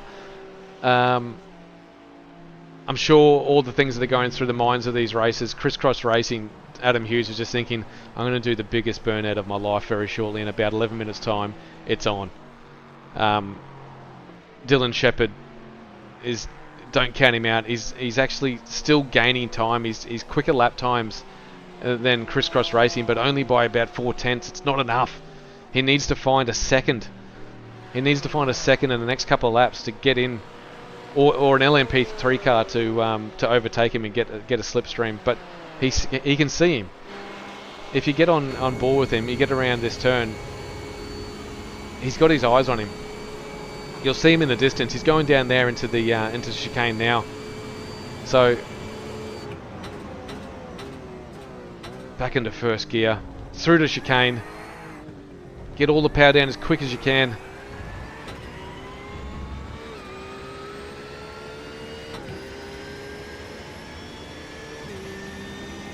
Yeah, the race isn't over. I'm with you here, but it's going to take a miracle to pull 3 seconds out of that BMW doing 219 flats. Blackout Motorsport Racing's Dylan Shepherd's doing 218.9s. He's about a tenth, nearly 2 tenths quicker than him a lap, but he needs more laps. He needs more time.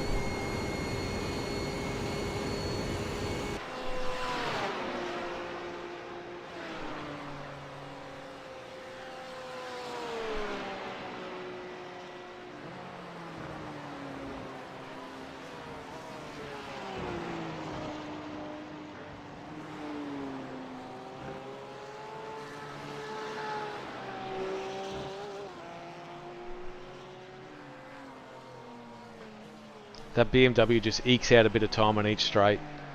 This Porsche brings it all back in.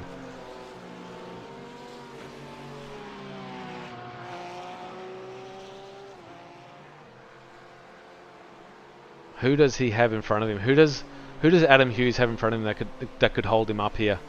I don't think there's anyone on track right now. We'll stay on board. Oh, he's gone super wide there. That'll definitely be an off track, if not a slowdown, for being that far wide. We'll see what happened there.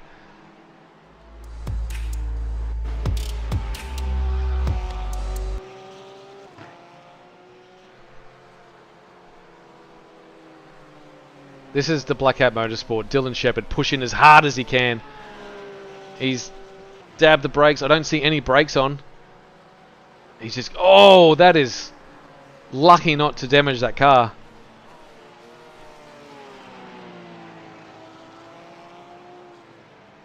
That gap's gone out to 4 seconds now as well after that bit of an off. We'll go back live.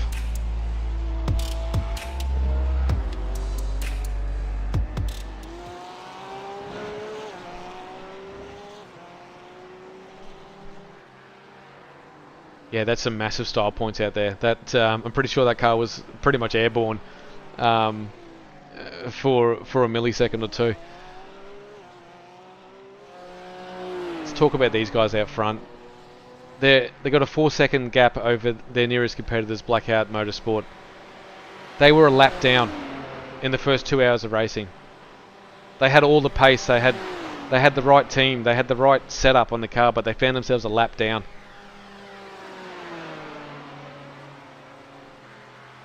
I don't think it was a lap. I think it was 1 minute and 13 seconds off the pace. And they found it. They somehow found it after a safety car. Got back into P4 and made themselves up into P1 within a few laps. Very stylish drive from these guys at Crisscross. It makes you want to jump. Isn't that right, Benny? It's getting dark outside. I think the mowing's going to be off for me. We're going to have some big interviews tonight.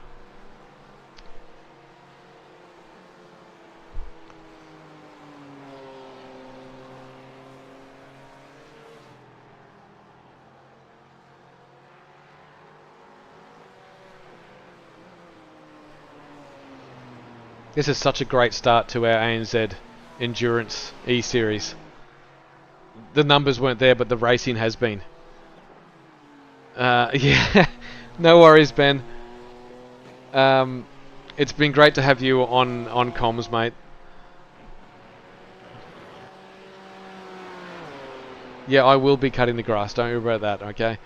I'm going to go out there. I don't care if it's dark outside. I'll put the lights on, and I'll be mowing the grass, and I'll be thinking about this race the whole time. all 6 hours of it. The racing's been fantastic though. It's gone away from Blackout Motorsport now. We'll just jump back on board with these guys. These guys at Bear Racing have done an absolute incredible job. I'm sure they were sandbagging for 3 to 4 hours of this race. They've thrown those sandbags out and they've pushed this thing to the absolute limit. They're a full lap ahead of everyone else.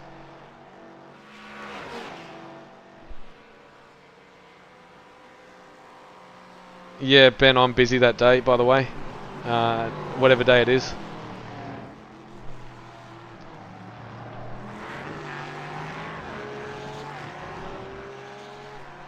Let's take before we finish this, we'll take a lap with this car, with Connor Nixon, Bear Racing.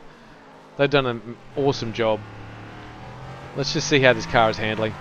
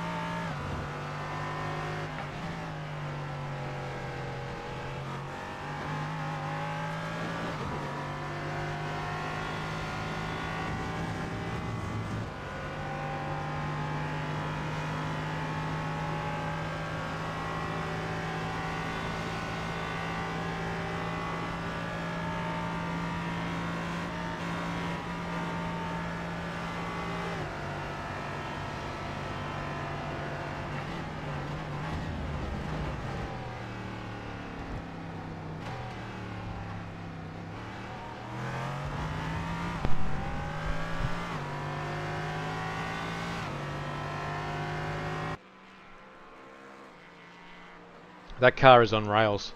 I don't know what setup they put into that, what hot dock they've used. Whatever it is, that thing is super fast. Anyone that wants to put the challenge to these guys at Sandown, register now. Get practicing now.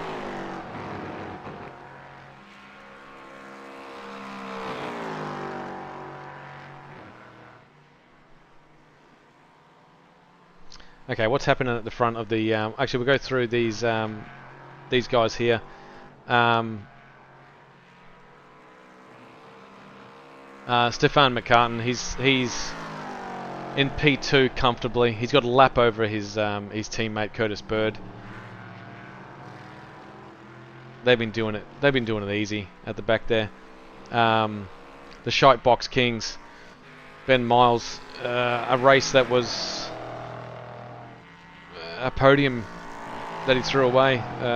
We'll have to talk to him about that after this.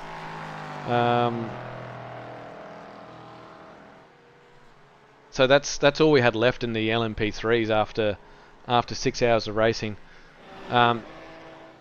Chris Cross, make you want to jump. Adam Hughes, he's got 4 seconds over Blackout Motorsport now. I think this is going to be the last lap as they go through. Maybe not. They probably have to do one more. We'll see if it goes white flag here. It is definitely not going to go white flag, so they'll have this lap And the next? No, I think this will be their last lap for sure. I just want to see where Connor Nixon is at the moment. Oh, he's going to go through the start-finish line. So this Connor Nixon's lap will be the last lap. So these guys are on the last lap. Adam Hughes and the team at Crisscross Racing, mega job. All you got to do is hold on to it for this lap, I'd imagine, and you'll be home and hosed. Just seeing if the white flag comes out. White flag still hasn't come out for me, so the guys at Blackout Motorsport, commiserations on losing that battle for P1, but the battle that you guys have been putting on for this whole 6 hours was awesome. You had the lead for the majority of the race. That little lockup that you had into the last chicane that's what's cost you guys the potential win. So I'd hold your heads up pretty high with that one. Rob Carmichael Motorsport, Rob Carmichael behind the wheel here. He's been nothing if not consistent with this race. On the lead lap, 30 seconds off these rocket ships up the front. Remember, he was battling with Blackout Motorsport for the lead for most of this race. This is the final lap. Velocity Sim Labs, Douglas Gowans, you guys have done a mega job. Kept the car nice and clean. The setup was just not there today. Bit of a tweak. Sandown's probably going to be where you're going to have a massive result. And David Milne in the MHD Racing, congratulations on a well-deserved finish for one. And P5 in that group is massive. So as he's coming through, so Bear Racing, just watching him now. He's on the last lap now.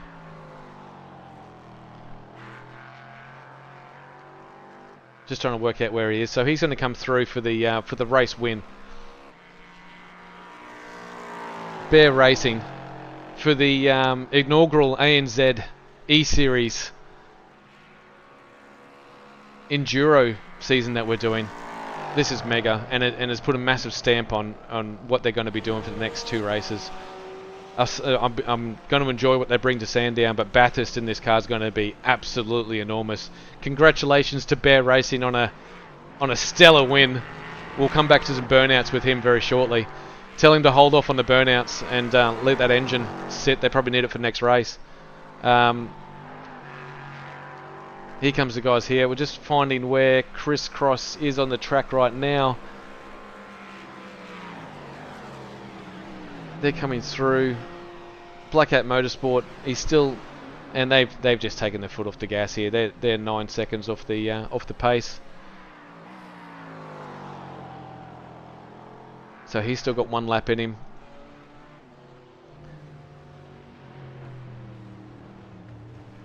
I'm not going to call it just yet because you never know what's going to happen with these guys. But that's a bit of that's Ben Miles being overtaken by a GT3 car.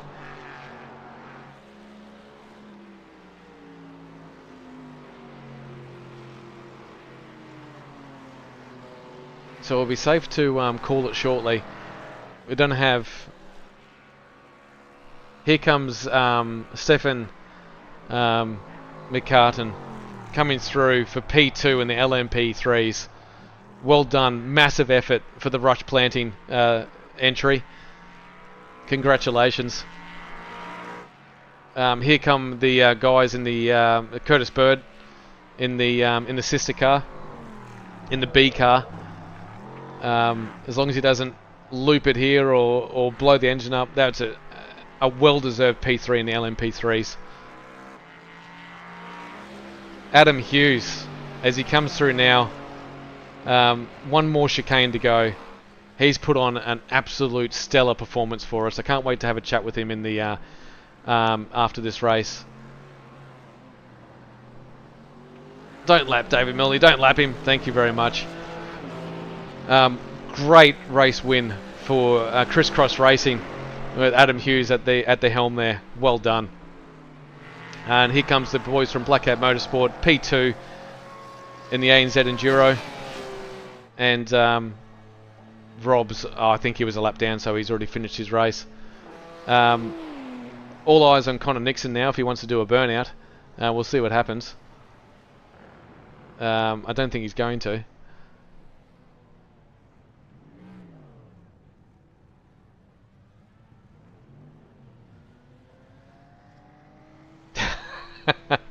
Who's that behind there? Is that Ben Miles? Yeah, that's Ben Miles. What's he doing? What is this boy doing? That's one way to do a burnout when you've got traction control.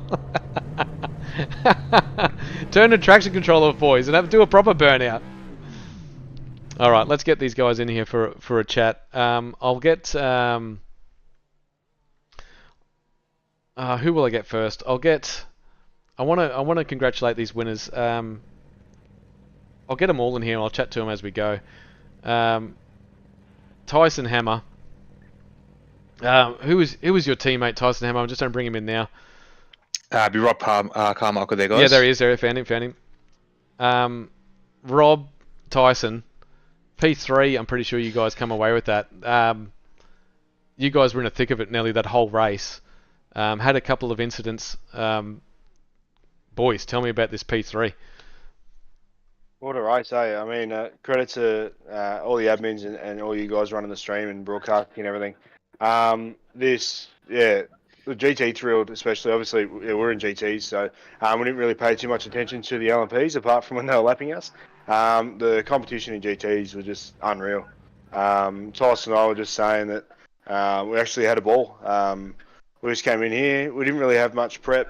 We literally just had an iRacing medium downforce setup, and we just went racing. And I think that's what it's all about. And yeah, we just went out and had fun and come away with a podium. Podium was actually our goal. I don't think we quite had the overall pace to get P1 and 2. But yeah, P3 was awesome, and yeah, on to Sandown next. I think you guys said you didn't have the pace, but you did have the pace early on. I think these guys trimmed their cars up a little bit during the race just to get that overall speed. But yeah, you guys were on it from the start, fighting for that for P1 from the start. So Tyson, you jumped into the car there to take over from Rob and did a stellar job. A bit wobbly at times, but other than that, very well done. Yeah, it's my first Enduro in a Porsche, so I kind of was up to the challenge of learning a new car for the Enduro, especially Spa. Spa's not really a car I dare say really suited to Spa, like in my personal opinion. But it was good to use this as a bit of a practice section to see how we could go for 24. So yeah, having it in the hands of Robbo to take over and just do my part and keeping the car nice and clean for him. Had a couple of mistakes, but we luckily kept the car damage free as a result. But got the podium. So pretty happy with how it all went. Yeah, it's a bag of points for you guys because this is going to be over a 3 Enduro series. So coming into this one, getting that P3, going to stand down next time is going to be mega. So if you guys didn't get much practice into this one, I recommend you go get some practice for Sandown. 4 hours around there is going to be very, very sharp and quick. I can't wait for Sandown personally. I love the track, and it's a really good layout, and it's also really tricky in GT cars because for those watching at home, you can't really attack many curbs in a GT car. It's not like a supercar where they just bounce off them. They really don't like curbs. So throwing that in the mix, obviously you can't get rid of the curbs at Sandown. We just got to try and be quick there. So yeah, turn 2, 3, and 4 at Sandown, and on the back straight as you come off the back straight. They don't like it at all. So I'm looking forward to seeing how people set these cars up, and what it brings to the championship. Absolutely, can't wait. Thanks, guys. Appreciate it. No worries. Hey, before you run off, give us a shout out, please. To who? To all to yourselves, to your sponsors, to your friends and family, to everyone that made this possible. Well, we're actually in the Rob Carmichael Motorsport entry tonight, so I don't know. Shout out to myself. I don't know. Solo photography. My team Pursuit Sim Racing and do a mega job. So those guys, and also Vermilion Motorsports as well. Those guys are awesome. So shout out to everyone involved in the ANZ ESeries. What an event, and hopefully we can get more entries round 2. Yeah, no, I think we will. After that effort from all you guys, definitely there's going to be some more entries and probably more competition. So keep practicing. Thanks very much, guys. I'll keep this short and sweet, and I'll get on to some more people. Thanks, guys. Cheers. Thanks, mate. Cheers. No worries. All right, so I'll get on to who we'll get next. We'll get on to the Blackout Motorsport guys of Dylan Shepherd.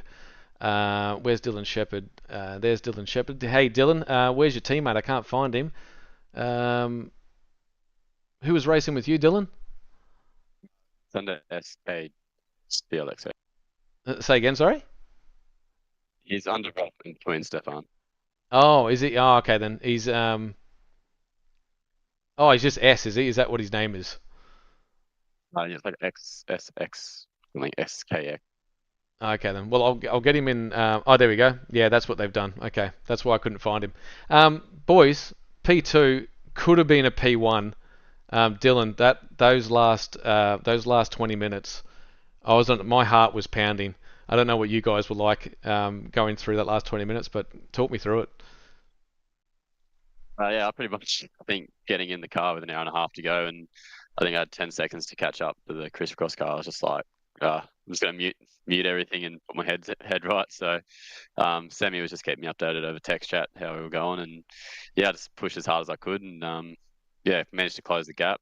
But yeah, just couldn't match the straight line speed that the Beamer had, and had to try a pretty outrageous move, and obviously didn't pull it off, and that's how we ended up. I didn't see it as an outrageous move at all. I think you missed your braking marker by a foot or maybe a meter at max, just because you're on the inside there. But that car, that Porsche that you guys were driving, had so much more braking performance than any other car out on track. Yes, that BMW was super quick. Like in a straight line, that BMW you couldn't even catch it. So for you to close that gap and to make it such a close race at the end there, thank you guys. No, it was really enjoyable. It was turning into a bit of a Sunday drive, but that safety car definitely shook things up. Kind of put us on the back foot when they brought the second one out. So yeah, we knew we had to push at the end, which made it really fun. Everyone out there was driving really clean, and had no issues with anyone on track. So overall, it was a really enjoyable day, and it was good to have a close fight with one of my mates at the end. Oh, so okay then. So Adam Hughes is someone you've driven with before, I'd imagine. I'll chat to him shortly. But you guys at the start of that race, every pit stop, every fuel stop that you guys had, the car was not as quick. But by the end of each stint, you guys were getting quicker and quicker and quicker. So that car, you had a really nice setup in it. Just that last stint, you've obviously tuned it up a little bit, but just couldn't get the biscuits today. So. Mm-hmm. Yeah, I think it's such a pig when it's full of fuel. So your first half a tank, it just I was saying to the guys, it feels like you're trying to punch someone in a dream. You just can't hook it up. You can't do it, yeah. Yeah, and then you can hook it up, but then at some point it's just magical halfway where the balance of the car comes right because the fuel's burned off, and it just is amazing to drive. And then you could just see it in all of our lap times. There's like a switch that goes off that gains you nearly half a second. Because with that 2 hours, that 2 hours to go, that you seem to lose a little bit of momentum. I think there was a little bit of an incident with, I forget what team it was. It might have been the Rob Carmichael Motorsport, possibly, but just seemed to lose a bit of confidence going through El Rouge and up over the hill as well. No, after the double safety car, which sort of really caught us out a bit, and it left us with quite a big fuel deficit to the guys following us, and then sort of made the choice okay, well, I'm going to do my last stint as a big fuel saver and try and get try and get an extra lap out of this thing. So we were down on time, and I was really trying to preserve some fuel, but I've never done that in a GT3 before, so I was kind of working it out as we went. So definitely lots of big lifts were going on and stuff, just to try and get a little bit of that time back, get that one lap back, which worked in the end. We got the lap, and then it meant Shep could send it and close that gap again. It was so close. That strategy obviously worked, got you guys within, with that 30 minutes to go, you guys were there, you had the lead. That BMW, there was multiple times at the end of the Camel Straight where you had to pass on the outside. That's you, Shepherd.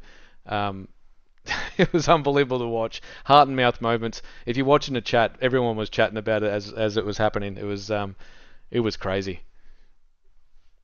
No, I think luckily he was racing against Adam because he I have a lot of trust in him, and I think it goes both ways. So we could, if it was an official race, Spa 24, you definitely wouldn't be doing that. But racing against him, it was, I knew I could hold it there, and he wasn't going to do anything stupid, and it just made the racing really fun.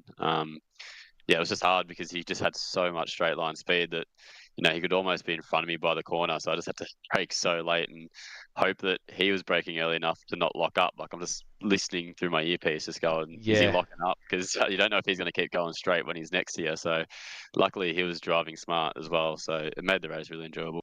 That move he made on you at after Lacombe into turn 10, I'm sure it took you by surprise. It took me by surprise that a BMW would be able to outbrake anything down there.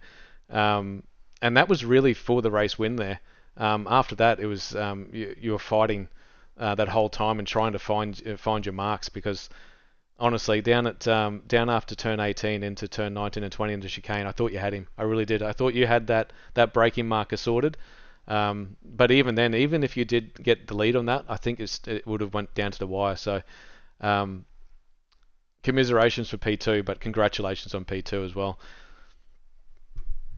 It's might be walking over second, but overall, even with a lower turnout, I think Sammy and I had a ball. It was enjoyable. Like, it was interesting. You had to drive your hardest the whole day, and the safety cars kept things interesting. So all in all, it was worth it. And yeah, I think it was great. I think that manual safety car really made the difference between a normal enduro to what we do here. So yeah, hopefully we can do that at Sandown as well, and hopefully you guys come back on board and try and go for P1 next time. I wait to see what this Porsche does around Sandown. I think it's going to be rapid. I really think that Porsche is going to be absolute rapid. So it's a good pick, and definitely around Bathurst later in the year in October. That's going to be a good pick as well for the fuel as well. So give us a shout out, boys, to anyone that you need to shout out to, and I'll move on to the winners. You first, Shep. No, he's not playing that game, mate. Sorry, in the middle of taking screenshots. Sorry. No, just a massive shout out to Semi, first of all, for driving with me. Blackout Electrical, Distraction, Sim Gear, and Chase Clothing for jumping on board with us, and for you guys for on a great event and a great broadcast. No worries, mate. Anytime. Thank you very much, gents, and I hope to see you shortly in the next Enduro, or even on our Wednesday and Thursday nights. Enjoy your afternoon, boys. Thanks very much, Aaron. Had a ball. Thank you. Cheers. Okay, we'll move on to the winners, which I cannot seem to find in here. Is Adam Hughes in the chat? I'm not sure. If he is, I'd love for him to be dragged in here. Maybe not. Who was his co-driver around there? I don't know who it is. Greg Barber was definitely his co-driver. Where's your teammate? Mate, he sent me a message about 30 seconds ago saying, "Hey, can you cover me? I've got to go help the old man with something." Unbelievable. Well, driver for that. Yeah, I think it or two. Well, mate, I'll talk to you anyway, Greg. It was a fantastic race, and you guys were in the middle of nowhere. You guys were like 90 seconds behind the leader at one stage. So, talk us through what you as a team were thinking about at that stage. So I think, as I was saying to you guys earlier, the Adam the whole idea was we were going to run sort of single stint, double, and Adam sort of got in for his stint, offered to do a double, and so I sort of held him up for that. I said, "Okay, do a double." Then I was due to get back in the car after that, but when I jumped into the car, I had some technical issues, so I had to quickly jump out, and he jumped back in. So that's why he did 90. So that's why he did 92 laps in a row. I think he did. Yeah. Yeah, that's why he did a triple. And by that stage, he'd had a moment at Puon and had to request a tow. In fact, and that kind of put us behind the eight ball a bit. Luckily, it happened at the same time. They didn't call the safety car, and luckily at the same time, everyone else was pitting for their scheduled stop. So yeah, if there was any point to have a crash, I was just saying that over the broadcast, that was the time to do it. Yeah, so we didn't lose a lap. Because sort of the only time we lost was the tow time, really. So that was helpful. Adam, I sort of said to Adam, right, you've put us back there. It's time for you to drag us out. So Nice. he put together some pretty good stints there. That sort of 1.5 stints towards the end there, and luckily got the safety car to get us back on the back of the train. We were sort of targeting P2 at that point. We thought we had the pace to get to P2, but we wouldn't get up with the Well, at Blackout that boys. stage, the Blackout Motorsport boys were so quick that I didn't even think anyone would catch them too. But for whatever reason, you guys obviously trimmed the car up a little bit. The straight line speed of that BMW was unbelievable compared to all the other GT3s out there. At one stage, you guys had, I think there was 0.2 or 0.2, the gap between you and the Blackout Motorsport boys, and they just couldn't catch you on the straight. So, which was unbelievable. Yeah, that actually surprised us a little bit because the BMW's got a much longer gear ratio. So, she struggles to get into top gear going up the hill out of Eau Rouge. So, yeah, and we were looking. Adam wanted me to run 2 clicks less wing, and I sort of had a look at that setup this morning and said, no, it's trying to kill me. I can't do it. Yeah, would have. And he was a bit surprised at that, but look, it was pretty neutral all day.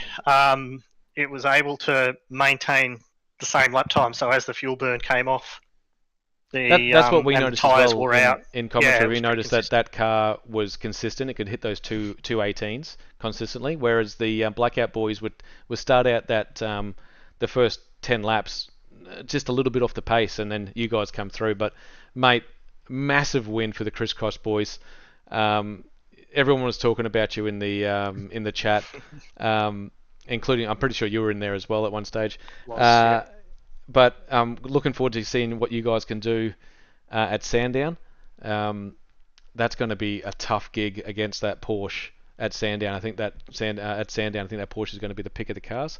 But I'm looking forward to seeing what this BMW can do at the back there as well. But congratulations on the win. If you want to do a shout out, now's the time to do it. It's a pity that Husey couldn't be in here, but go for it. Bloody slack. Thanks boys. Thanks for putting on a great event. There weren't many of us out there, but I think we put on a pretty good show. So I'd just like to thank our sponsors, Crisscross Racing, supported by Shunt Scenery, Palmerston Bakery, Jennifer Russell Real Estate, Master Bayside, Doomed Works now, and Game Changer. Thanks very much, Greg. Hey, you say there wasn't that many people, not many cars on track, but we had 30 people. That's true. You know what I mean? That is So true.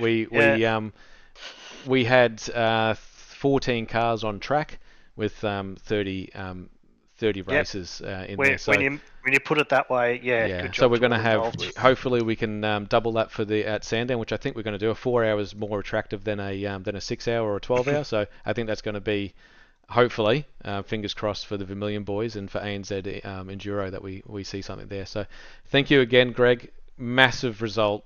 Great to watch. Thank you for the half an hour, that last half an hour of heart and mouth racing that you had with Blackout Motorsport.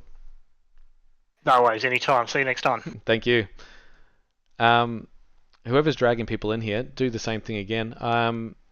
Curtis Bird, and we'll get Stefan in here as well. Stefan or Stefan? How do you want to be said? Oh, I'm easy, mate. Either. All right, cool. Curtis Bird's in here as well. Your teammates. Who were your teammates, guys? For me, it was Jared Farewell and Jake Edwards, but they both had to pop off on Dad's spec. So. And I was in there with Andrew Sharp. Yeah, you're in there. That's right. Sharpie was in there as well. So, boys, did you guys think you were going to come away with P2, P3 in a LMP3 event? In any LMP3 event, in Enduro, in fact. So, well done, boys. For me, absolutely not. Thank you. I honestly didn't think we had a chance because we made so many small mistakes at the start of the race and we were just feeling like wobblers. Both Sharpie and myself were in sort of the same boat there. But I guess we didn't make the big mistakes, and that's what brought this back into contention for us at the end, and we were finally able to drive back to the podium. My condolences to Ben Miles and his team. That must have been hard for him. Yeah, that's gut wrenching when you see the guys in P2. I mean, they jinxed themselves. They called themselves Shitebox Kings, So Ben Miles, if you watch back the replay, absolutely threw the car away going into I forget where it was. It was in Pujon, I'm pretty sure. Or it was before that. It might have been turn 11. Just sent the car into the wall. There was no coming back from that. But where there is commiserations, there's victors as well. So Curtis Bird for P3, well done. Stefan, that race was awesome. And you guys were having a bit of a battle between each other as well, I know. Yeah, no, it was good fun. It was a great sort of that first stint was epic with the 4 LMP3s just sort of all in a line for the majority of that stint. It was good fun. And it was tracking pretty good for that whole race until I think it was about the second safety car. We got caught up in the 3 wide going into Blanchimont, and 3 cars I think ended up in the wall. Which Oh, you did, and that was to do with that was the Boogie Bomb entry of Joshua Horton was involved in that as well. He came off second best, obviously. You guys went through. Which one of you guys had the penalty? Obviously, you guys went over your 40 off tracks. Yeah, that was us. Yeah, that was you guys. You still served your penalty and still came out in P3. So massive effort. Yeah, no, it was good. Yeah, unfortunately, around that sort of time frame, when Jake was in the car, he just chewed up a few off tracks and then had that incident which gave us 8x for 2 hits. So we were sort of behind the 8 ball from there, but yeah, we were hoping that we could sort of get a late safety car to bring us back to the leaders, but yeah, it is what it is. We'll take P2. Well, speaking of the leaders, that Bear Racing, Connor Nixon and Tim Vaughan, I don't think there was anything catching them. Unless you had like ludicrous speed strapped to your car, I don't think you'd be able to catch them. Yeah, no, they were definitely quick. We both of our brush planting cars were struggling for aero damage, and I think we were losing about 12 k's on the straight minimum sort of thing. So yeah, once that sort of happened and we'd already used our fast repair and that, it was all theirs pretty much, all theirs to win.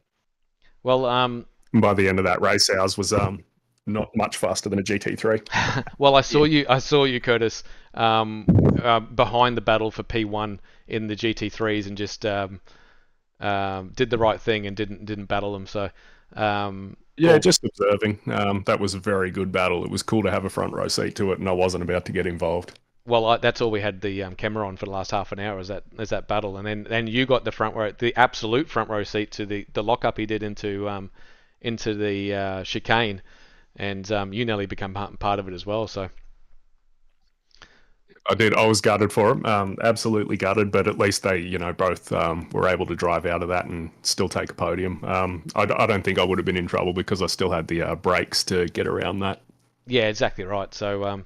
Congratulations to you two. I'd imagine you guys have the same sponsors, the same people looking after you guys. Did you guys want to do a shout out?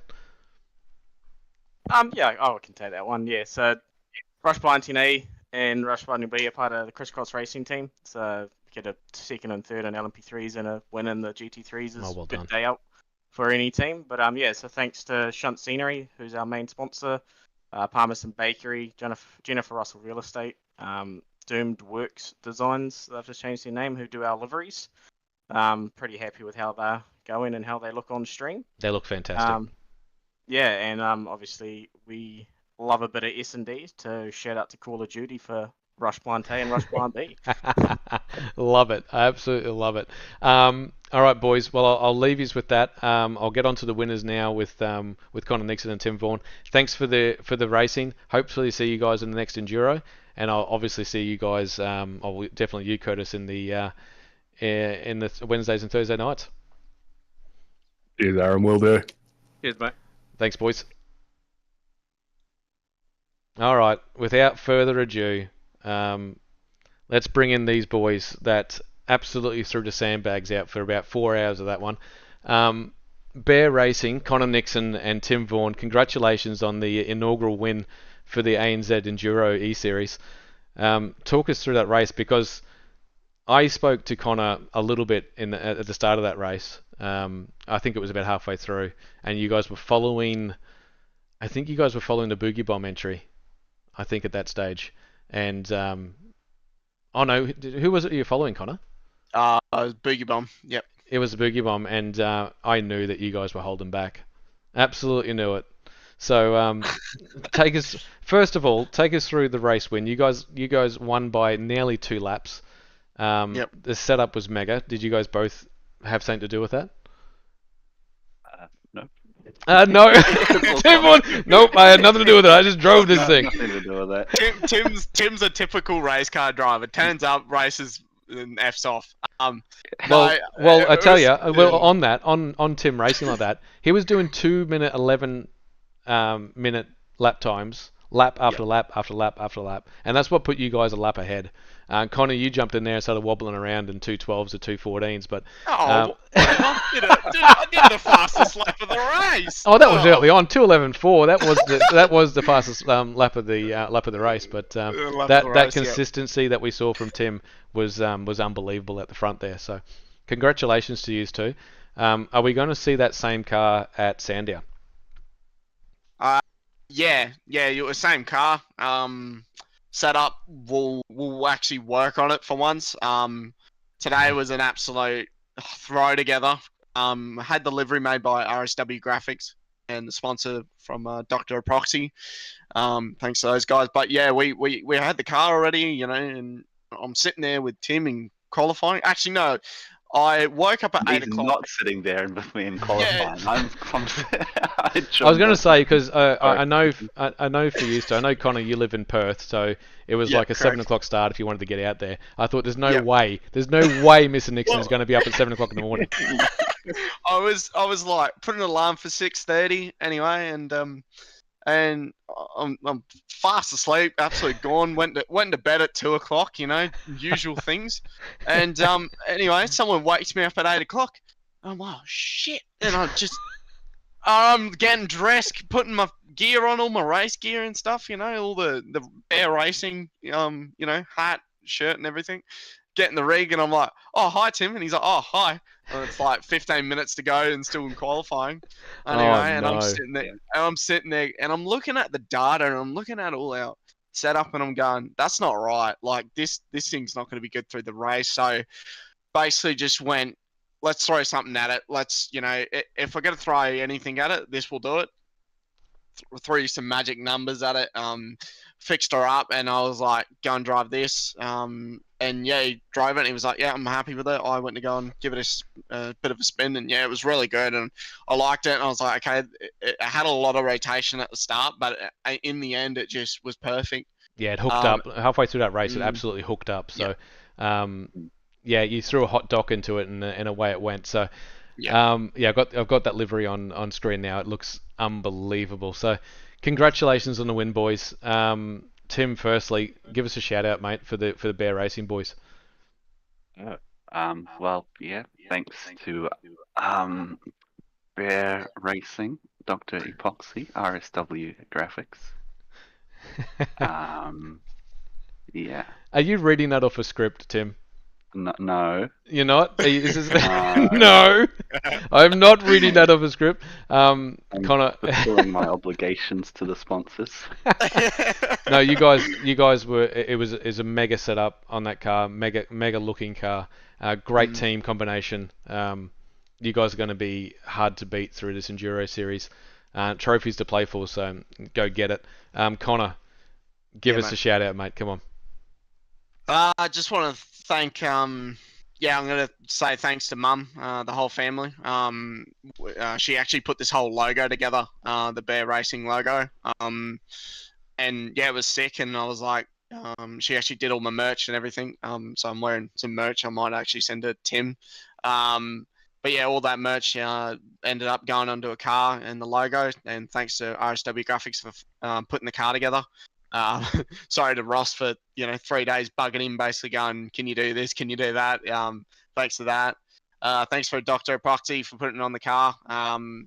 Needed a sponsor, and through the months of this endurance series, we're actually going to put different logos on the car. So Dr. Epoxy for the first round, and who knows for the second round. So if anyone wants to sponsor the Bear Racing, car, hit me up. I'm on Facebook and I'm on. I think my Discord's on there as well. I think I might even have someone in the chat that might be interested in jumping on board on that one. So yeah, we'll get Ben Knopfling to put through a request to you as soon as he can. But sorry to interrupt, mate. Oh, good. And thanks to Matty for the sponsor. Then what else? Yeah, thanks for Tim for coming along as usual. We're such a mega combo. I think every time we turn up now, it's just rinse and repeat. You know, we did the Sebring 12-hour and just crushed it. And then, we did the 6 hours of walk-ins, crushed it again, got a podium. So it's just we're such a great combo now. We were joking we should start putting a tally together what we've won, and it's been mega driving with Tim. I always say thanks for coming along and driving with me and driving for Bear Racing, which is a new team. But and there's a logo on there. I forgot to mention Vermilion Racing. So we're still a part of Vermilion, but we're going to see how this goes, and it's a little bit of an off-brand, just so there's not a million Vermilion cars out there. We got a million Vermilions. We got a lot of Vermilion drivers, but the nice, unfortunately, none of those drivers actually finished the race. I was going to actually mention all the guys that are a part of Vermilion, the team, like everyone that put it together. We all had different liveries on. We all had different setups too, like Ben Miles and Sean Doyle. They are teammates of myself in Vermilion, and they had a complete different setup, different livery, different everything. So there was, we didn't compare data. We didn't do anything. It was, you had a teammate, and if that teammate couldn't throw a setup together, too bad. And too bad. Yeah, basically, and I appreciate that. I think we're in such a good place now where we can do that type of stuff and still have really good fun. I think competition inside a team actually makes it stronger as well. So it's good to see, and if we can get that going forward, we're going to have some absolute mega results in the future with Vermilion. But boys, I'm gonna wrap you guys up there because you can talk until the cows come home. Tim Vaughan, thank you, mate. Yeah, mate, mega drive. Honestly, mega drive from Tim. I was watching the sector times on what he was doing. He's incredible. Connor, you went out there and just and dominated like you always do. Hope to see you in the next Enduro. Enjoy your afternoon, boys. I'm going to go out and do some mowing if it's not too dark.